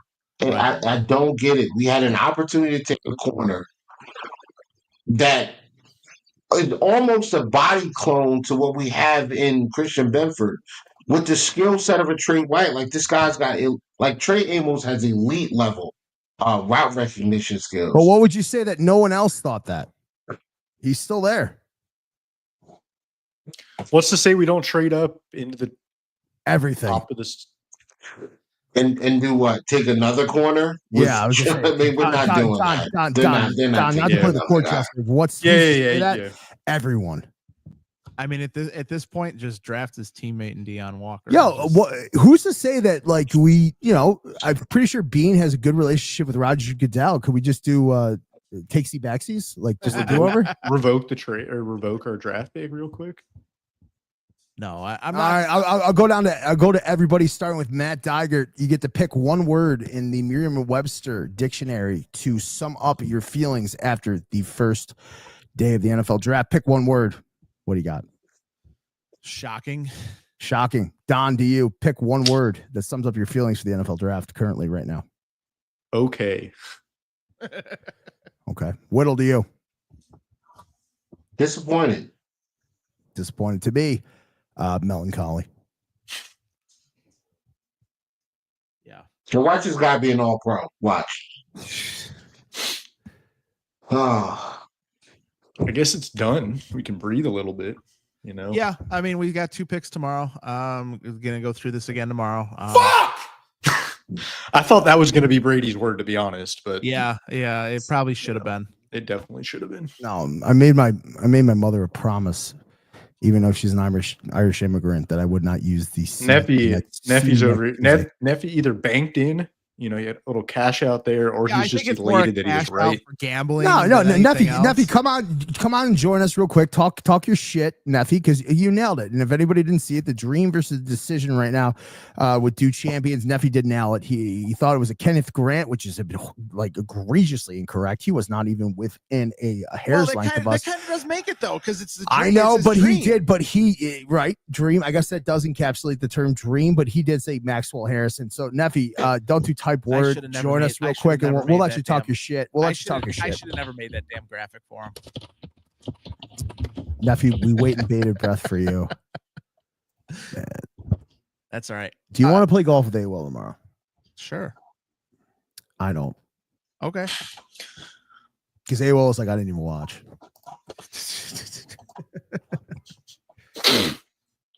I don't know. I'm just, ugh.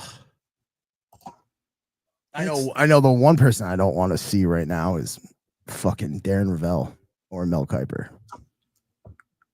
I don't know what to feel like. I'm fine with it because like Ryan Talbot, when we had dinner with him, he's like Maxwell Harrison. Okay. Yeah. You know, but also and Talbot's the cat who's not going to fucking stand on his apple box and be like, I was right. Because the one thing that's great, but he came on here and said his dream was Trey Amos.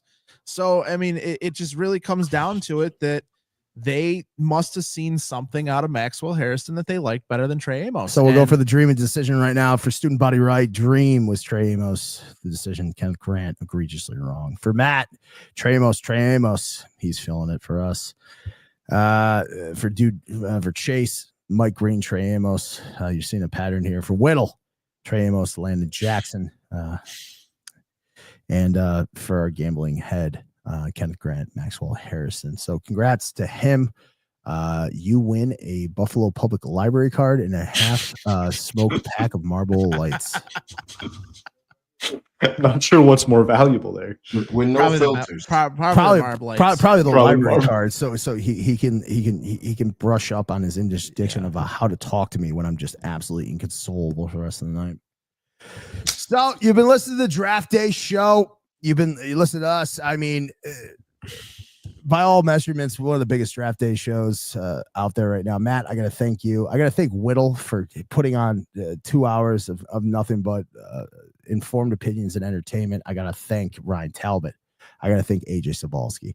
I got to thank Pat Moran. I got to thank Thigh Doctor. I got to thank New York Jet Mike. I got to thank Fuller. Hey, man, Matt. Nothing but what? John, we got to thank John Helmkamp. Matt, nothing but what? Illustrious guests. We do a thank you. Man, we got to round you guys up. Check us all out. We'll probably run a Twitter space. I can't imagine that we're going to break from here, probably get our bearings, and Matt and I are going to put together an ad hoc podcast probably in the next 10 minutes. No, we're doing that. Yeah. So, hey, you've been listening to Third and Manageable. And guys, it's good to be seen, Whittle. Hey, Don. Hey, Don. It's good to be seen. Hey, Matt. Good to be seen. Good to be seen. Good to be seen. Out, man. I'll play you guys out. Fuck, man. Everything you need, Matt. Hey, Matt, real quick. Everything you need. Nothing you don't.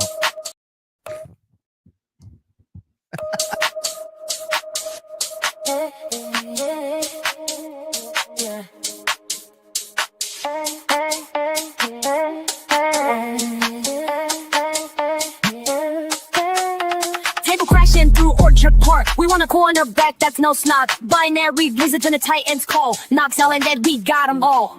25 Josh show. Madden spewing on today.